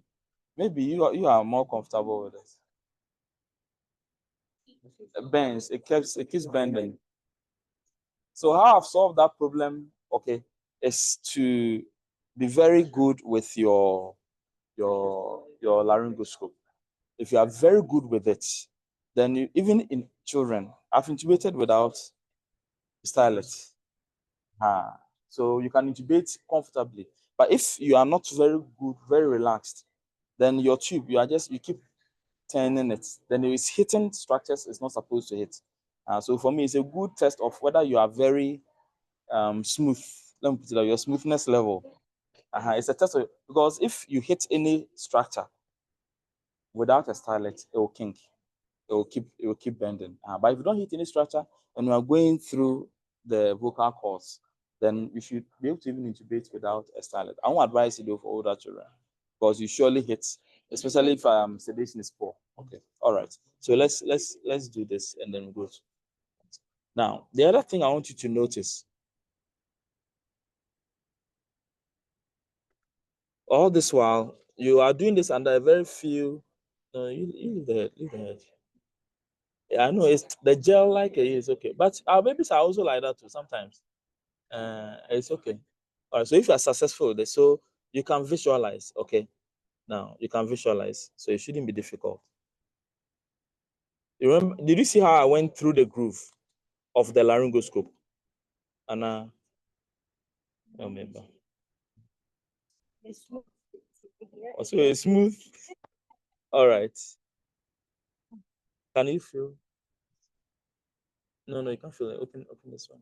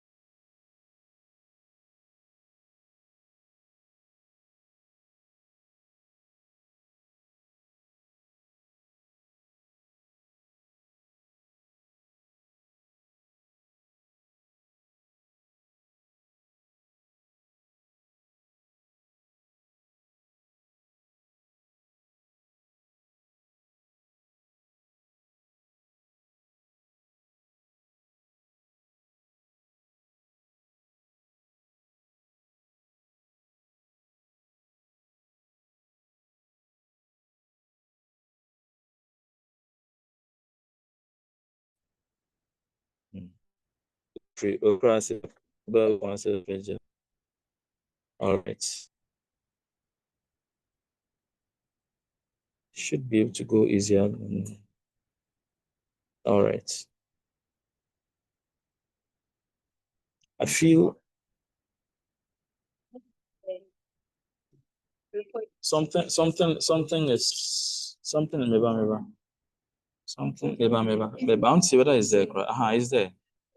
No, it's somewhere else. Let's see. Yes, but that's asparagus. This is the airway. But No, I want to.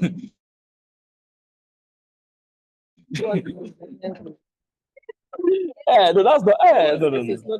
That's the airway. Okay. No. Wait. Let me check something. Okay, yeah, that's connected to the airway. Maybe. Because they're going to practice, I want to be sure it's really where it's supposed to be. Okay, that's it. All right. Okay, put it back.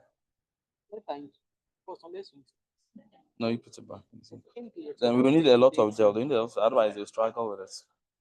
Because it's jelly, it sticks to the ET tube. As I was saying, for a typical baby, even without the gel, because of a lot of secretions, it's smoother than that. No, but they are going to practice. So Ari, they are going to practice. So So that when they bag, just like. all right. So let's estimate. Let's estimate. And All right. All right. Hey. Gel. Okay. Okay. So maybe just about 3 or 4 people should come and practice this one. When we have more time, the others can come so that we can go to the LME. Okay, which is really the focus of this station. All right.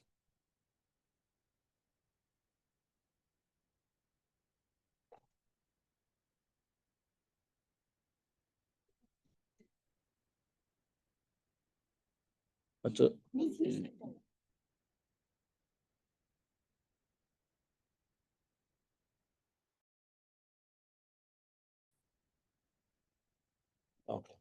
Now, the next thing is to bag. Now, so you are going to instill your surfactant, and normally it comes as 4 ml. Okay, but you're not going to instill the whole. You're not going to instill the whole 4 ml. You can drop about 1 ml, and then you bag. Why are we bagging? To push it down the ET tube and then to disperse the surfactant. You don't want the surfactant just cooling in the airway somewhere and not getting to the alveoli. Okay, so about 2 or 3, you bag it down, and then This will be easier. I also disconnect this one, and then use this one as your. When you went back, you have to help it. That's what I practice. That's what I have to do now. You have found it more efficient way of connecting and disconnecting. It's not your fault because our AT tubes are not well. So 1, 2, 3. You disconnect. I don't do what is.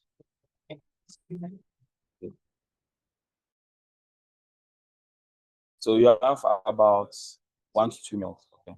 Then you bag. All this while, remember you are monitoring. Yeah. Okay. So initially, after your initial installation, oh really 1 hour? Oh, wow. 5 minutes. But let's do that. Oh,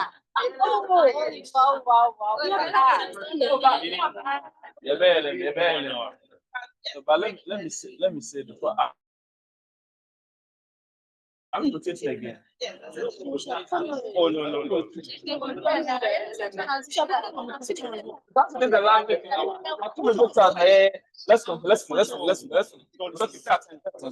Now, the other thing I wanted to add before we end is that you see, when you instill the surfactant, initially there can be a drop in your vitals. That's okay. So if initially it's like a damping effect, but quickly you should see the vitals improve, SpO2, the color, the heart rate. Almost immediately. Surfactant effect is immediate. It's not for later.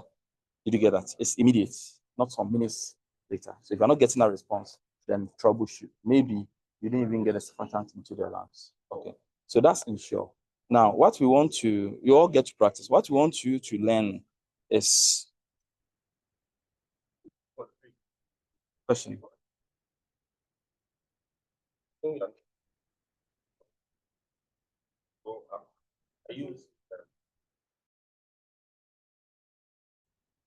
Like the bradycardia, bronchospasm, are you worried about those things also in the preterm? Like maybe in the older? I'm worried about all that in the preterm. But you see, you have to be mindful of the clinical scenario at hand.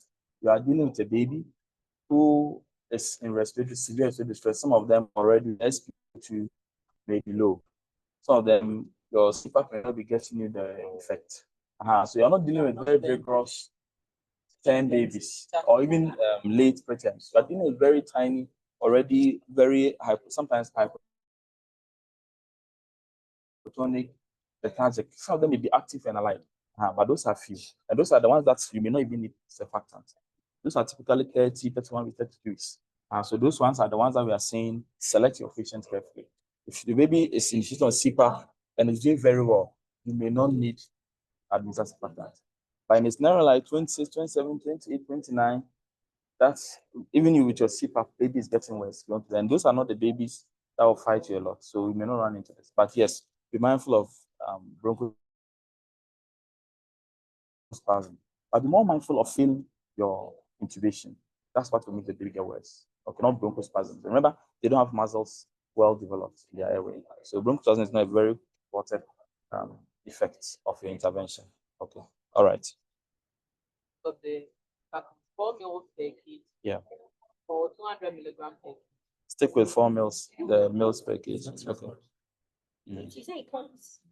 So if the baby weighs 1, you are giving 4 mils. Yes. 1 mil. And back, aliquots, and back. Okay,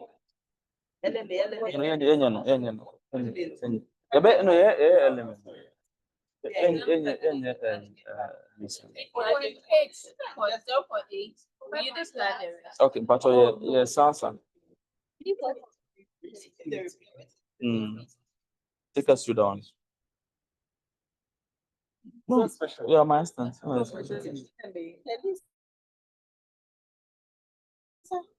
Yes, because you did the No. On the wedding. I had knowledge station, skill station.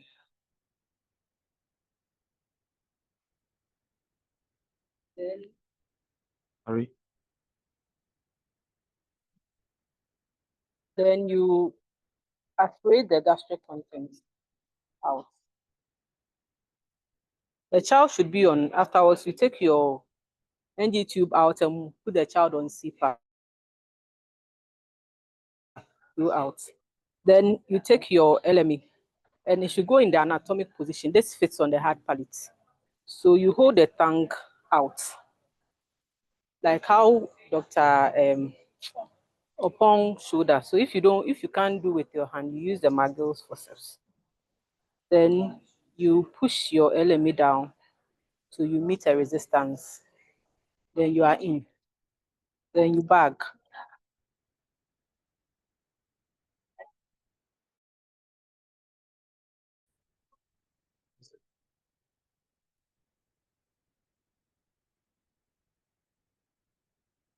In terms of wrapping the tank, the way was difficult.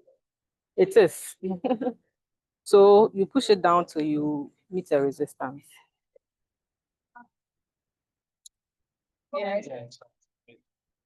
Then once it's in, so it's the same thing with the NG tube. You pass the NG tube down. So you should have measured before you start. Then the same procedure.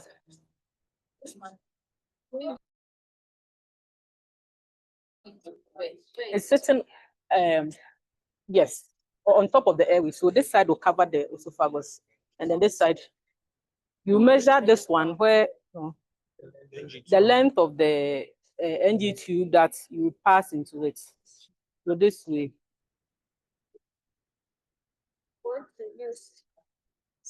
Yes. So yeah, then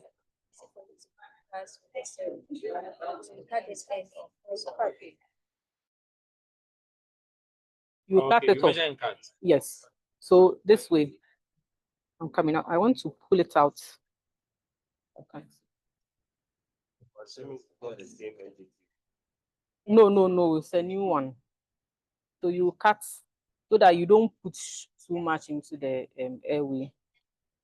So once you pass your NG tube, you meet the resistance, then you pass the NG tube, then you give an Aliquot of 1 to 2 mils.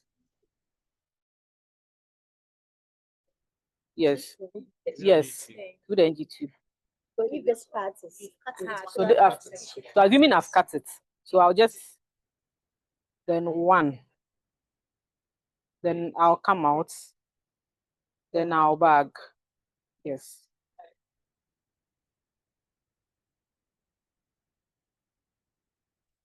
Then I'll repass the NG tube.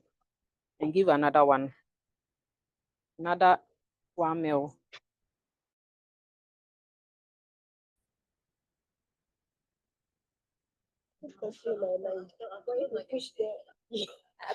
A lot of it will stay inside.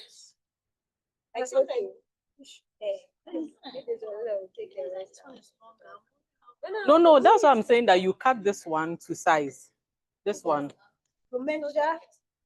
So that's a cut. So which one? And this part goes, then you push. No, you have to. Measure the element. Yes. Which one? So this one is This one, the short one. And this one's lumen is smaller, so more of the surfactant will go into the lungs rather than stay. This one is a lot, it's bigger. So a lot will stay in the tube. No. So after you've given all the 4 mils, then you do an additional push down the surfactant. Then you come out with your NG tube and then you bag. Then now you take it out. The child is already on CPAP. So that's it. use 2 different options. Yes, in fact 3. Because afterwards you repass the NG tube and aspirate the gastric content again to make sure that you didn't push your surfactant into your stomach. If it's your stomach, then you buy another one for the patients for 4,000. Okay, please, any questions? So it's also NG tube. Yes, so that you decompress the stomach, and also to be able to monitor whether you pushed it into the stomach or not, since there's nothing in the stomach. And so if you get about 5 mils, say the 4 mils. How do you avoid? How do you avoid? Going to this, like pushing It won't go the stomach. in the stomach. No, So I it's mean, designed. So no, it's actually sits on it like this. So it sits on it like this, so it won't go. That's the idea. So then when you are done, you remove it. Then you pass another NG to the stomach. After you are done, you are now checking. So it's a check. You pass an NG tube and aspirate it again from the stomach to see if your surfactant went there or not. Yes. So if you don't, so that's why they say when you pass it, you push it down till you meet the resistance. That's when you know that it's sitting on it. Uh-huh.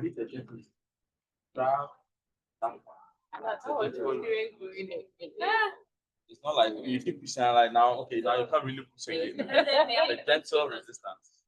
Which one? Hey, that's to my boss. LMA. Yeah. What's your question? I don't know. No, the surfactants. Oh, they sell it all. They sell it. Even I know Lancer Chemist sells. The main distributor is the price one.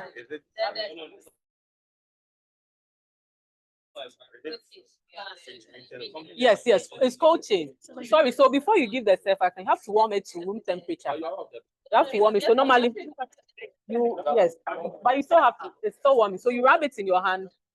Yeah, it's cold. It's cold chain. Yes. So if you rub it in between your fingers, so that. What are you rubbing? The surfactant. Are you using the element or still using the issue? So me. LMA is sure. But now they are shifting more towards the LMA. What's all this? Oh no, in between your fingers. Oh. In between your fingers, rub it in between your fingers.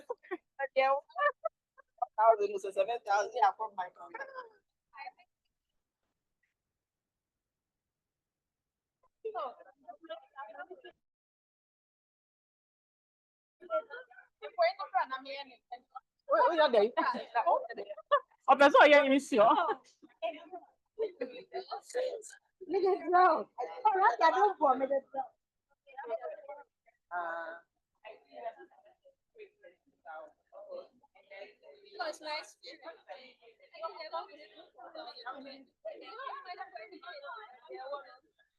It's way easier.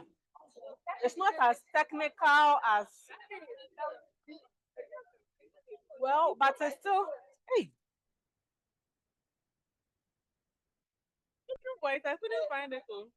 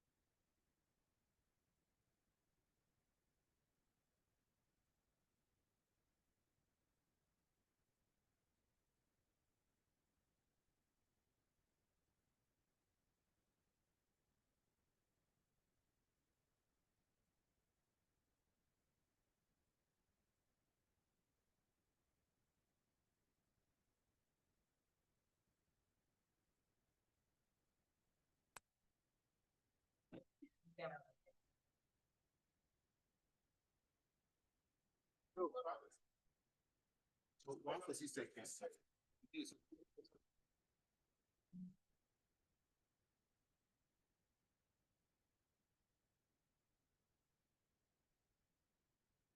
All right, so welcome to this station. We are doing neurodevelopmental assessment. And then we are doing preterm bundle, but I'm starting with the neurodevelopmental assessment. Oh, it's the only mic I want to. And I may you. The video. All right. So we are doing here, we have a preterm bundle care. So everything about the preterm, once the preterm comes out. So we are doing the neuro.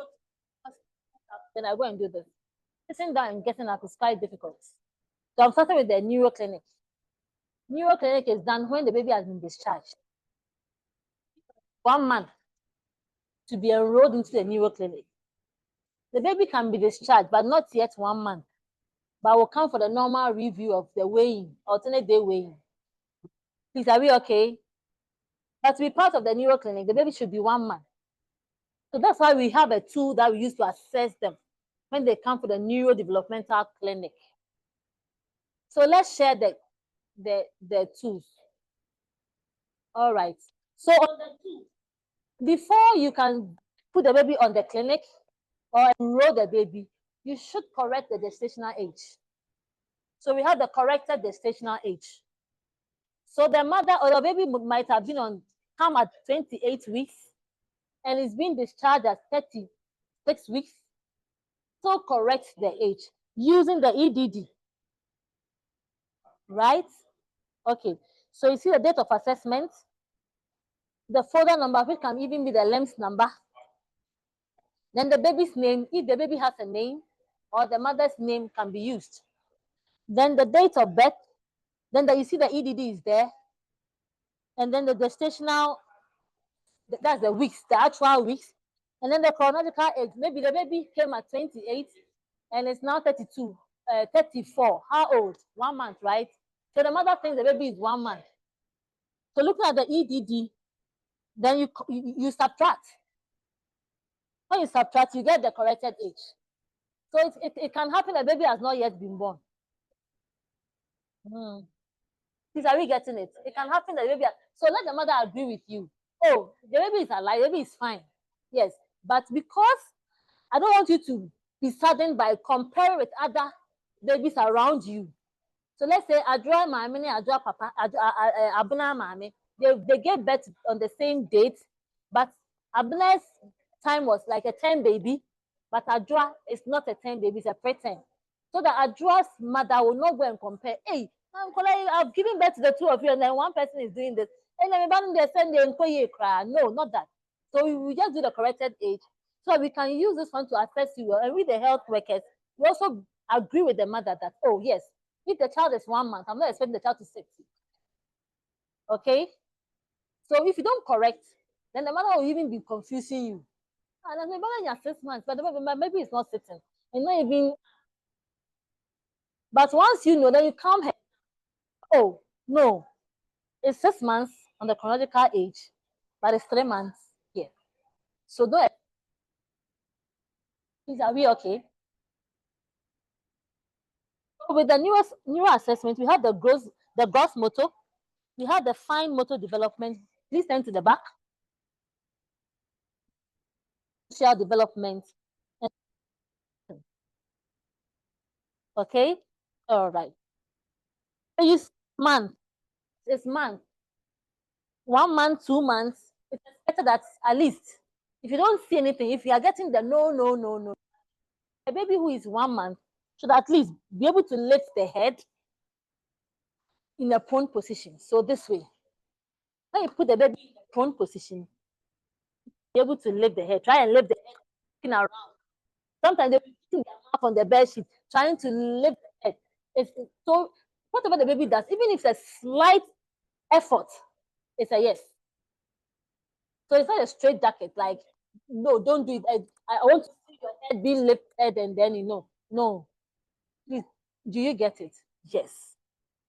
And so at least if the baby is getting no, at least for the 1 month, this one, it should be seen. That's why you see month and see 1 month. But that doesn't mean that you shouldn't go through. For some people are 1 month, but they're able to do the next one. So we advise that you go through. All right, so let's go. Support the head vertical. So I'll put with support. And let's see if the head is not like this. It becomes an issue. Get it? So when I support, the head should be straight. The neck should be straight. Are we okay? But sometimes for the first start, if you're not getting it, don't be alarmed. Give the baby another chance to come the following again and see if it works. So this one always forms a reference to the other one that you do. These are like a retrospective data that you compare with the other one. Please, are we getting it? Okay. So this one.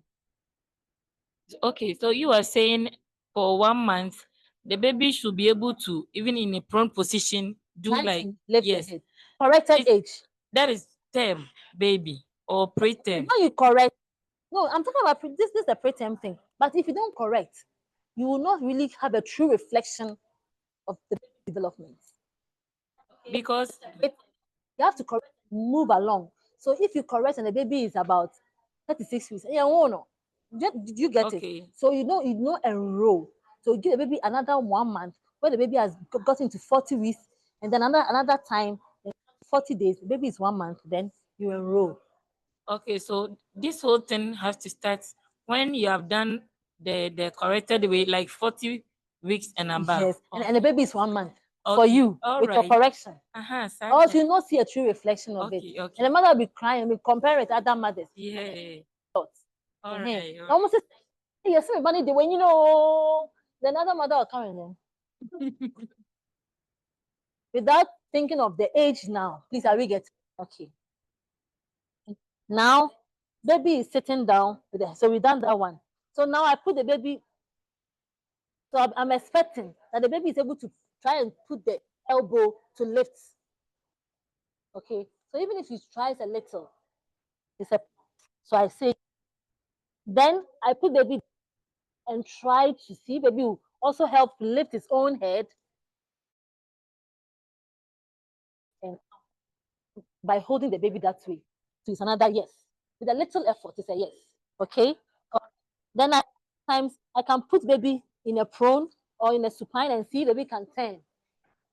It happens to me the mothers a lot. Sometimes initially they will not turn, so they would let to baby back. The baby lies down, so you think you are safe. The next time you can, baby has turned. Then now mothers begin to think, hey, now I have to put something around you. Okay, so you ask the mother, maybe the baby is irritable. This is very difficult because sometimes they are so irritable. You just have to stop. And someone enough for no we are. Then you'll be waiting. Okay, so I'll ask, Mama, if I child, what need to out me than no? Or say kakra. So it's not complete. So how will I take? It's a yes. But so what the next answer or no to meet answer? So supported sitting. So it's not the baby cannot sit alone, but I'm not alarmed. Look at the corrected gestational age. I also give the baby time. It will come. Okay. Then let's say the baby is able to sit. I take a toy and let baby focus on it. Hey, hello. La la la la la la la la. So baby focus on that toy. Back a little. To see, to turn to take the toy. And that one too, I take. It's also a plus. Sometimes you might not have it perfect, but whatever little effort is okay. All right. And the mother said, baby is not able to sit alone, so I will not ask again. I will just say no, and I'll go. Then, Pacho, so, also, they will also find to be what you were saying.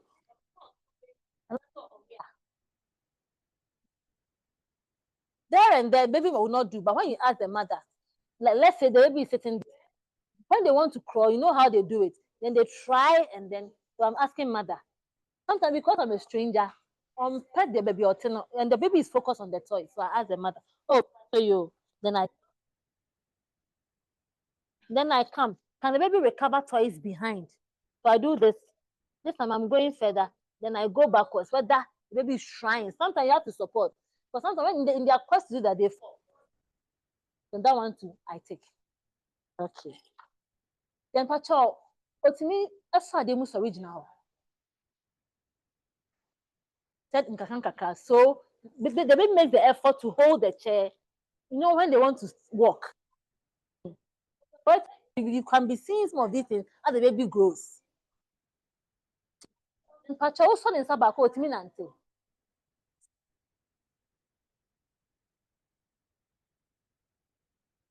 So we are saying that it's the 11th month, but so if it's a 1 month, definitely baby cannot do these things. So it just be taking zeros like no, no, no, no, no. But because sometimes we omit certain things. So let's say you know it's 1 month. If it's 1 month, I'll ask you the first and the two, because some people can even do the two. So maybe some of that can on to me. Please, do you get it? But sometimes we try to dictate for them. Then when we start selecting, then we start omitting some things. Okay, but 1 month there is obvious. So that I will not be asking the mother, I'll just be taking the no, because looking at the baby cannot sit. So how can you crawl? How can you do? So I'll just be taking and move on to the next. Please, are we getting it? That's why it's good to focus on the corrected age to do the assessment. Okay, but as the baby grows, then you have to go through because smart. The things that I think they can't do, the mothers will tell them, oh, what's me last year? But I'm seeing 5 months. But, oh, what's me last year? We are the second person now. So that's why sometimes you take the pains to go through. But for the 1 and the 2, you might not, then just forget about it and just. Are we okay with that? Okay. Now the fine motor development.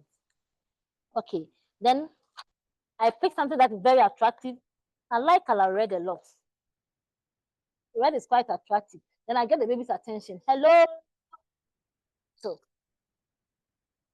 if he's crying, I have to stop. Then when he focuses, I'll see if when I take it to my left, come back to the midline, go here, and then meet again at the midline, whether the baby is looking. Then I take. Please, are we getting it? Okay. Hand to voluntary act or follow past the midline. That's what I've done. Temperature ordinance. At the papa, sometimes when you give bread, to me, yeah, the midline straight, at least. But to me, yeah, then I take.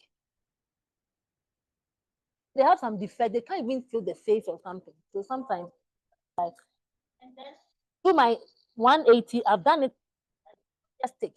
When I took the things to the back, it means I will not repeat again. All right. All part sequence, rich or grass, but you're two the demand to me some. To me so on sir. You know, our parents might some of them do not have the grasping reflex when they are born. This one you also want to assess whether there's fine motor development. Okay. A paper. Realize that by age 5 months, this child is what that's what we expect. So it means that from 1 to 5, it should have been yes. But sometimes it's not yes.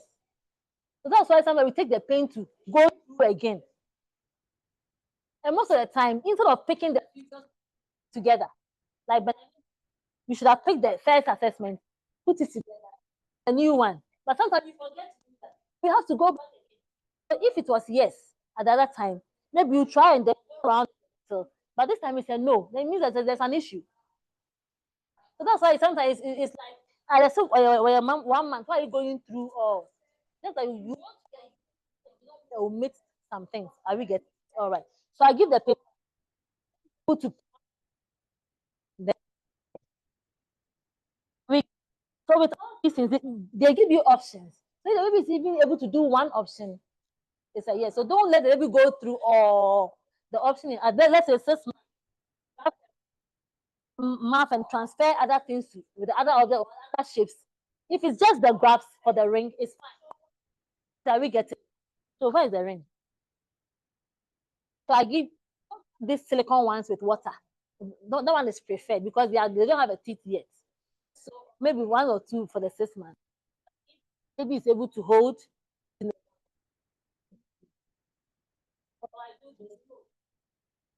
To try and take it from me and then do other things with it. It's also good. All right. Then the cube. So please, when you are very important. So baby is able to take one. Hey, then he takes one. The next listen is asking whether he can take 2. So you give and let's see if baby can put the 2 even together. The baby's mind is growing. The baby is growing well. All right. Okay. So index finger opposition. That one is not easy, but you can still do. Let's say baby can do with you or baby can do alone. See, baby can do this. Okay, or even with the other fingers, put them together. So it means that baby can even try and clap. It's fine. Okay. And then simple form board. Okay. So normally that one we use something that will attract, something that can give you some sounds. So with this board, I'll be playing. I'll try and see this do say. And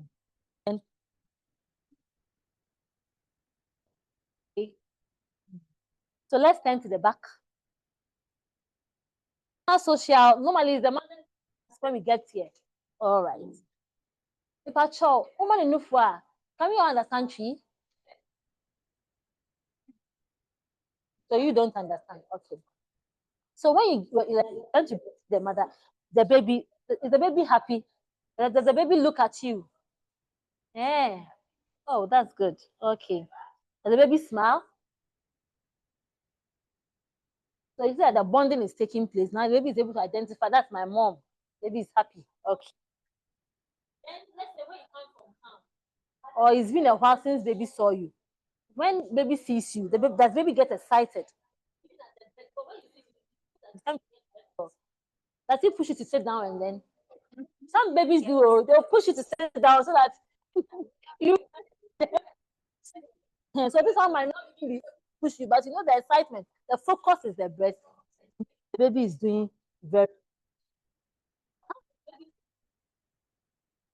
Towards strangers.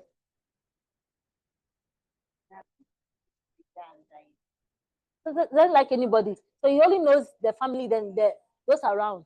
So now the baby is able to get attachment and then find that you're not part of the people he sees regularly. And he's making, I don't know you, I know you. Please, are we getting it? So that one to you take. But now money bibi or try so berry. Be a kasay and now bibi mana. Things like bones and other things to take those objects and try to chew. Or I can take a mirror, right? If let's say this is a mirror, then I'll get babies. Hello. Oh, hi. Look for that's if baby is crying. So when baby is calm, then I look at my face. Look at your face. But even give a smile, or even not smiling, we'll take few seconds and look at the face. It's fine. I take. Please, are we okay with that? It's not easy. Then, Pacho, you know that babies have been drinking from cup already. Pretend that you feed them with the cup. That one is it's involuntary. It's not what they want. But we are giving them the cup. But now, does the baby like to take the cup? Stop. Like try to hold the cup whilst you are feeding. Then I come to play peekaboo. So, you know, with this one, look at the month for the peekaboo. It's 8, right? So when you get the stationary agent peekaboo, you're not getting any peekaboo from. Don't be worried. The next time peekaboo comes. So peekaboo is simply, maybe I cover my face and I bring it. Hello.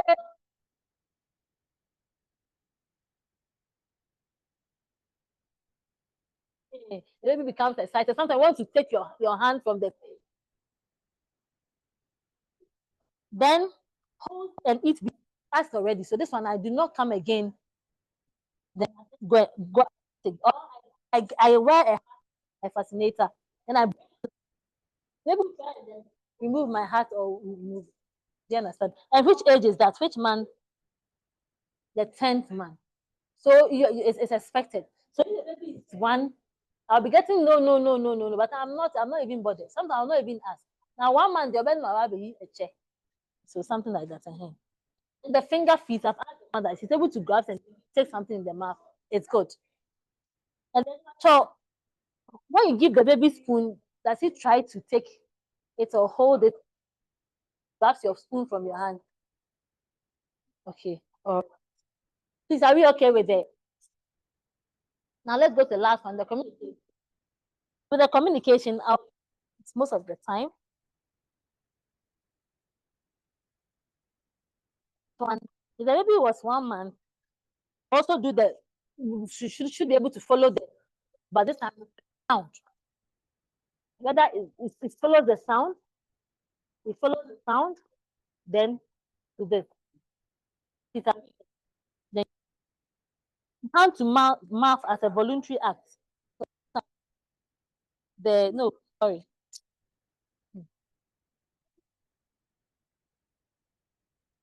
The baby also cries. So sometimes you might not be getting anything for this. I had to ask the mother. But a common dinner will see. You don't understand. Does baby cry when baby is hungry? Yes. Does baby make some sounds? Like some noise? Our grandmothers will say the inko. That's what they say a lot. Does it make sounds when it's lying down? Please, have you ever seen that? They will make it as if they are talking, they are picking their tongue. All right. Does baby laugh or try and giggle like, Okay. All right. So I've asked about sound. So I take. Let's go to around 6 months. Okay. So I try to get baby to be focused on this particular object. Hello. Oh. Baby. So now I get the baby's attention. And then I try to take it away. So I try to give it to him, then I pull it back. Then I try to put it somewhere and see if that's what he wants. Then I whether to distract him from, but still if the focus is on this, then there's object permanence. So yeah, this one, then there's nothing that will change his mind. He still wants this, and that's a plus. This are we getting it? And that's our this man. So if baby can be 5 and can do object permanence. So that's why sometimes we have to just go through this. All right. To you when you call the name. Call him. Then maybe we'll try to tend to by just calling the name. So you can just call the name. But you know mothers. Every mother wants to. So once the baby makes the attempt or first and coffee, then trying to look at me, I don't. So that I've gotten what I want to score. So if the mother wants to go ahead and touch, it's fine. Sometimes they'll be looking at these things. So the mother will try and say, Kofi, because he has done something in the house. So so so you get it. And so the mother will force and let you know that the child has responded at home. So why not here? Or so then I ask, does he say Baba or Mama? And he says, okay. Then I'll add Daddy so that I don't get into trouble. So and then that baby try to fine. I saw your brother baby say.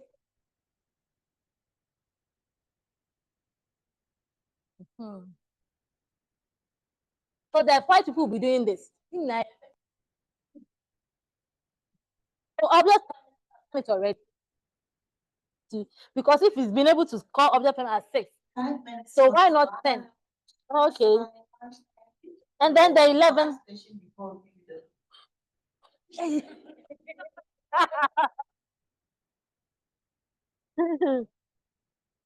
Okay. And then one word. Maybe the baby is able to combine some words. Dada. Or I say defe defe. The baby is able to repeat some defe defe. Defe defe. Kweku. Kweku. It's fine. Okay. Then maybe 2 words or 3 words. So with all this, you don't rush the baby, whatever it is, at least was called, I mean, there's some years somewhere. So you count the total. So look at the first motto. Years he gets, maybe 4. So when 4, time motto, you write if it's 5, 5. The years that you had is 5, 5. Then personal, social, then communication. Then so maybe you saw some musculoskeletal problems. Maybe the head, some web 10, or there's some head bubbling. Right? You internal consult, then you refer. Then any other concerns, maybe the mother is saying that, oh, did you cry? Or did you know fit? So you write that and maybe refer to a nutritionist, or you do further labs. So tell the mother, because of what you said, we will have to do some labs. Maybe there's some sepsis somewhere. Then you do that. So when they come for neuro clinic, it's a whole thing all together. They might have even gone for review in the course of the week, but because they are telling you this, you either call for help from the pediatrician or you write some labs for the mother to go and do. Then you give the date of the next assessment. Then who did it? You sign. Please, are we okay? Is any other questions? Let's go.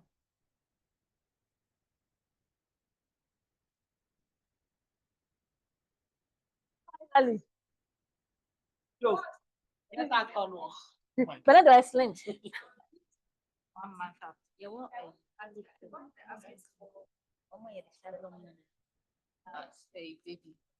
So we have it, let's say with the communication, it can be all.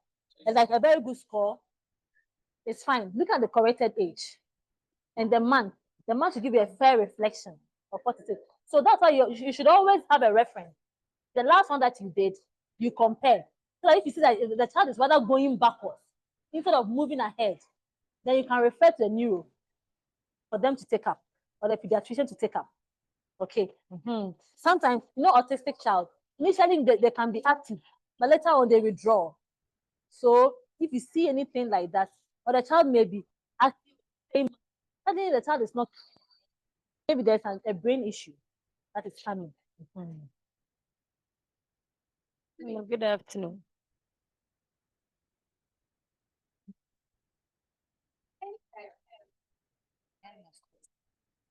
moral development. Sometimes they withdraw, they go back when they are able to maybe 10. No, some the turning is fine, but some moral goes away, like the routine. It's not always that when as they grow, when you do this, it doesn't really. Do you get it? Yes. Some moral goes away. It's natural. It's normal. But what else? Like maybe they can turn and this and they can't turn. Why? Then it's not a good thing. But as you grow, then as the baby grows, the baby becomes more flexible to even be doing other things. But let's say when I grow, maybe I cannot turn because of age. So I don't. So that one you have to call or look into it. Please, do we encourage babies for moral reflex? We encourage them like you want to help baby to crawl. Sometimes when you watch videos, they help them, they support their feet. Then they'll be going for Of course. You are encouraging them, helping them. Yes, yes. We should. Because sometimes they do it with fear. Now let's say when a child is walking, the distance between the ground is like a huge. But when the child gets used to that, now when it begins to run. But initially, it's like the floor is like a very huge distance where he can easily fall. So they have some fear. So you can just your baby to crawl. He's trying to move the limb, the limb inside so that he can crawl. Why not? Help. A time is coming, you will not even help him. You will do it himself. And you'll be chasing around. Hey, Menkoha, come here, do this. So you get it. Please, I wish we teach because even the things that the baby should use to play at each age to help them to develop their neuro Special Ghana way, but still these things are cheap. You bought it China Mall, you can get they are very cheap. So if you want to help a mother, especially if they're activated babies, they are part of the neuro clinic. Because you are focusing on preterm, as physio, we also do for them. So they are part of the neuro clinic. But any other child, that's not early education. We take them to the crèche as early as possible, then they do it for them.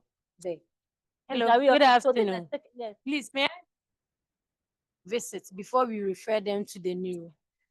The visit or assessment, how many times? Okay. So the neuro clinic, I said it's 1 month. So they will do it at your place. If they don't have any, they will still do it till they are 1 year. Then you are done with them. You graduate them and they go. But if they have an issue, they have to go and see the pediatrician. This one is normally led by the nurses, right? But still, to your pediatrician or refer. And they have to see the ENT people, they have to see the ophthalmologist as well. And then the speech therapist. 1 year. So there is no mama, no dada. You can. So this is my last one. For what?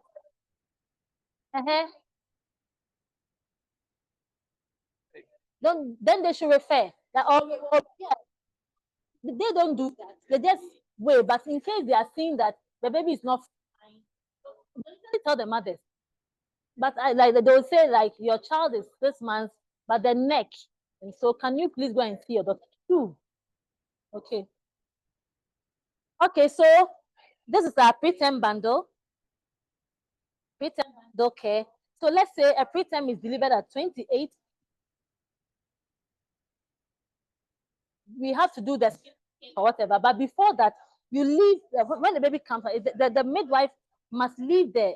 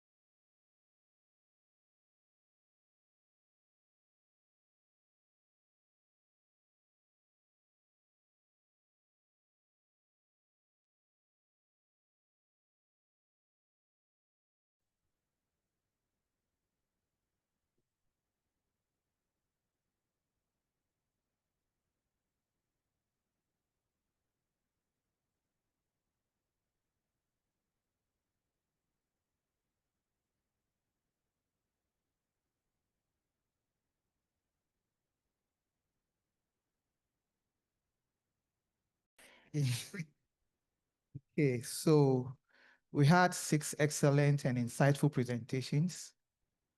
We had 3 judges who all ranked them independently, and we used 9 different criteria to judge.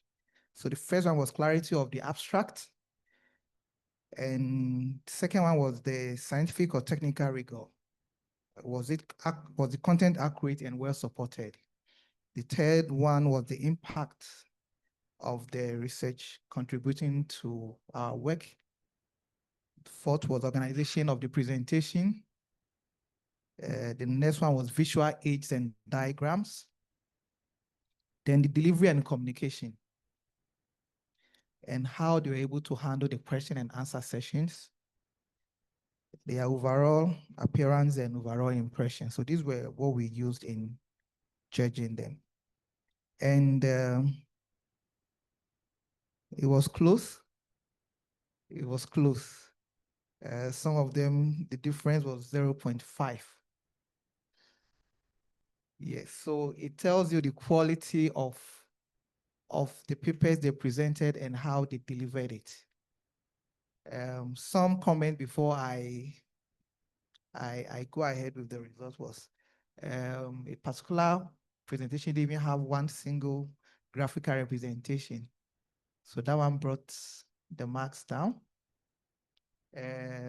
On the appearance, because we are all learning every day, when you're making a scientific presentation, you should be formally dressed. Because it's Prematurity Awareness Week, most of you were in your t-shirt, your purple t-shirt and all that. So probably instead of getting 5 or 4, you ended up getting 3. So those are the little things we all have to learn. It's a feedback I'm giving. So it's all something we all have to grasp and appreciate when we are presenting in a formal setting. Now, for the drum rolls, like I said, it was very close, some 0.5%.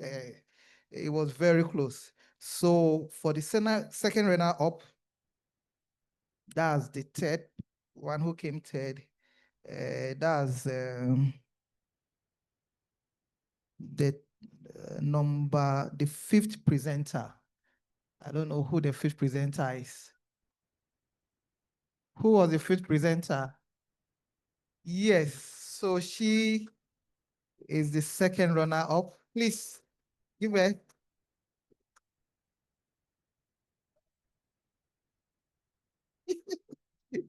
You like to take a bow, eh? She did excellently well. She did excellently well. And the first runner up, the person who came second, was the 6th presenter. 6th presenter. Who is that? That was close.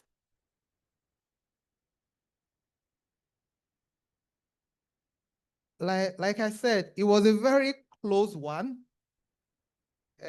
When the judges compared their marks, it was just following that. It was very close. I would have loved to actually project in the scores, but I'll say no.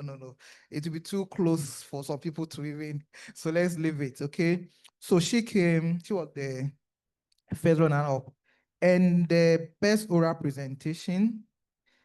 So we've done the first and second runner up. The best oral presentation was the 5th. No, it was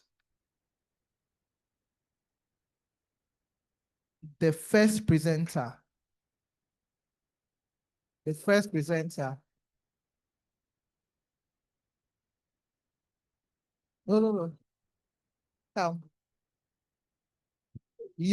Are you the one that did the no, this one, this antimicrobial resistance. You are not the one. So the antimicrobial resistance, I don't know the names. Yeah. The antimicrobial, okay.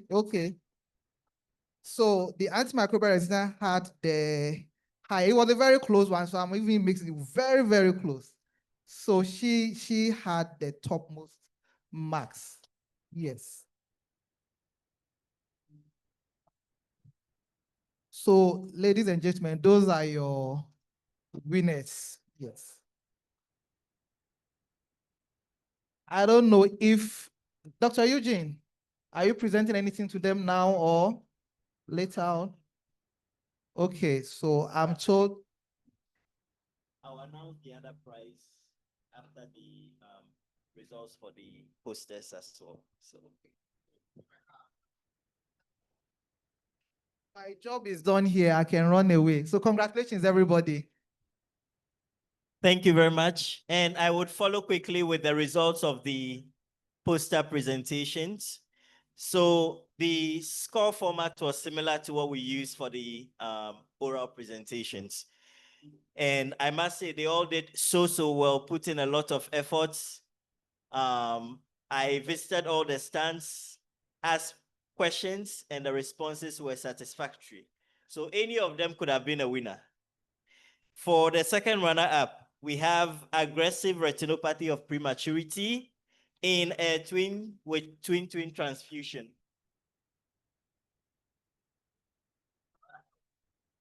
So that is KNUST Hospital. Let's give them a hand of applause. First runner-up, private nickel strengthening, the investments, capacity, and impact on preterm care.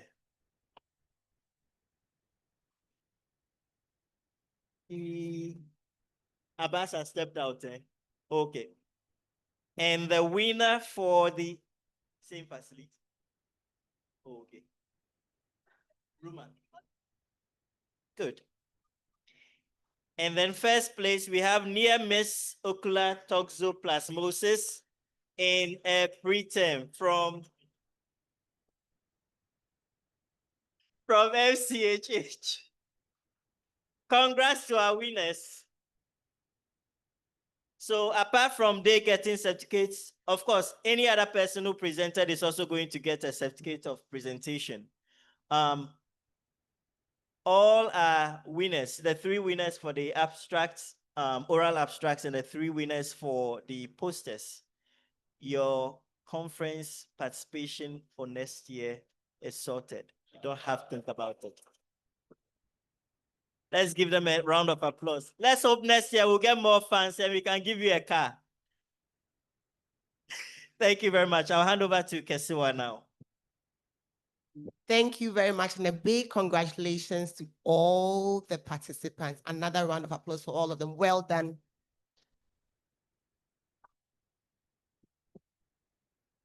We are just about wrapping up, but before we do, we have a very important exercise. We do not want the knowledge that you have attained here to just vanish by next year. So we have a form to fill. It's called the action plan form. Each facility will get one form, and you all put your heads together to identify a gap, whether it has to do with early feeding, CPAP, maintaining the warm chain or of the delivery room, feeding, and so whatever you have come to learn here, identify a need gap. After you identify the need gap, then you set some goals. So we have the short-term goals, which is from now till 3 months away. The medium-term goals, you give yourself up to 6 months, and then the long-term goals up to 10 months. Is everybody with me? Okay. You fill out 2 forms. You give one to us, and then you also keep one. When you go back to your facility, I don't want you guys to just keep it in your bag or anything. You are going to post it on your wall, accountability. It's not going to be like, oh, you like being on a diet. You start on Mondays, only you in your head do. Nobody knows about it. And then before you know it, you've abandoned the diet. Accountability, it's very important, so that your facility will also know that the conference they sponsored you to come. You came to learn something, and you have come back with knowledge, not just knowledge in your head, but knowledge to impact on the lives of the preterm babies. Are you all with me? Does that sound like a good plan? Okay. So if we have facilities together, I'm just going to get the sheets. Eugene is going to project it. Yes. Yes. Yes.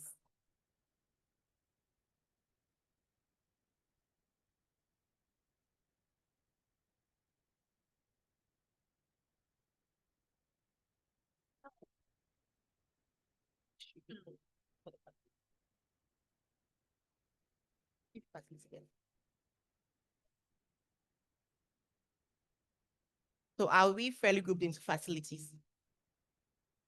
We are not. Are we sitting?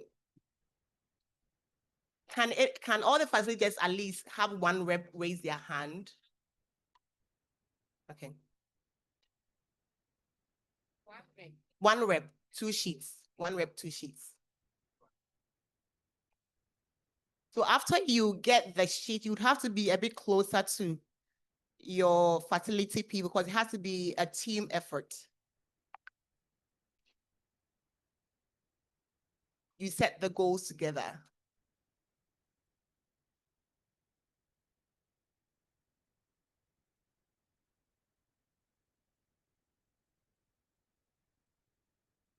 Okay. Please don't write a different thing for us anything. Okay, I'm just teasing. Don't give us space. Okay.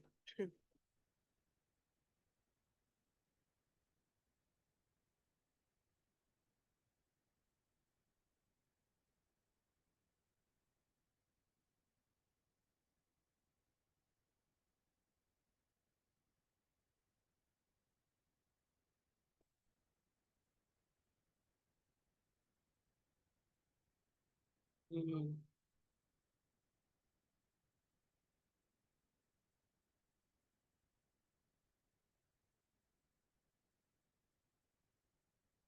leading.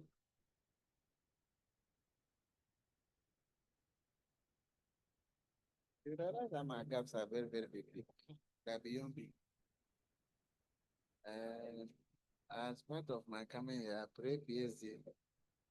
Just soon support this. You don't forget to extend the hand to us. Look, when the support comes, you can remember the Okay. Okay. Don't forget of that. I can tell you